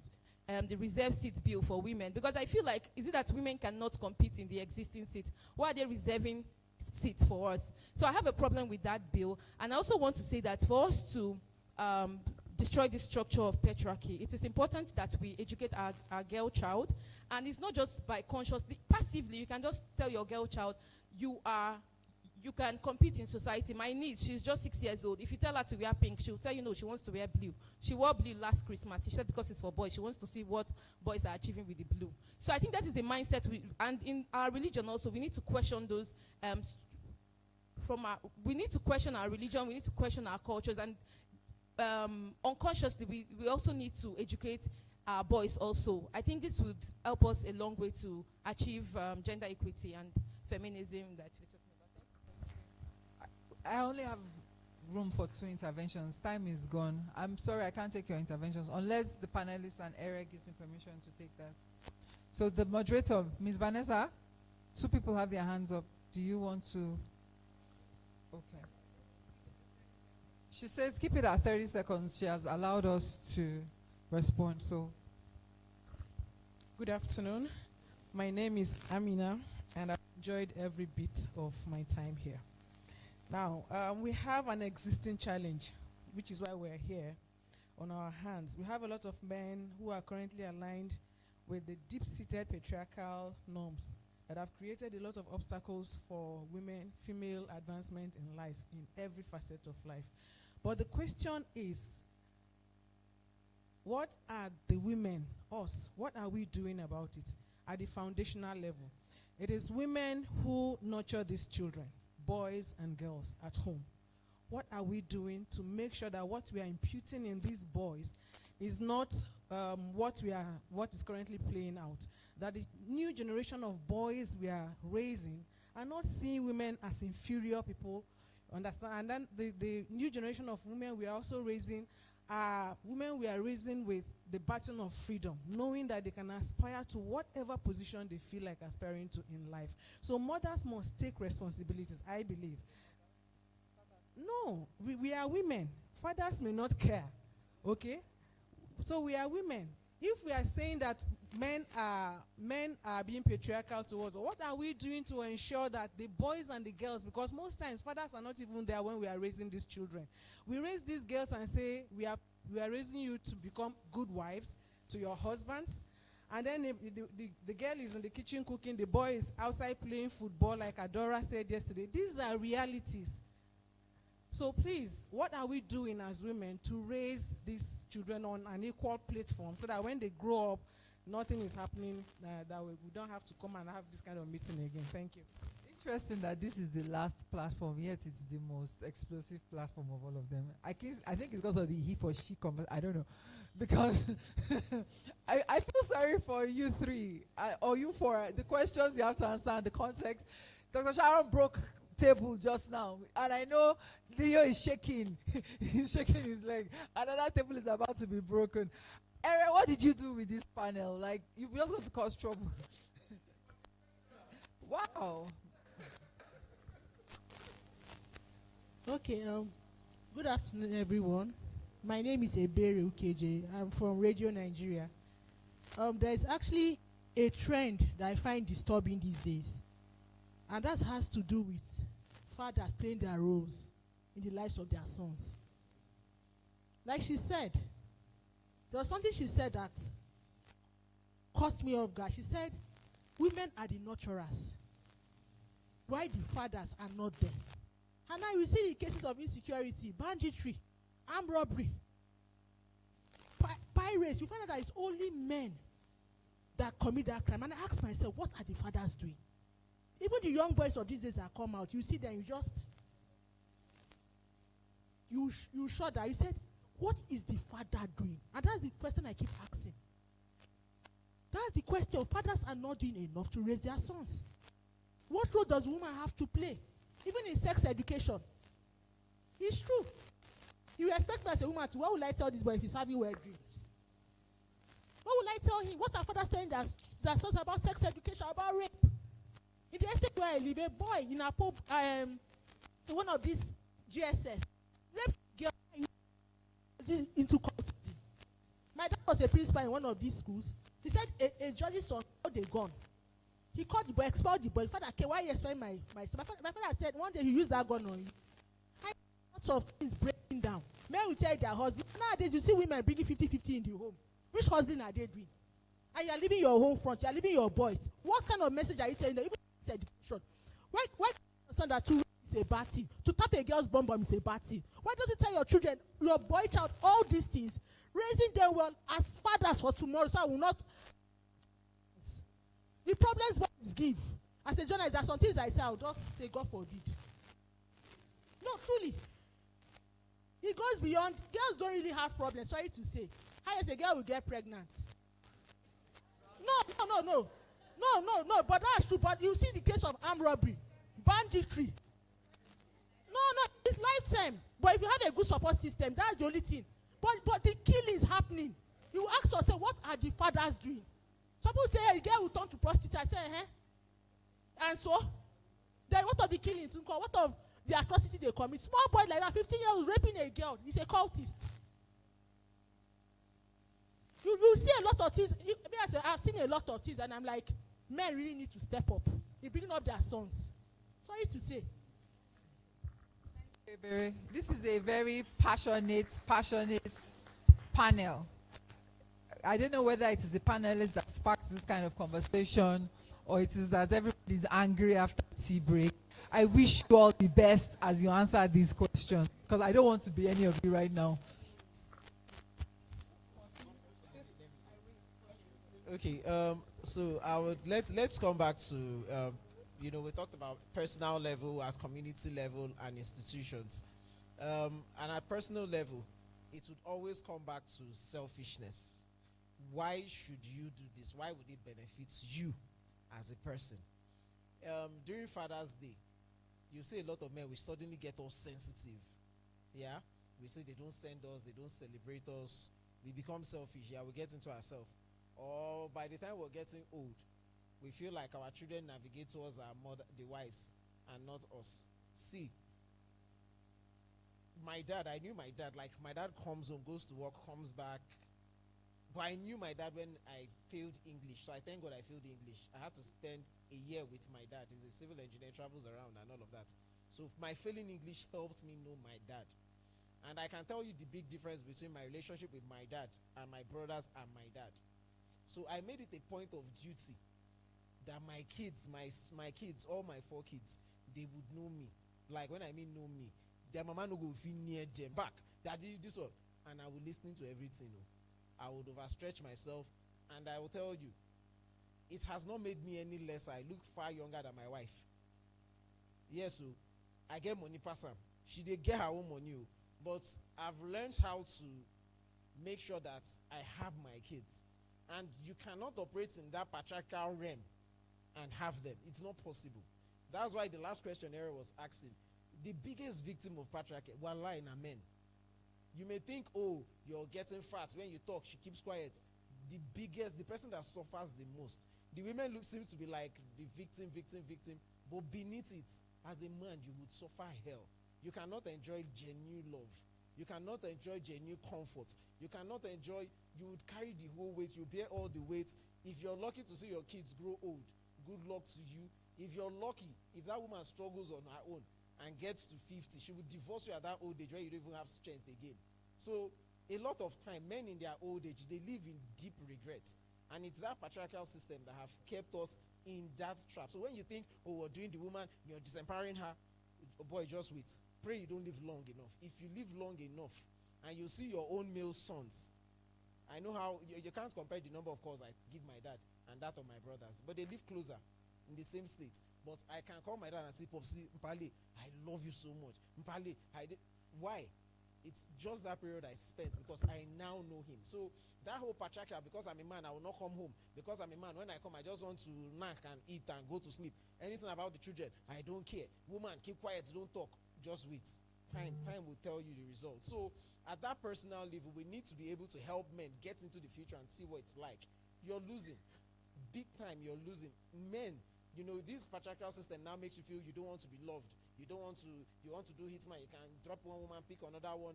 And then the institution. We have all of this problem, the armed robbery, the rape, everything she has mentioned. Because the institutions have also failed to get the men involved and deal with it. If schools are doing open day, how many times have you seen open day we want to see the fathers?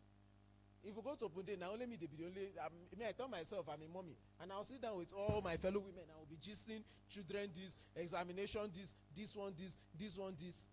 And I enjoy it because I realize that I can tell you when my child was 3, this is how he behaved. When he was 4, this is how he behaved. When he was 5, this is how he behaves. I get them involved in work and everything. They know me. If I travel, I come back, we enjoy each other, we enjoy the bonding. And I tell my wife, babe, continue to pursue money. When time reach, we don't leave you. Do you understand? So a lot of time we don't visualize it at that personal level. Institutions, see, dirty business is profitable business. If men would rape, if there's no law that cuts off the dick, men would misbehave if you cannot flog them. If there's no prison, people would misbehave.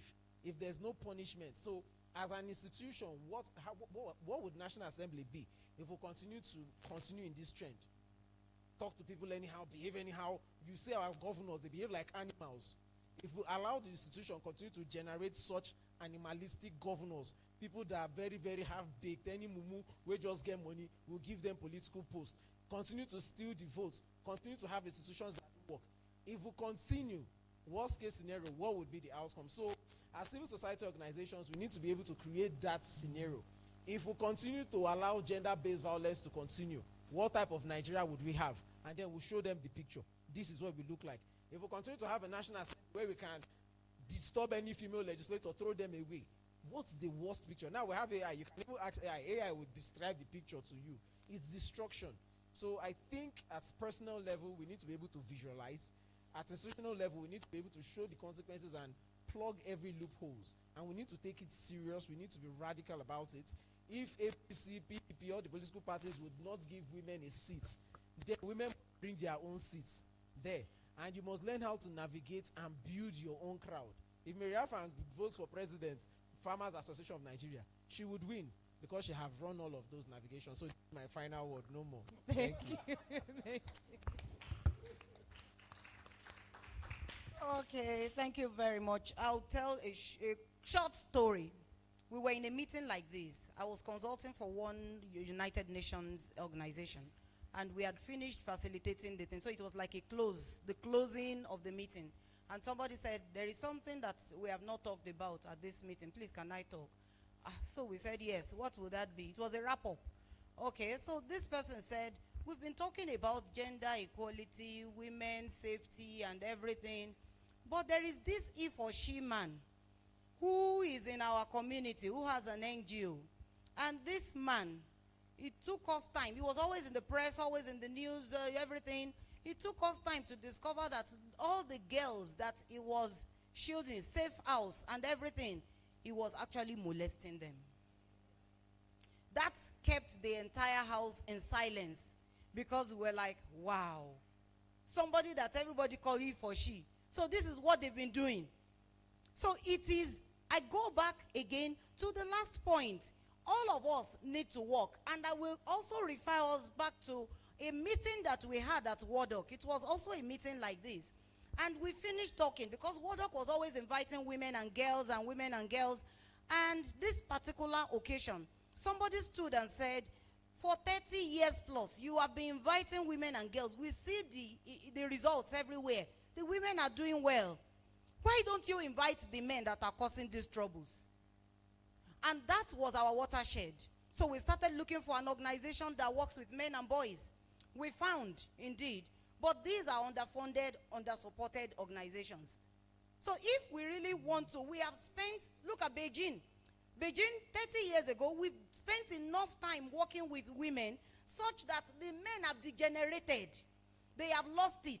Our boys are not doing well. They are betting all over the place, drinking all over the place. They have lost their self-esteem. And they are just patching it up. That's why we see people say, you're a big fool, you're a big fool. Well, what is it that as an adult, you are telling a younger person that is a fool? How did we get there? So we need to go back to our organizations, to our various institutions, and begin to work with our boys also. We should begin to work with our men also. Let's organize meetings like that. Bring them into the room. Let's talk about their shortcomings, their issues. Let's support them. I think it is very, very important. Thank you so much, Dr. Sharon. I will stop, but not without talking about the policies in our various organizations. We talked about power the other day. You are in a committee, and they are trying to develop agenda something in your office. Don't keep quiet. Let us begin to put these rules into the papers so that as people come into the place of work, they know that it is wrong to do this particular thing. Thank you.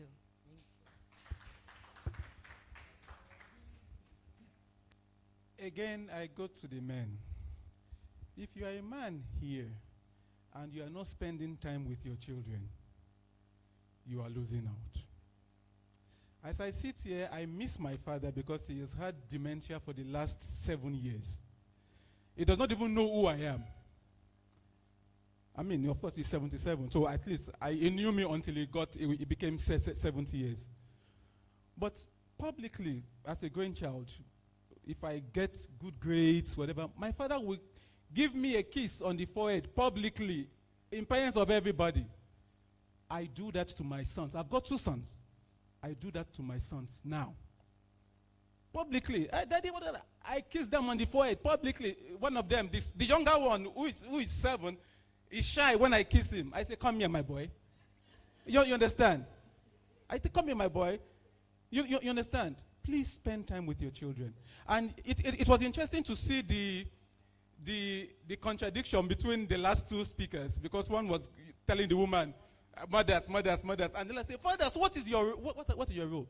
There's a big literature on absent fathers.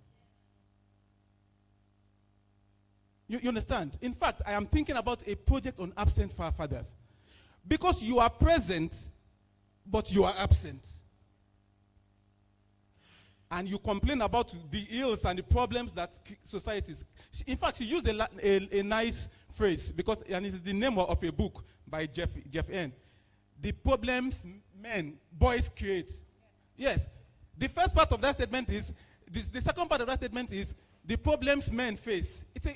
So they create the problems and then begin to face the problems that they created in the first place.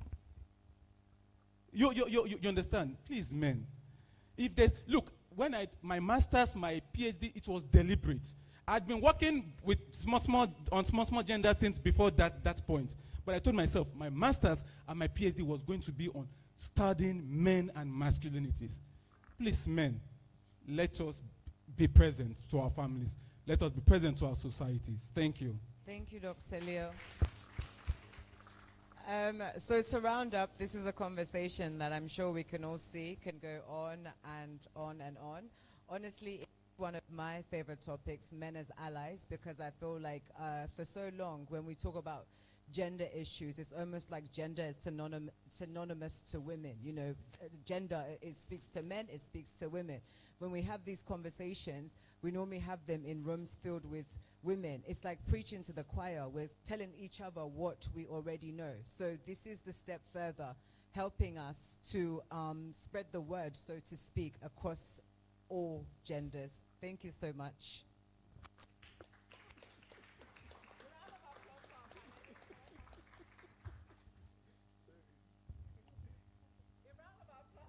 For our very passionate panelists. They took us to school, university, and postgraduate and postdoc. We did postgraduate, HND, diploma, BSc, LLB. We did everything today on this panel. On gender studies and masculinity.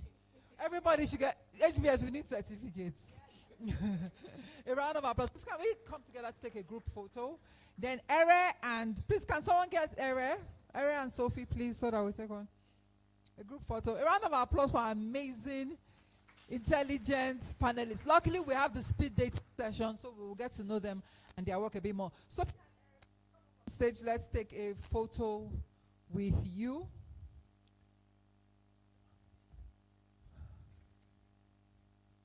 A round of applause for HBS for making this conversation happen. Awesome. I don't understand. Nobody knows. It's fine. Aesthetics. Thank you. Thank you very much. If you all don't mind, round of applause for our panel. Thank you very much. If you all don't mind, with your kind permission and with the permission of the HBS team, I would like to tweak our agenda some more because our time is fast spent. The section on interaction section on the output of the conference on the survey report, I would like to remove report. I would like for us to remove that interaction session because that might be another hour of talking. Also, the session on development and presentation of communique, we are going to remove that. But no, wait, we will still come back. This conversation is part 1. Remember, there is a part 2 next year when the policy is ready and the report is ready, when we are going to launch it. So what we want to do, again, I appeal to us, all of demands. That's where we are putting our, that's what we wanted to use for our communique, but nothing is here yet. So if you can please put your demands up on the wall, we'll do the communique, send you emails. Everybody who is registered will send you all emails. Most definitely, this room, this will be the next, the group of people in this room will definitely in the next conference because we are building on the conversations that we are having. We are trying to build something together. It is not a let's just look for people, then we'll look for another group of people next year. No, we are building together. Part 2 of this is the report, launching the report. Thank you, Jax. Thank you so much. Part 2 is launching the reports and launching our policy. We need your input. So if you don't mind, am I permitted to scrap those two and we'll go straight into speed dating? Thank you very much. Now, let me tell you what the speed dating session is about. It's going to be fun. I think it'll be fun. I'm looking forward to it.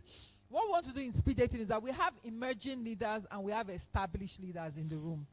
We want us to get to know each other. Are we together? So, who has gone for speed dating before or has seen speed dating online? Everybody's on the table. You talk to one person, you come, talk to one person, you know, like, oh, I gotta get to know you. We all have these tabs on our tables, right? So, if you don't mind, please, emerging leaders and established leaders, I want you, the question is, how do we do it? It's almost like the room is equally divided. But what I want you to do, like the Green Academy fellows, a few young people in the room that are trying to grow their businesses and establish their businesses, we want the Honorable Aishas, Dr. Montasho, Alaja Sherifas, all the women who have done this work over time. Zehaitu was here just now, yes. All the women who have done this work, I think Jacqueline was here, who have done this work over time. Hi to Sophie. You're also going to be in the speed dating session, please. We want you to be seated on different tables here. Then everybody will come to you and talk to you. Anybody you think you are interested in, we have lots of tables here. They will come to you and they will talk to you. They will ask you about your work, your business. Then we're going to be shifting tables all through the day. So people will come to you, they'll get to know you, collect your phone number. Are we interested? Emerging leaders, do you think it's something that you find value in? Good. So please, my established leaders, can you please take this side of the room? You can be two on a table. One, say hi to please, take one table. Sophie, please come and take one table here. Okay, Sophie comes in 2 minutes, yes. Ere, okay, you two are going, good. So please, I want us to do this thing as quickly as possible. Everybody's still sitting down. Honorable Aisha, come and sit here, please. Please, yes. Come and sit. Alaja Sherifa, Dr. Motosho, you can't sit there alone. So you can sit here with Cynthia. Cynthia will be your first conversation. Because Cynthia is an emerging leader. Right? Yes.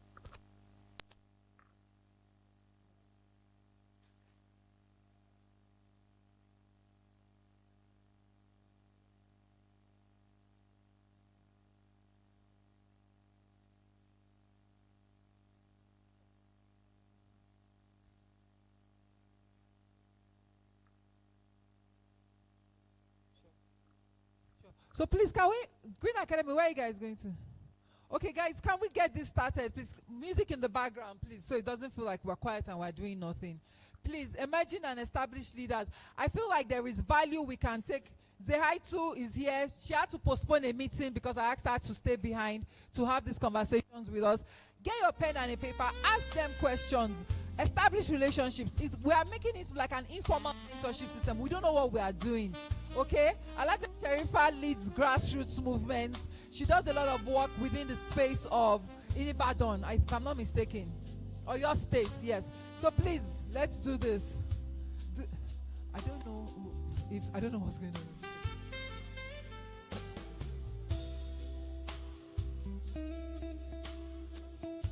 Okay, good, we are speed dating. Okay, good. Some people have already started the speed dating conversation. Yeah. So let's go around. Let's have conversation. Phoebe, Dr. Halima, get to know somebody. It's our mentorship informal style. Thank you very much. So let's just get to know each other. Dr. Leo is here. Are you guys talking? But there are 4 women. Let's get to the other women. The other women in the room. Let's just get to know each other, okay? Please.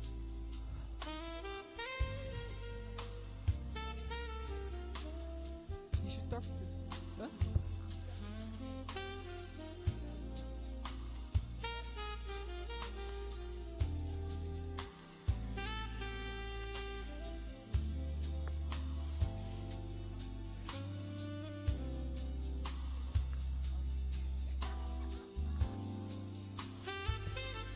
Okay, we also want the men speed dating. Yeah, the men are going to be speed dating too. So please, let's exchange numbers, exchange contacts. Let's do this. She's guarding her husband's cake with her life. Can I look after your husband's cake for you?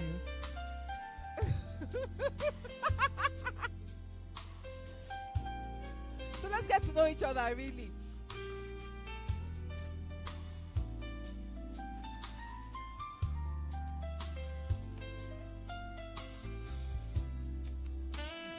Dr. Halima works with Dr. Honorable Aisha, but she's one leg in, one leg. She's observing our conversation, right?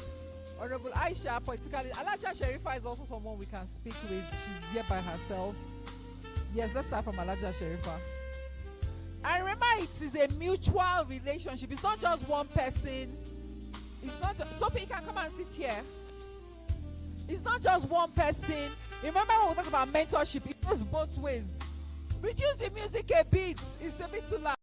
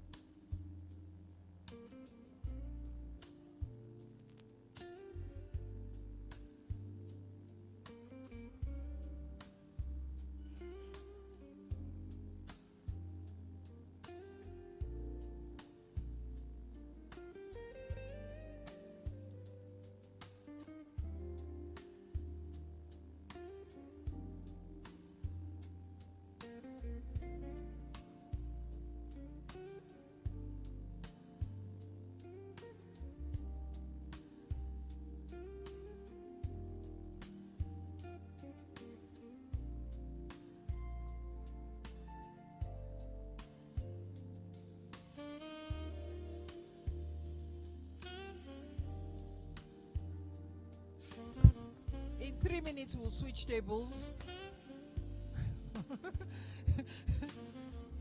In 3 minutes. Nimisire, what are you looking for? There's Jacqueline. She does women in tech development. I don't know if she's, yeah. She's the CEO of the Foundation for STEM that supports girls.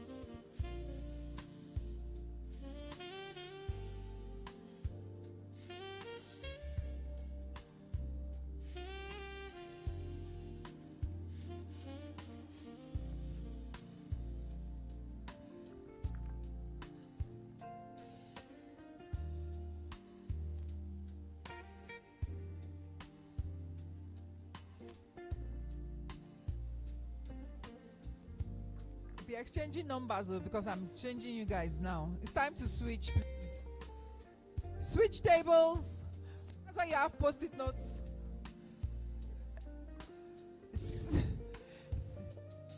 Switch tables. You can't just glean wisdom from one person. Everybody, please switch tables. Thank you. That's why it's speed dating. Switch, Jacqueline. Please, we need to switch tables. There were 2 leaders on your table. Okay, I'll give you a concession. It's true, you people just started. I'll give you people a concession. Nimi Sire has a lot of wisdom too. Bodies in dev. Yeah. Okay, switch tables. Thank you. I'm going to come and just start dismantling tables. We need to, in fact, we're exchanging numbers and we're. Honorable Aisha, this is not fair. We need a new group of women on your table. Thank you. Dr. Motoshaw, please, thank you. I'm calling us out. Switch tables, thank you very much. Exchange numbers, switch tables. That's why it's speed dating. Find each other on LinkedIn. I think we're all on LinkedIn. If you get the names, let's search each other out and connect on LinkedIn. I know a lot of us post our work a lot on LinkedIn. Switch tables. Oh, time is going.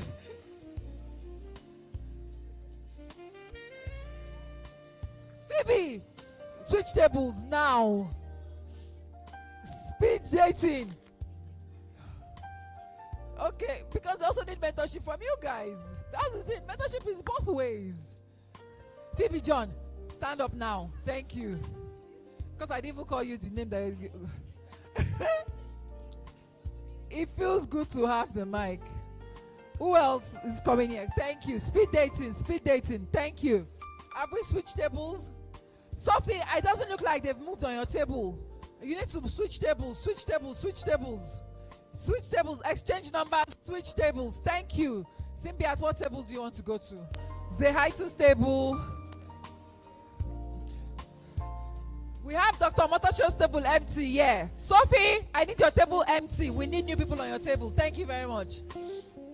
Have we switched tables now?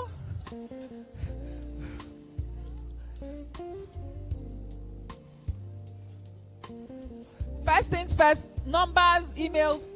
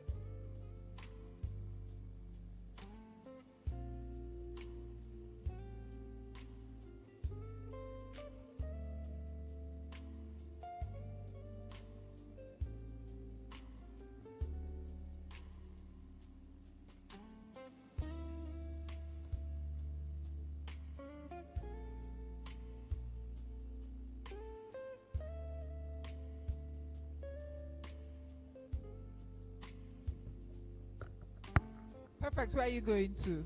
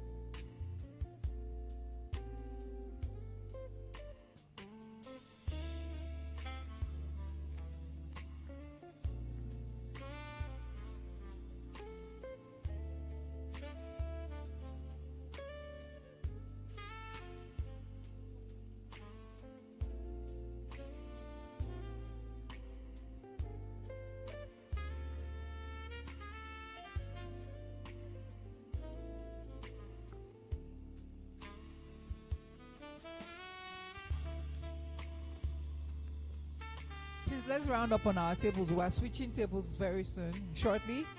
Time to exchange numbers or emails or social media handles.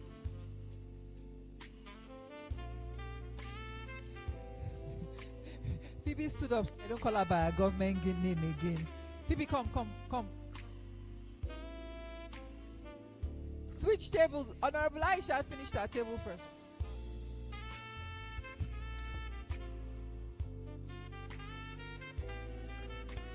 Okay, switch tables. Honorable Aisha's table is empty, so the people on our table need to sit somewhere. Switch tables. The good thing with this table is when I make noise, you guys have to scatter. Switch tables.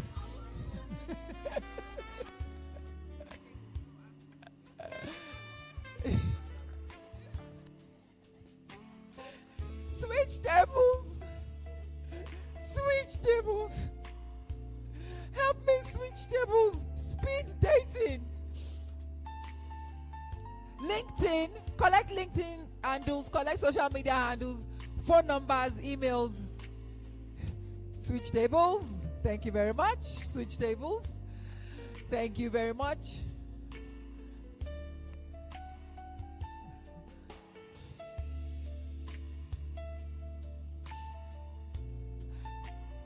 Alaja Sherifa, I've not called your name since. Your table, nobody's moving.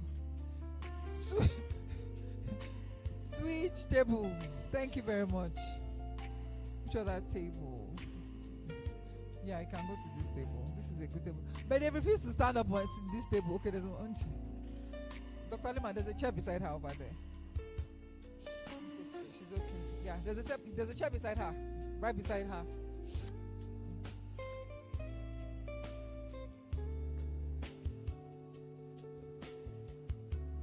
Switch. Have we switched tables? Sophie's table is empty.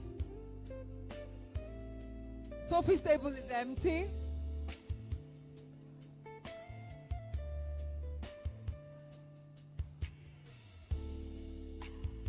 Okay.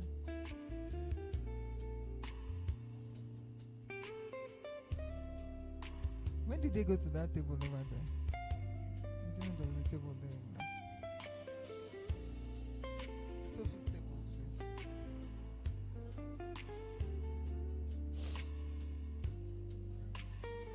Dr. Leo, are you in our speed dating or you are doing your own thing? Because I've switched tables 3 times and it's still you guys.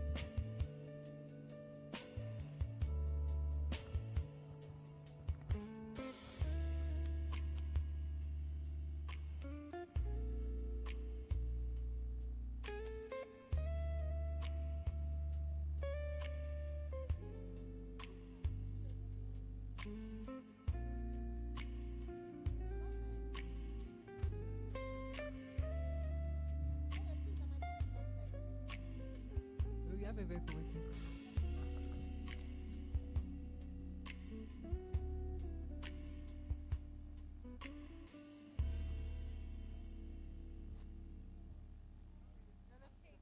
We will start to talk because I'm